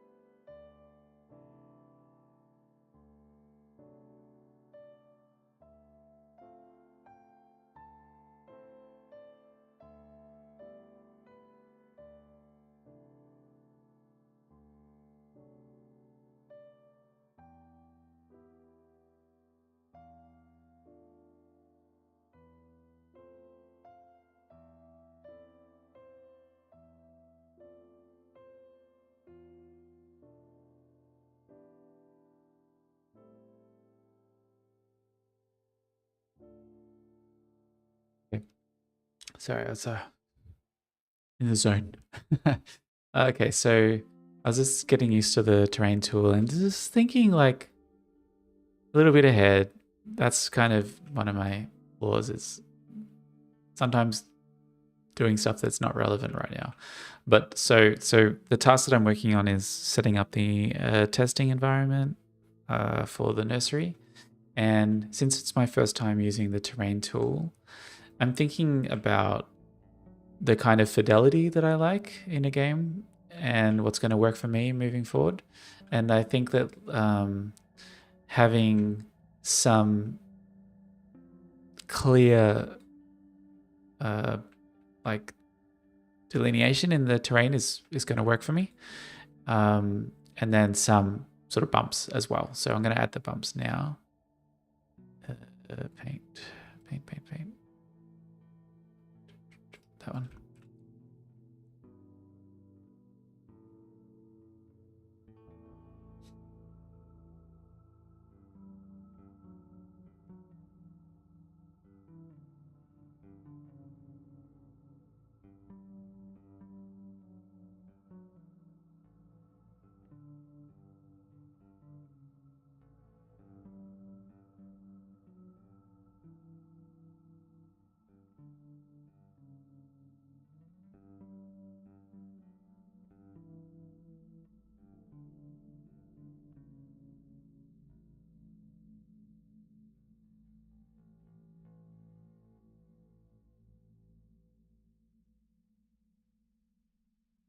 Is there an easy way to switch tools?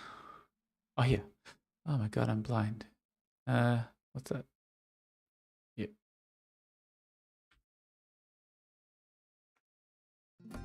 Any way to change scale of my tool? Anyway. Yeah.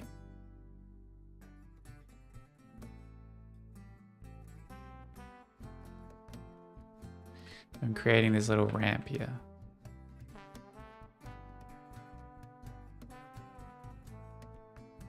And then I'm going to smooth it. What's that one? Set.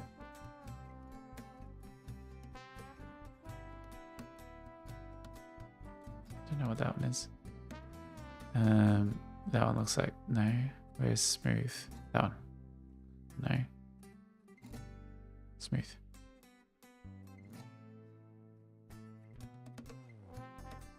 Oh, that's a smooth ramp.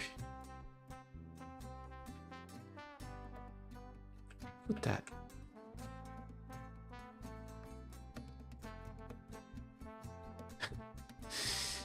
Yeah.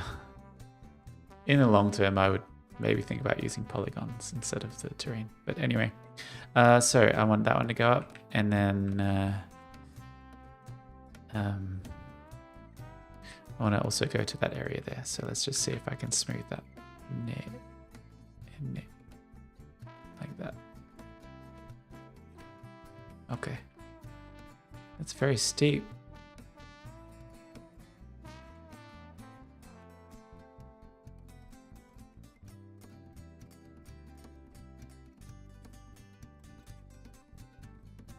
Plop down some.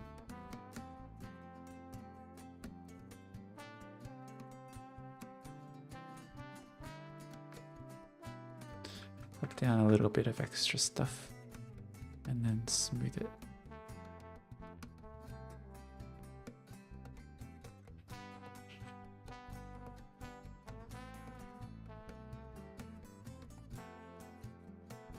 Okay. Got my own little Sonic / Mario level happening. Alright. So now I got that little central area. You can maybe go up here. Anyway, you don't even have a player character, so I don't know why I'm doing this. So anyway, done. Save that as a prefab. There we go. Terrain.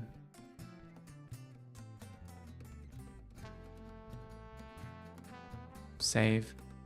So environment done. Placeholder model for the shrub.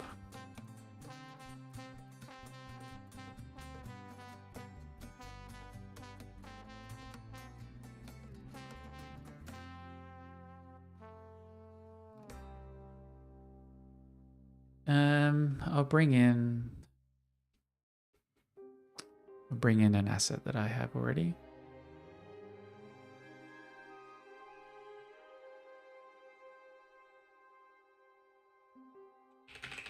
A wabbit.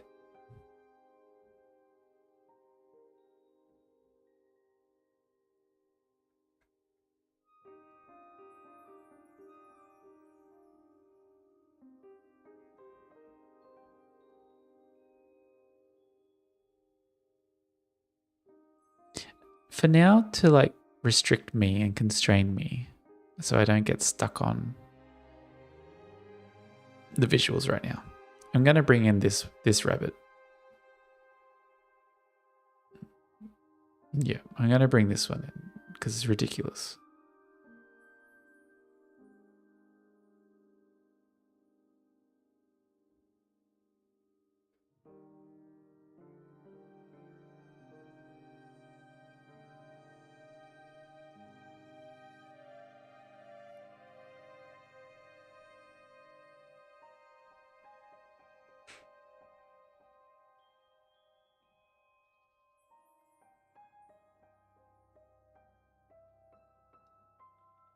Fun fact, pigeons were almost going to be the main enemy of Call the Wizards. They were all going to be pigeons, similar to how the balloons? Balloons is all about balloons. I was going to use pigeons because it's so funny killing them and watching them, especially when I had the wind wizard pushing them, like see them get pushed away. It's very funny. All right, so that's the shrub. And I'm going to bring in a placeholder for the player as well, just for scale. And I like to use Liam.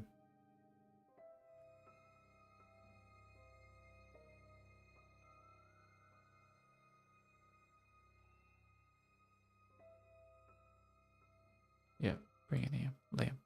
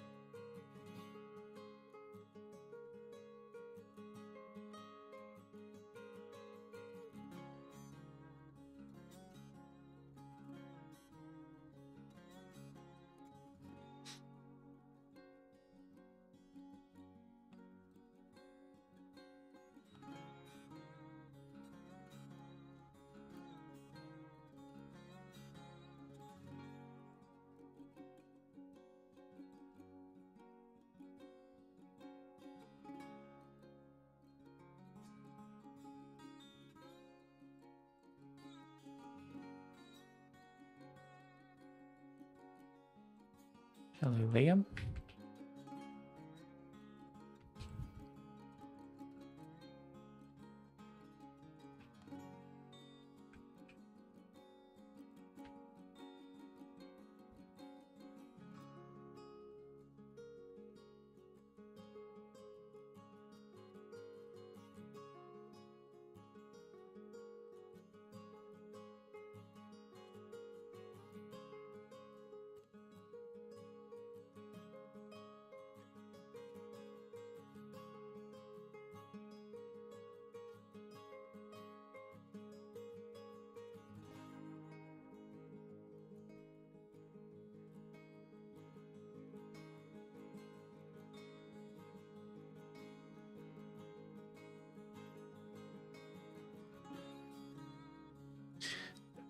pink rabbit's gonna really annoy me. So just check to see if any of the other textures are usable.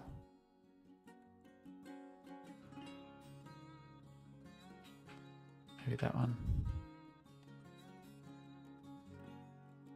Not that one.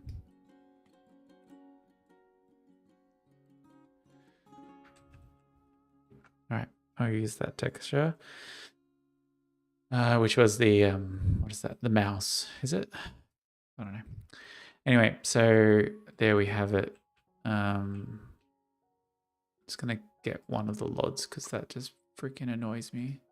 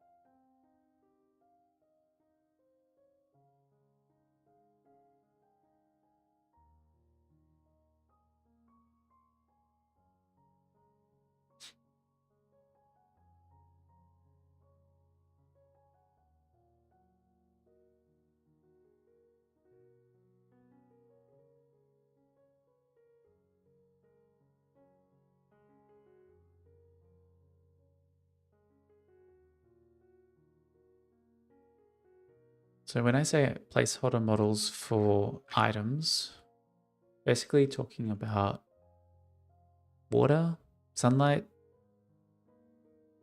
seed. So let's just do them now, get them ready.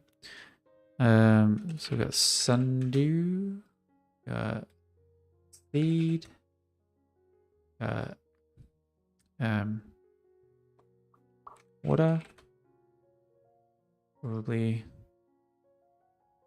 a treat, food item, and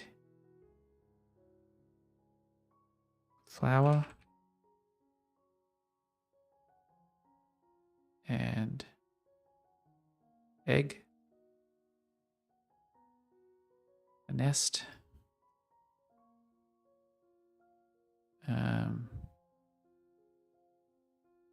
what else?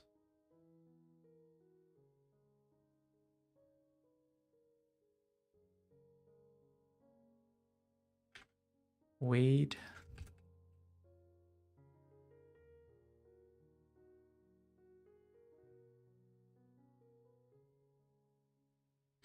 Maybe that's all for now. So just like laying them all out visually. Sundew. Oh, I need to move this terrain to the origin. It's annoying me. So where's the origin? Layer. Get over there. Get over there. Terrain. Edit.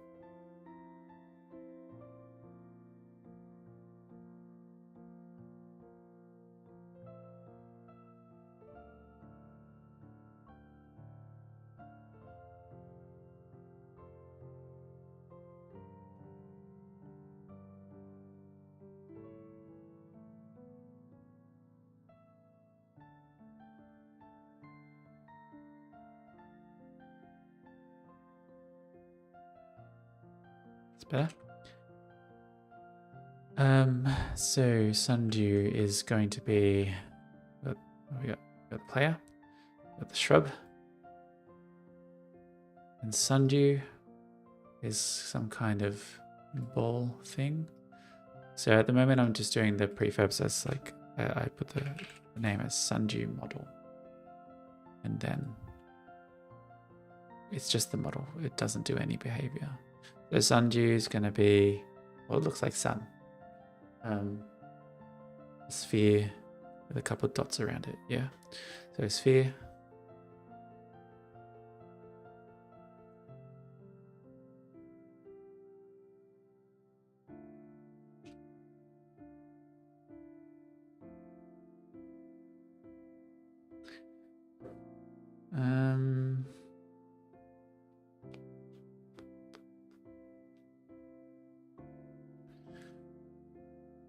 I think this is going to be called the food system. So let's create.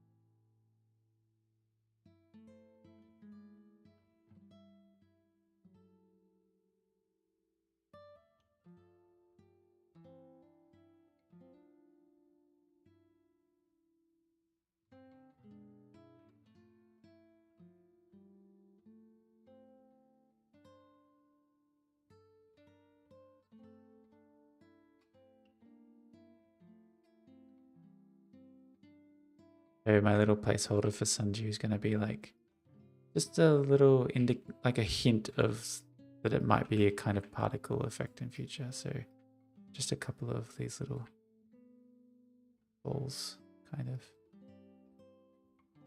That. So sundew, my idea in the game design is that this is something that generates when the sun comes out. So instead of like being a plant that has to sit in the sun forever and soak up the sun rays, you actually have to go and take the shrubs for a walk so they can go and eat this sundew. All right, that's good enough. Sundew, done.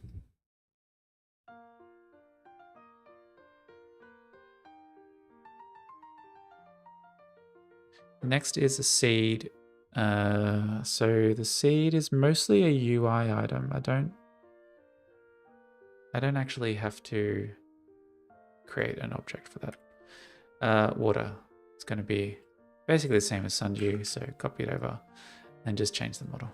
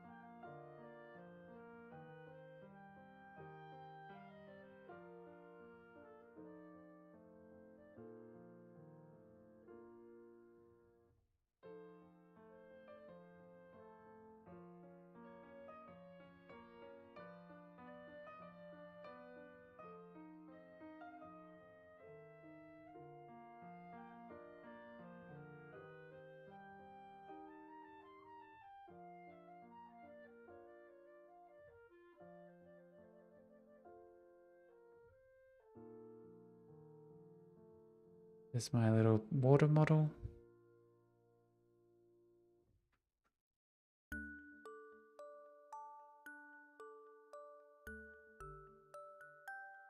What else? A treat is food which they like to eat and gives them some kind of benefit. Can be customizable. So treat.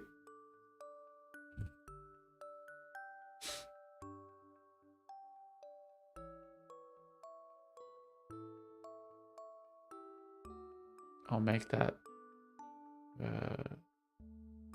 What would be appealing? I'll make it into a cake shape. Why not?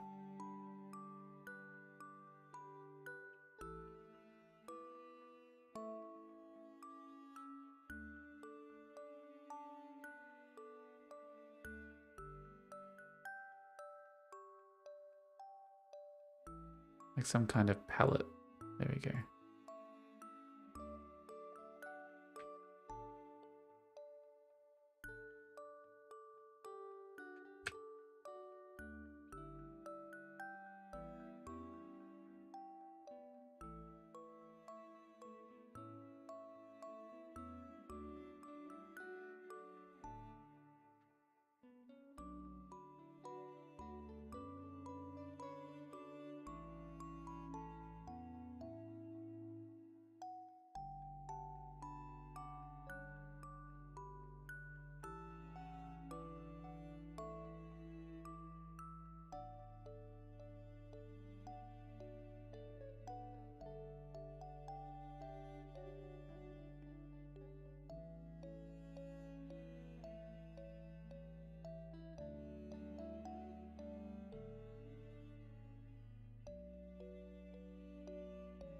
I'll make that a pink color because it's like a friendly thing to do, right? Give you a better treat.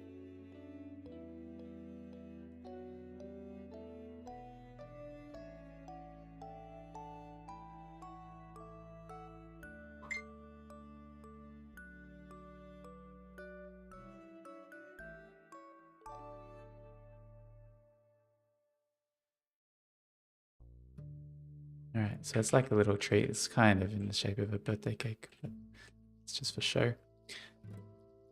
Okay, so that's that treat model done.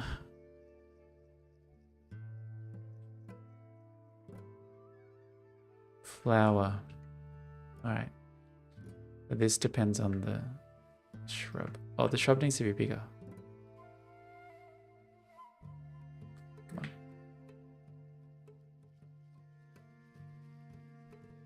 There we go. The flower size should be relative to the size of the shrub. So create a sphere. That's the middle.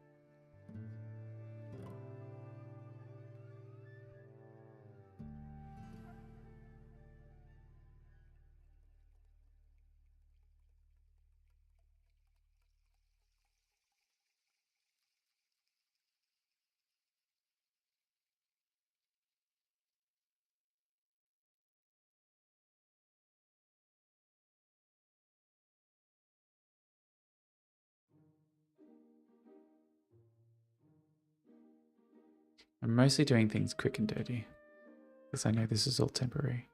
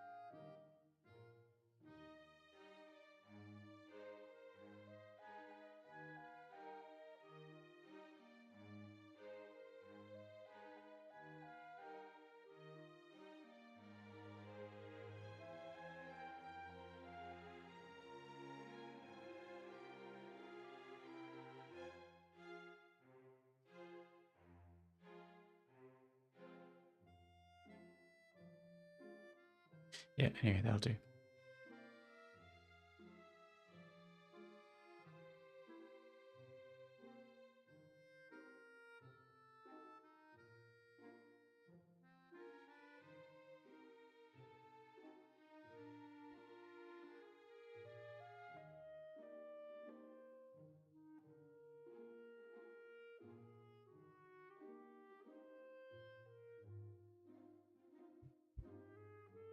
Okay, next is an egg.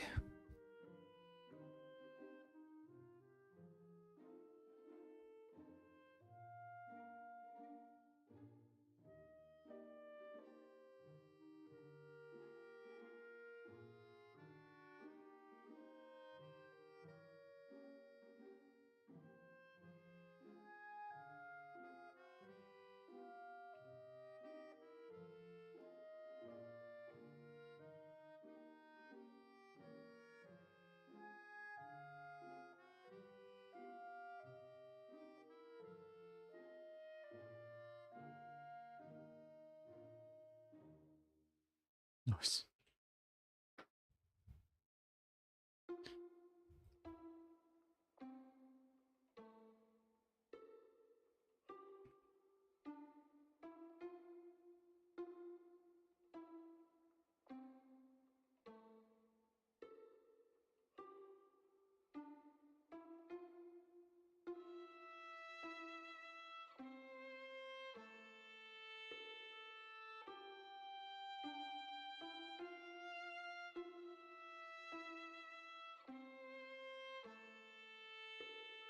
Is it really an egg if it doesn't have spots? You know? It's gotta have spots.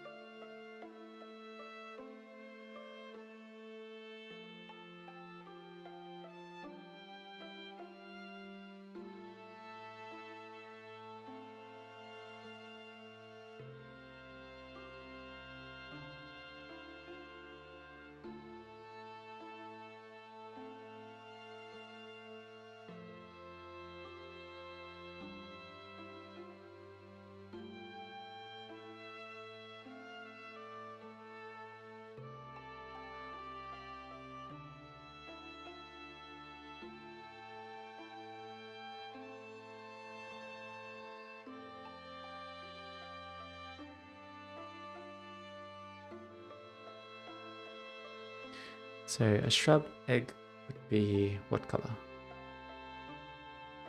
Probably grey, brown grey, with green spots.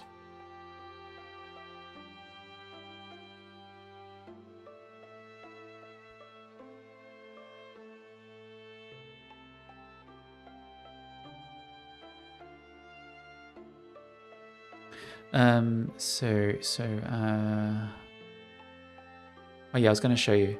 While I'm doing all this, right, like I'm just setting up these little models I could probably import something and just use it, but I get distracted when I import things, and the thing for me to keep in mind is that these are not forever, but they can give you a good idea of what the game will feel like. So, for example, for my game Call the Wizards, I'll show you one of my early screenshots.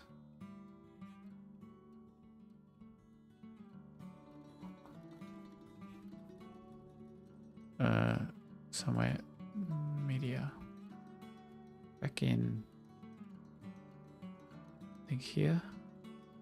Yeah. So when I was working on Call the Wizards,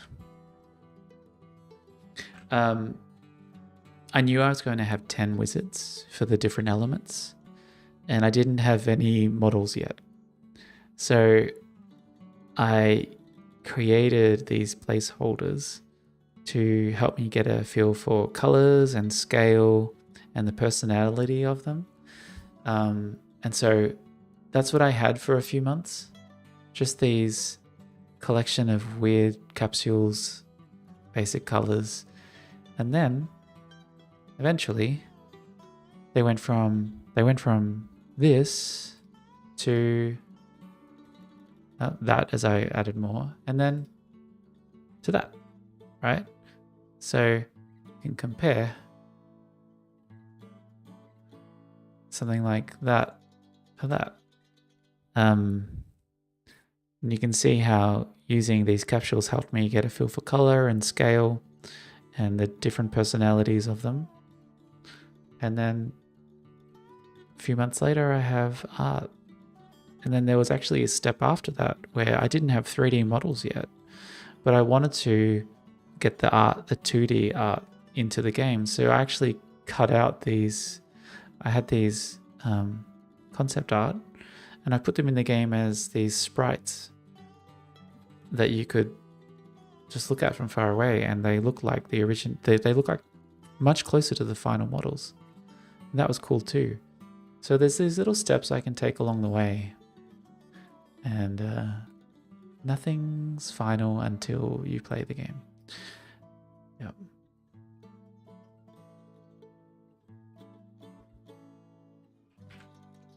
So there we go, egg model.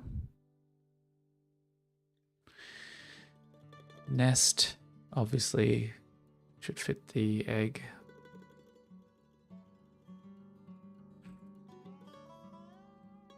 And it should fit the shrub itself as well. So for the nest, I'm going to use a cylinder.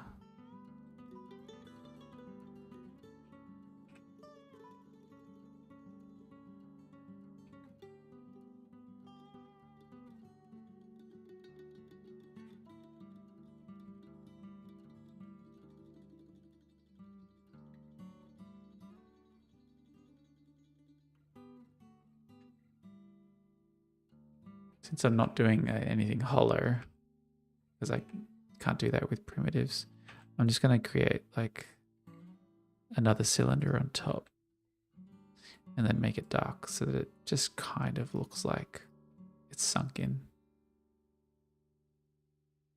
Like that. All right, so create nest.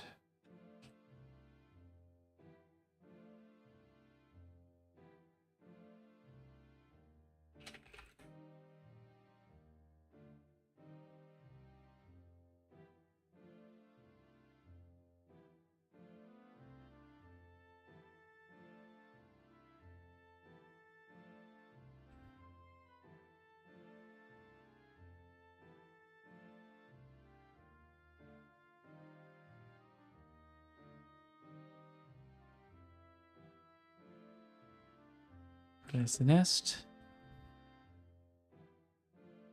I'm going to stop soon. So the weed can... I'll make the weed just a variant of the flower. So let's just copy that. Unpack it.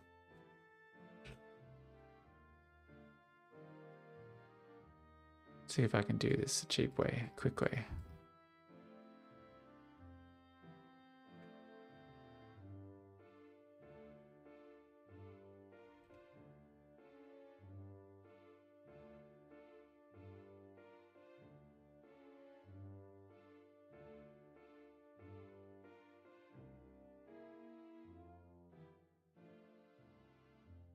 Yeah, just make them cubes. Why not?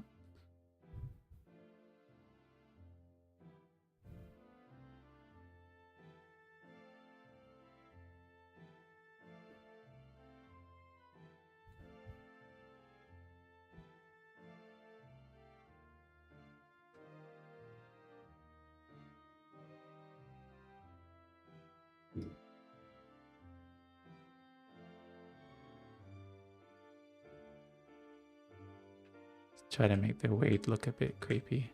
All right, and change the color.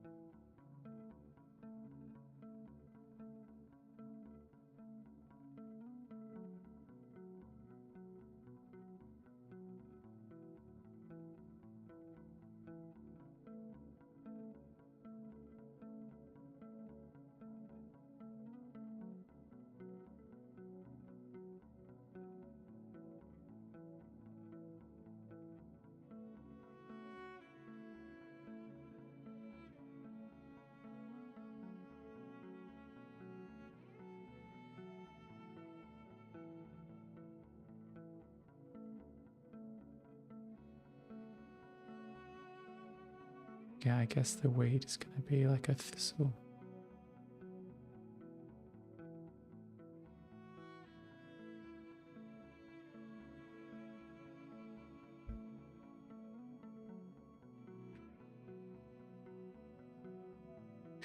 That'll do.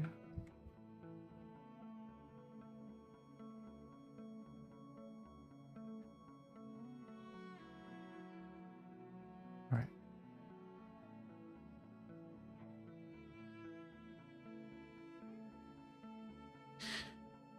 So this is a good time to stop. Let's have a look. So what have I done today? I have introduced myself and the project.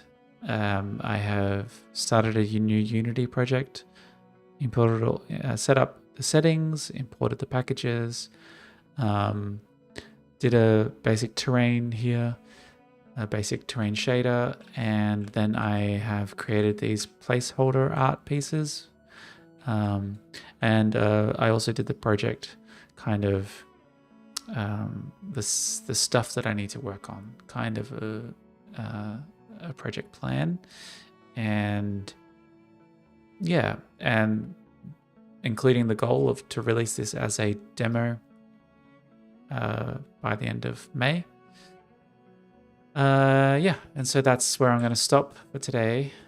Thanks for watching. The last thing to do is close it. Well, this is a huge commit, so I'll do that after the stream.